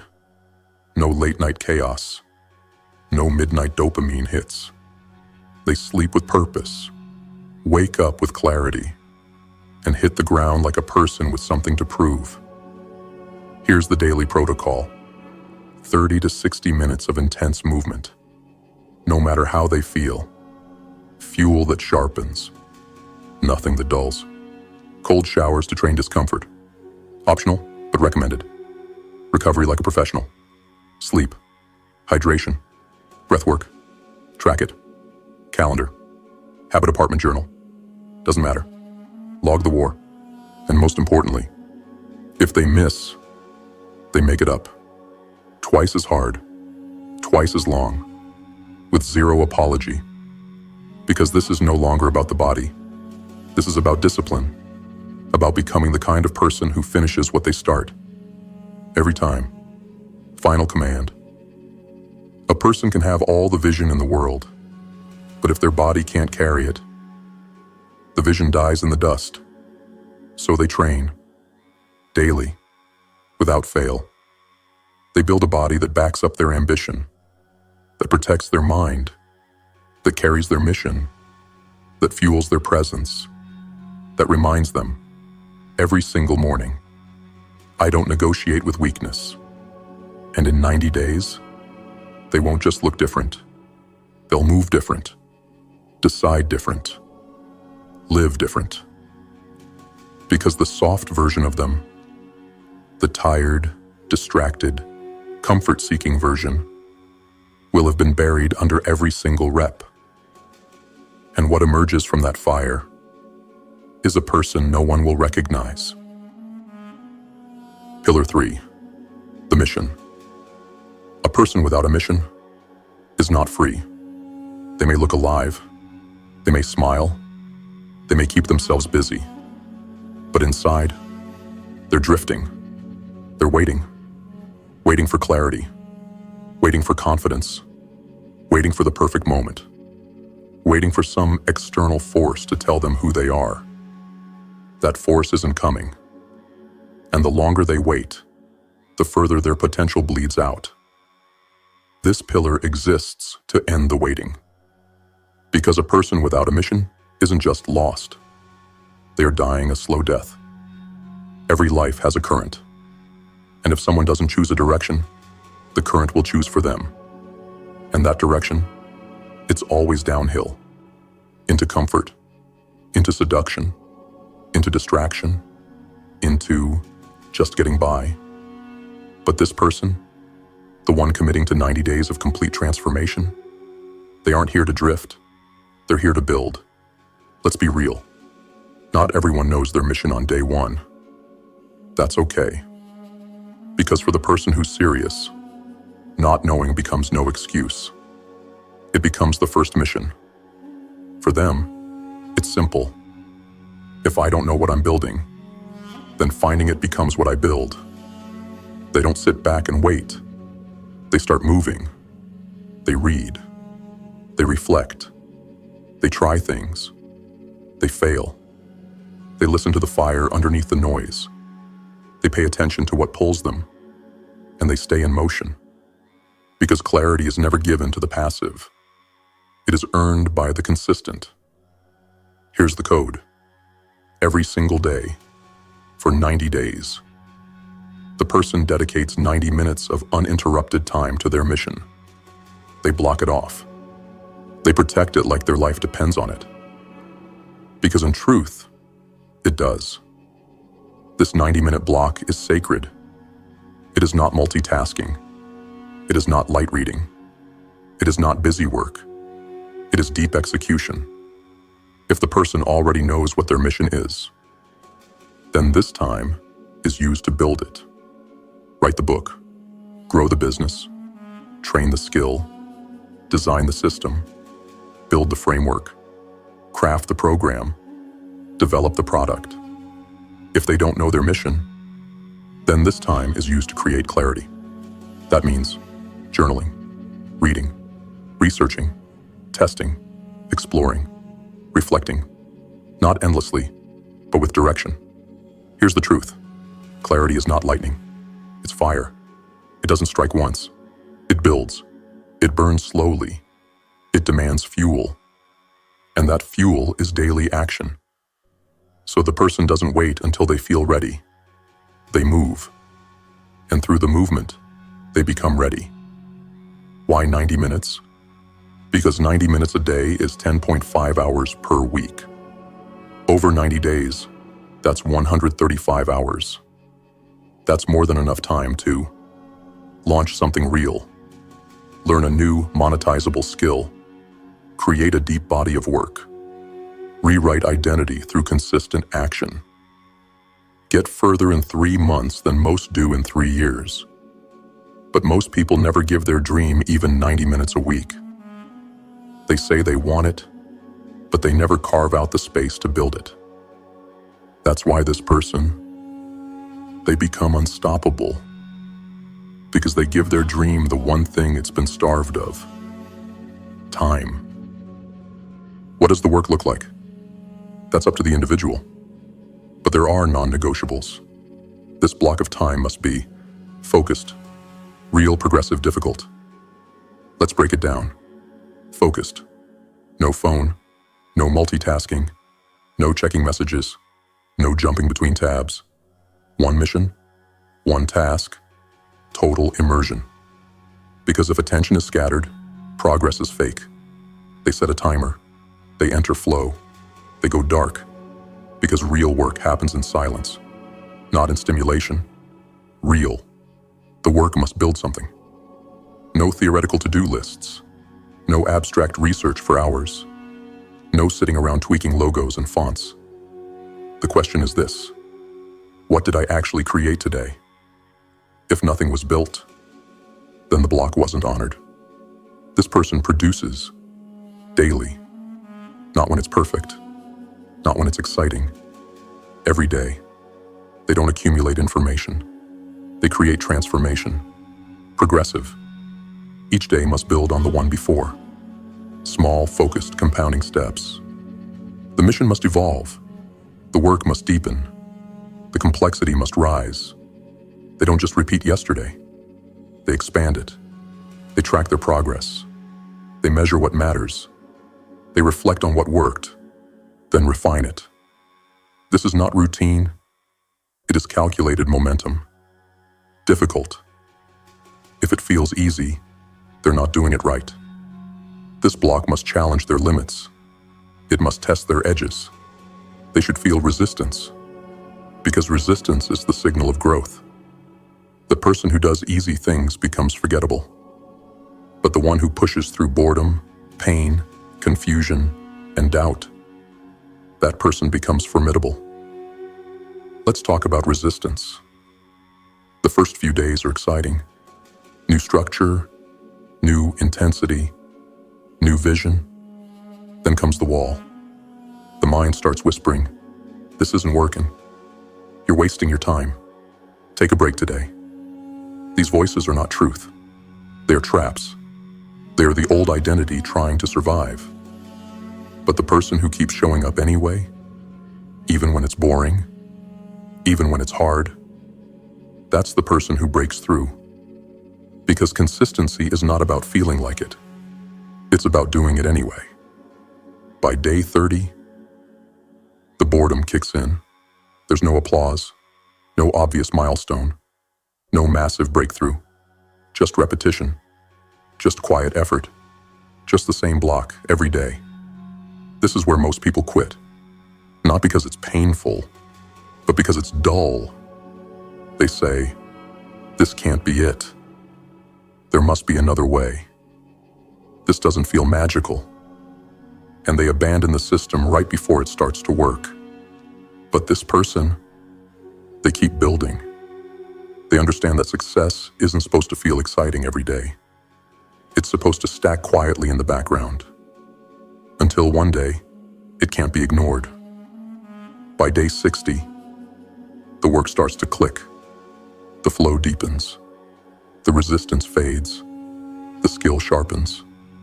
They stop trying to focus. They become focus. Their hands move faster. Their mind connects ideas quicker. Their work carries weight. This is the beginning of mastery. And it didn't come from hype. It came from devotion. By day 90, they are a different person. Not because the world recognizes them, but because they recognize themselves. They know what it feels like to show up relentlessly. They know what it takes to build something real. They carry evidence in their work, in their energy, in their identity. They are no longer someone who tries. They are someone who executes. Here's the daily protocol. 90 minutes of deep work, every day. Non-negotiable, scheduled in advance, preferably first thing in the day. One clear objective, tracked and reviewed nightly. No phone, no distractions. Log what was built. Reflect, improve, repeat. No feelings. No, wasn't in the mood. No soft exits. They execute because it's who they are now. Final command. The world doesn't need more followers, more content consumers, more people waiting for permission. It needs builders, thinkers, creators of new reality. That's what this pillar creates. Someone who doesn't wait for destiny. They forge it. Someone who doesn't watch from the sidelines. They design the arena. And every 90-minute block, it's one brick in the cathedral of their future. So they build, silently, ruthlessly, unapologetically, because their mission is not a wish. It's not a dream. It's not a maybe. It is a non-negotiable identity. And the person who builds daily becomes unstoppable. Pillar 4, stillness. Silence is not weakness. Stillness is not laziness. Rest is not retreat. They are weapons. And in a world addicted to noise, the most dangerous person alive is the one who has mastered stillness. Look around. Everyone is plugged in. Every second, every space, every moment. They scroll when they wake. They scroll when they eat. They scroll between thoughts, between tasks, between breaths. Input, input, input. Constant stimulation, endless distraction. No space to think, no time to feel. And they wonder why their thoughts are fogged, why their creativity is dead, why their anxiety never shuts up, why they feel like they're losing control of their life. The answer is simple. They've never learned to shut the system off. They've never sat in silence long enough to meet themselves. Pillar 4 exists for one reason: to recalibrate the mind through withdrawal from the chaos, to train the person to operate without the background noise of modern life, to teach them the ancient, lethal power of presence. This is about discipline of the nervous system. This is about soul recovery. This is about becoming so grounded that nothing can shake them. Not opinions, not rejection, not failure, not noise. Because when a person controls their internal state, the external world bows. The code is simple. Every single day, the individual takes 10 to 20 minutes to sit in stillness. No phone, no music, no talking, no scrolling, no stimulation, just them, their breath, their thoughts, their presence. This is not about doing nothing. This is about doing the most important thing they've never done: listening, not to the world, but to their self. Let's make something clear. Stillness is not meditation. Meditation is a method. Stillness is a state. It is not posture. It is not a trend. It is not about apps or mantras or branding. Stillness is the absence of reaction, the collapse of stimulation, the intentional return to the source. It is withdrawal, reclamation, the reset switch of a conscious being in an overstimulated world. Why does this matter? Because the modern world is at war with clarity. Everything is built to hijack attention, to spike dopamine, to create noise. And the mind, without rest, becomes a prisoner to that chaos. Thoughts don't land. Ideas don't form. Focus dissolves. Decision-making weakens. And the person starts reacting to life instead of creating it. That's why most never break through. Not because they're lazy, not because they're stupid, because their nervous system is fried. Their brain is smoked, and they've never rebooted the machine. Stillness is not wasted time. It is the calibration of internal power. It is where intuition sharpens. It is where decisions crystallize. It is where old noise dies. It is where identity takes shape. A person who can sit in silence is a person who does not run from themselves. And that person, they are unstoppable. Let's go deeper. When a person sits in stillness, here's what happens. They begin to notice their thoughts. They stop reacting to them. They stop identifying with them. They start watching. And then they start choosing. And that is the shift. Because most people are not thinking. They're remembering thoughts that were given to them. They're not present. They're replaying loops. Stillness breaks the loop. It breaks the addiction. It breaks the illusion that everything is urgent. It shows them what actually matters. And more importantly, it shows them what doesn't. In stillness, they begin to separate themselves from the pressure to perform, the addiction to opinions, the compulsion to compare, the tendency to overcommit, the lie that motion equals progress, and they begin to remember who they are, what they stand for, what they will no longer tolerate. Stillness becomes a mirror, and that mirror, it shows the raw truth. No filters, no performance, just clarity. Let's talk about the resistance. The first time a person tries to sit in stillness, they'll hate it. They'll reach for their phone. They'll check their imaginary notifications. They'll fidget. They'll twitch. They'll look around. They'll feel like they're wasting time because they've trained their body to run from silence. But that discomfort, that's detox. It's their nervous system shedding dependency. It's their mind rejecting the purge. And if they sit with it, if they breathe through it, if they stay when every part of them wants to flee, they win. Here's what happens after consistent practice. By day 30, stillness no longer feels like punishment. It starts to feel like power. Thoughts start to slow. Decisions become easier. Reactions become rarer. They become the kind of person who can sit through discomfort without being owned by it.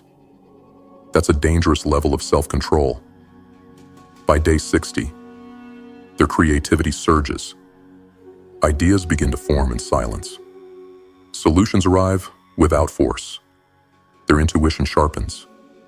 They can feel what's right without needing 10 opinions. They no longer look outward for answers, because the answers are returning internally. They become calm, centered, focused, not by accident, but through intentional inner training. By day 90, stillness becomes a source of clarity, power, and identity. They don't crave stimulation anymore. They require silence. They don't fear boredom. They thrive in it. They don't look for noise. They seek the signal, because now they understand. A person who doesn't run from silence is a person no one can manipulate. Their focus becomes magnetic. Their calm becomes contagious. Their mind becomes a weapon. Here's the protocol. Every day, 10 to 20 minutes. Non-negotiable. No sound, no phone, no screen, no input. Just sit, or walk, or breathe. But do it in pure presence. Let thoughts rise. Watch them. Let them fall. Return to the breath. No fixing. No judging. Just observation. This is not about doing it right. This is about doing it anyway. The goal is not relaxation. It's reconnection. And it must be earned. Daily. Final command. In the noise, everyone looks the same. Everyone reacts. Everyone performs. Everyone reaches for stimulation. But in the silence, that's where the real ones rise. That's where the person becomes different. Still, present, focused. No matter what chaos comes from the outside, they don't flinch because they've already faced the storm inside. Stillness is not the absence of activity. It's the mastery of awareness. And the person who masters awareness can master anything. So they sit and they own the silence, because what comes from it can never be stolen. Pillar 5. No negotiation. This is where the line gets drawn. This is where softness dies. This is where trying ends and becoming begins. Pillar 5 is the code. It is the iron that binds all the others, because without it, everything collapses. Without this pillar, discipline becomes random. The body gets soft. The mind forgets. The mission derails. The silence gets drowned in distraction. Pillar 5 is the law behind the structure. Number negotiation. Let's say it again. No negotiation. Not sometimes. Not when it's convenient. Not when the sun is shining and motivation is high. Every day. Every choice. Every action. Follow through isn't a mood. It's an identity. Most people fail not because they're weak, but because they negotiate with themselves. They say they'll wake up early until the bed feels warm. They say they'll train today until the soreness kicks in. They say they'll do their deep work until something urgent shows up. That's not failure. That's self-betrayal. Every time a person backs down from their own word, they fracture their identity. They reinforce the belief, my word is flexible. My commitment is optional. My vision is not sacred. And that belief will sabotage every goal, every habit, every transformation. So what does no negotiation mean? It means the decision was already made, and it doesn't get revisited. The training? It's happening. The reading? It's getting done. The mission block? It's locked in. The silence? It's honored. The food, the sleep, the boundaries? Already decided. No debate. No delay. No mental gymnastics. The person doesn't hope to follow through. They expect it. Because their standard is non-negotiable. Let's get psychological. Every time a person keeps a promise to themselves, they cast a vote for who they believe they are. One decision, it's a moment. 90 in a row. That's a new identity. That's how internal transformation works. Not from journaling dreams, not from visualizing success, from living in alignment with what was spoken. And the opposite is true too. Every time a person skips, they tell their subconscious, I'm not serious. I don't finish. I'm just pretending. And eventually, the subconscious stops believing anything they say. That's why most people have no momentum. Not because they don't want it, but because they don't believe themselves anymore. And how could they? They've taught their own mind to expect the fall off. Let's talk tracking. No negotiation requires visibility. Why? Because the brain lies. It will say, you've been consistent. You're doing better than before. But the numbers don't lie. So they track every pillar, every day. No gaps. The workout, the reading, the mission time, the stillness, the adherence to this code. They don't guess. They know. And when they see those streaks build, when they see that chain of days unbroken, they'll feel something most people never get to feel. Self-respect. Because that's what this is really about. Not achievement. Not appearance. Not proving something to others. It's about earning back the respect of the person in the mirror. When that person says, I'm doing this, and they do it. When that person says, I won't skip today, and they don't. When that person says, I'm not who I used to be, and their life proves it. That is the foundation of unshakable confidence. And that can't be bought. That can't be faked. That can't be posted. It has to be earned. What does a no-negotiation life look like after 90 days? It looks like momentum. The body is tight. The mind is sharp. The mission is moving. The stillness is working. They become the kind of person who others can feel. Not because they talk about their habits, but because their presence radiates discipline. They walk differently. They speak with clarity. They say less, but every word lands.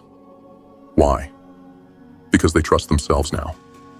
Because they've been tested, and they didn't fold.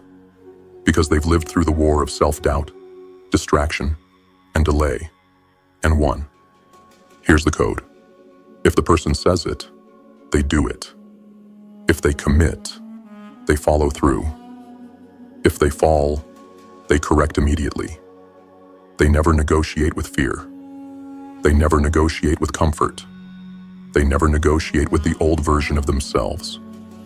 And if they must choose between easy and true, they always choose true.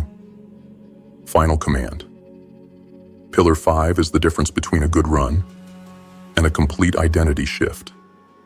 It is the reason the other pillars hold. Because what good is a powerful mind if it's not directed daily? What good is a strong body if it folds when it's tired? What good is a mission if it's always being renegotiated? What good is stillness if it's replaced with chaos at the first sign of pressure? No. Negotiation is not just a habit. It is who they are now. And from this moment forward, every action answers one question. Am I negotiating with my old self? If the answer is yes, correct it. If the answer is no, double down. Because this is the edge, the blade, the black and white line between the person they were and the person they're becoming. And once they cross it, there is no going back. Reset the brain. Cut the dopamine. You've been hijacked. Not by people, but by your own chemistry. Every notification, every scroll, every quick check has rewired your brain for weakness. You're chasing stimulation instead of fulfillment. So for these 90 days, cut it. Cut the endless scrolling. Cut the binge content. Cut the background noise. And most importantly, cut the substances. Alcohol, gone. Anything that dulls your clarity, gone. Your edge is not negotiable, and you don't trade clarity for comfort. The 3 walls. You will hit 3 walls. All of them are traps. All of them are tests. The first comes fast, day 7 to 10. The honeymoon fades. The work gets heavy. The whispers return. This is too much. You've done enough. You can start again later. Those are the voices of death. That's the old you begging to survive. Silence it. Move anyway. The second wall, day 30. Boredom. No more novelty. Just routine. Just reps. Just grind. This is where men quit. Not because of pain, but because of doubt. Don't fall for it. Stay locked in. Because under the surface, everything is shifting. The third wall, day 60. This is where the rebirth begins. You move without resistance. You act without overthinking. Your habits feel like instinct. This is the moment you realize you're not pretending anymore. You are. By day 90, you're not chasing transformation. You've become it. You're no longer dragging yourself through change. You're moving with precision, with rhythm, with power. Because discipline is no longer something you try. It's who you are. This is what it means to become unrecognizable. Final command. When you feel tired, repeat this. I said 90, not 9. When your mind begs for the exit, respond with action. When the world doesn't clap, clap for yourself. When you want to fold, don't. Because the man you are becoming, he's watching, and he's waiting for you. You've flirted with change before. This time, you finish it. This time, you become it.